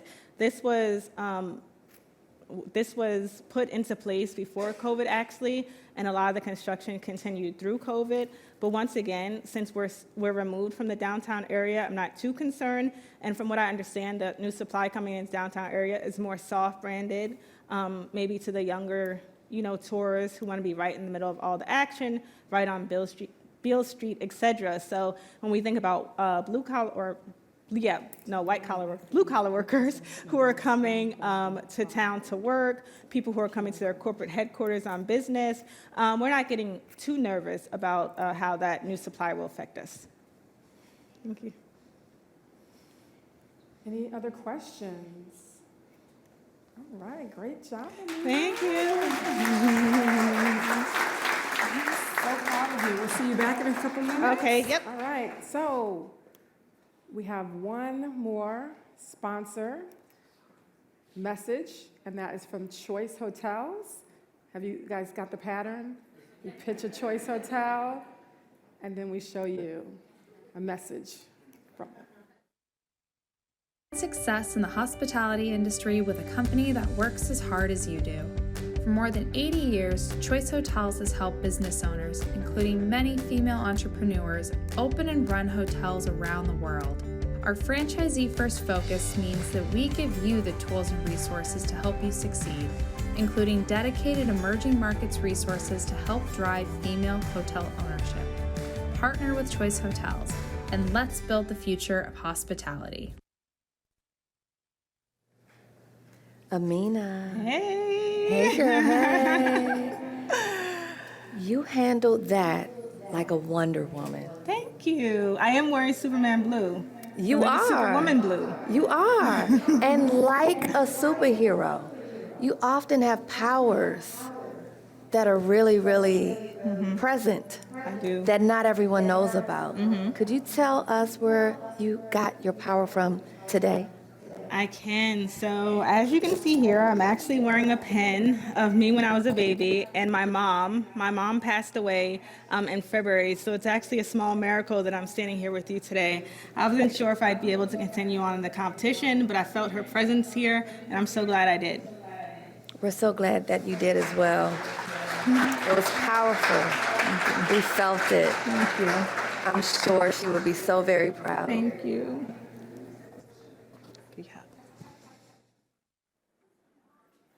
I'm sorry. Amina, you coming back? So, I'm sorry, because I'm so proud of you.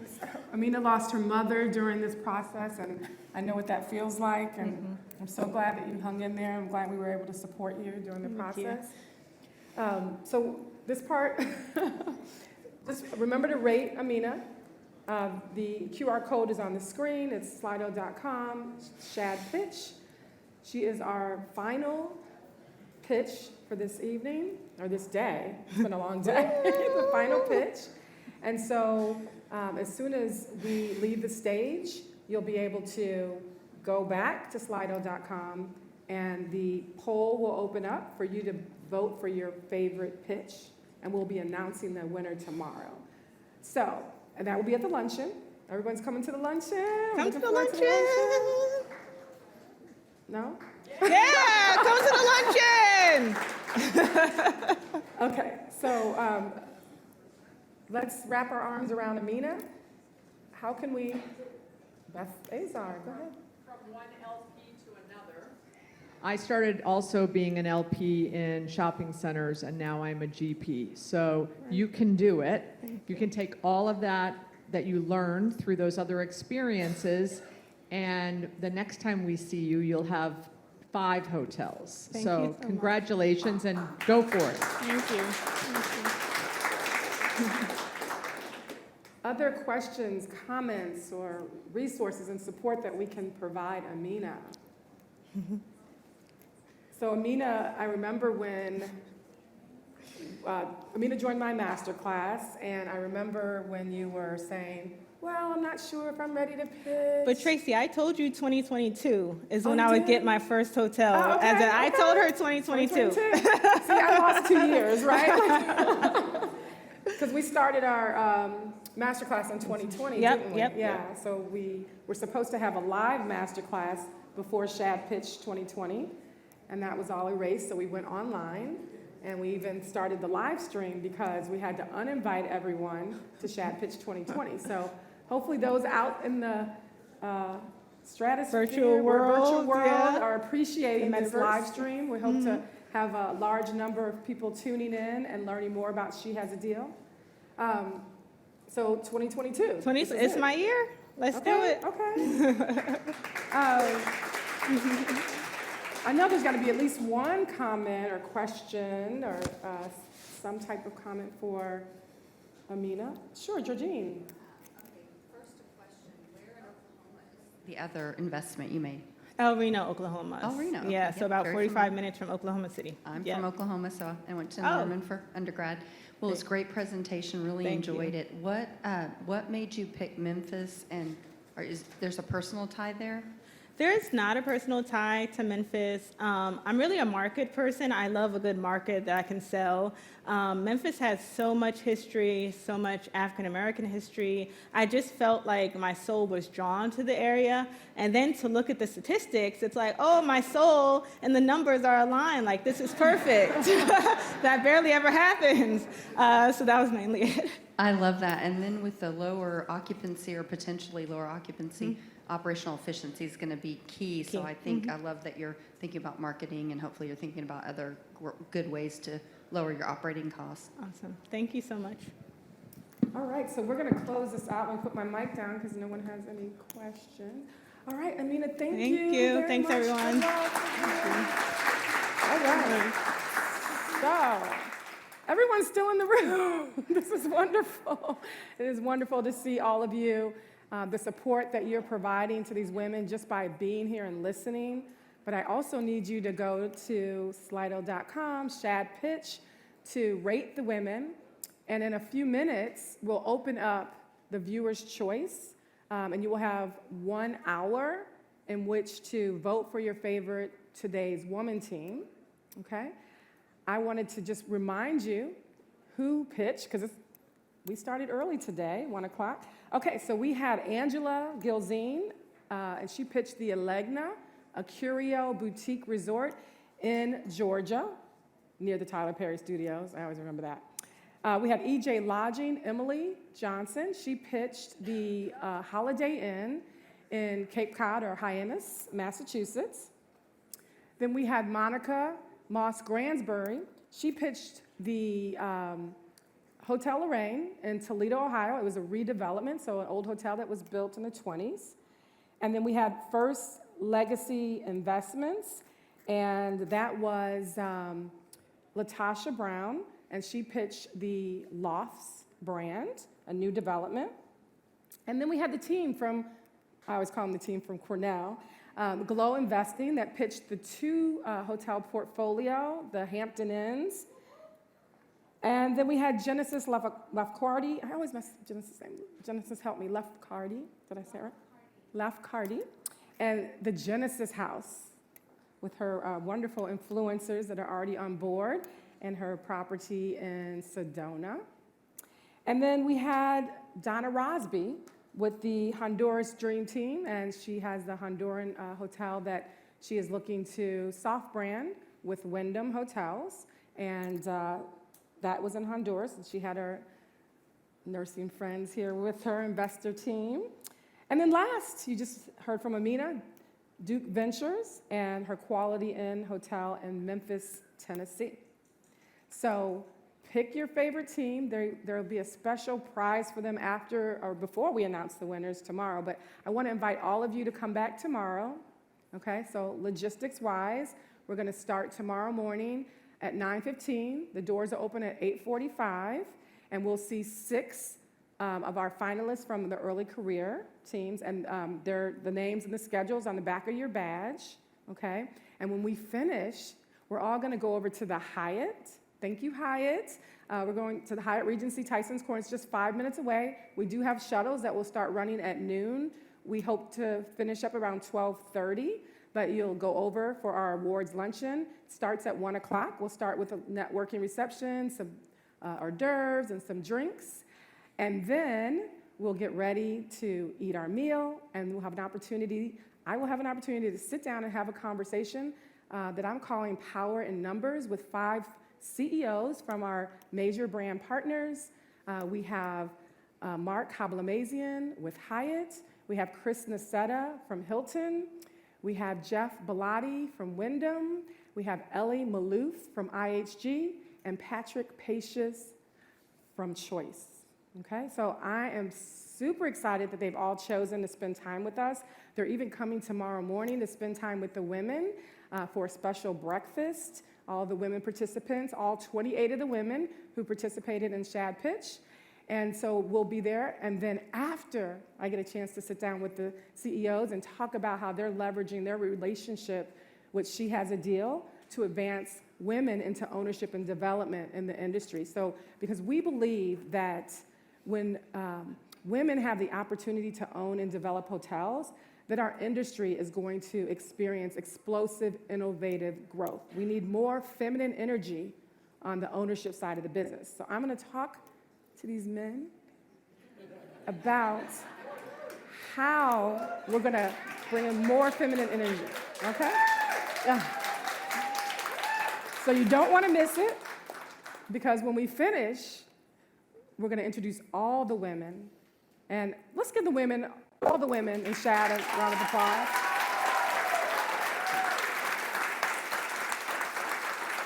They're going to come. I want you to meet all of them because they are very special. They're brilliant women, and they're going to walk the runway and introduce themselves. And then we are going to announce the winners. So we'll have a winner for today's woman, the 8 women you saw, or the 8 teams you saw pitch today. And then we'll announce a winner for the early careerist. And we'll also, of course, announce who won the Viewer's Choice Award for both components. Okay? That's tomorrow. I just want to thank, again, all of you for coming. I want to thank all of our sponsors. This would not be possible. You guys think about, round of applause for our sponsors, yes. This would not be possible without all of our sponsors. And I'm looking at some of them. Thank you very much, because this is truly a passion of mine. This comes from the heart. God called me to do this for these women. And I already know I'm transforming their lives and what we're doing here, and all of you are participating in that. So thank you for that. We have our VIP reception that 5:30, right, Jana? Starts at 5:30. It's in the Hearth Restaurant. We want to see you all there. You have a chance to say hello to the women. They are our guest of honors. What's that? No, that's it. Okay, so come to the reception. Oh. Oh, thank you.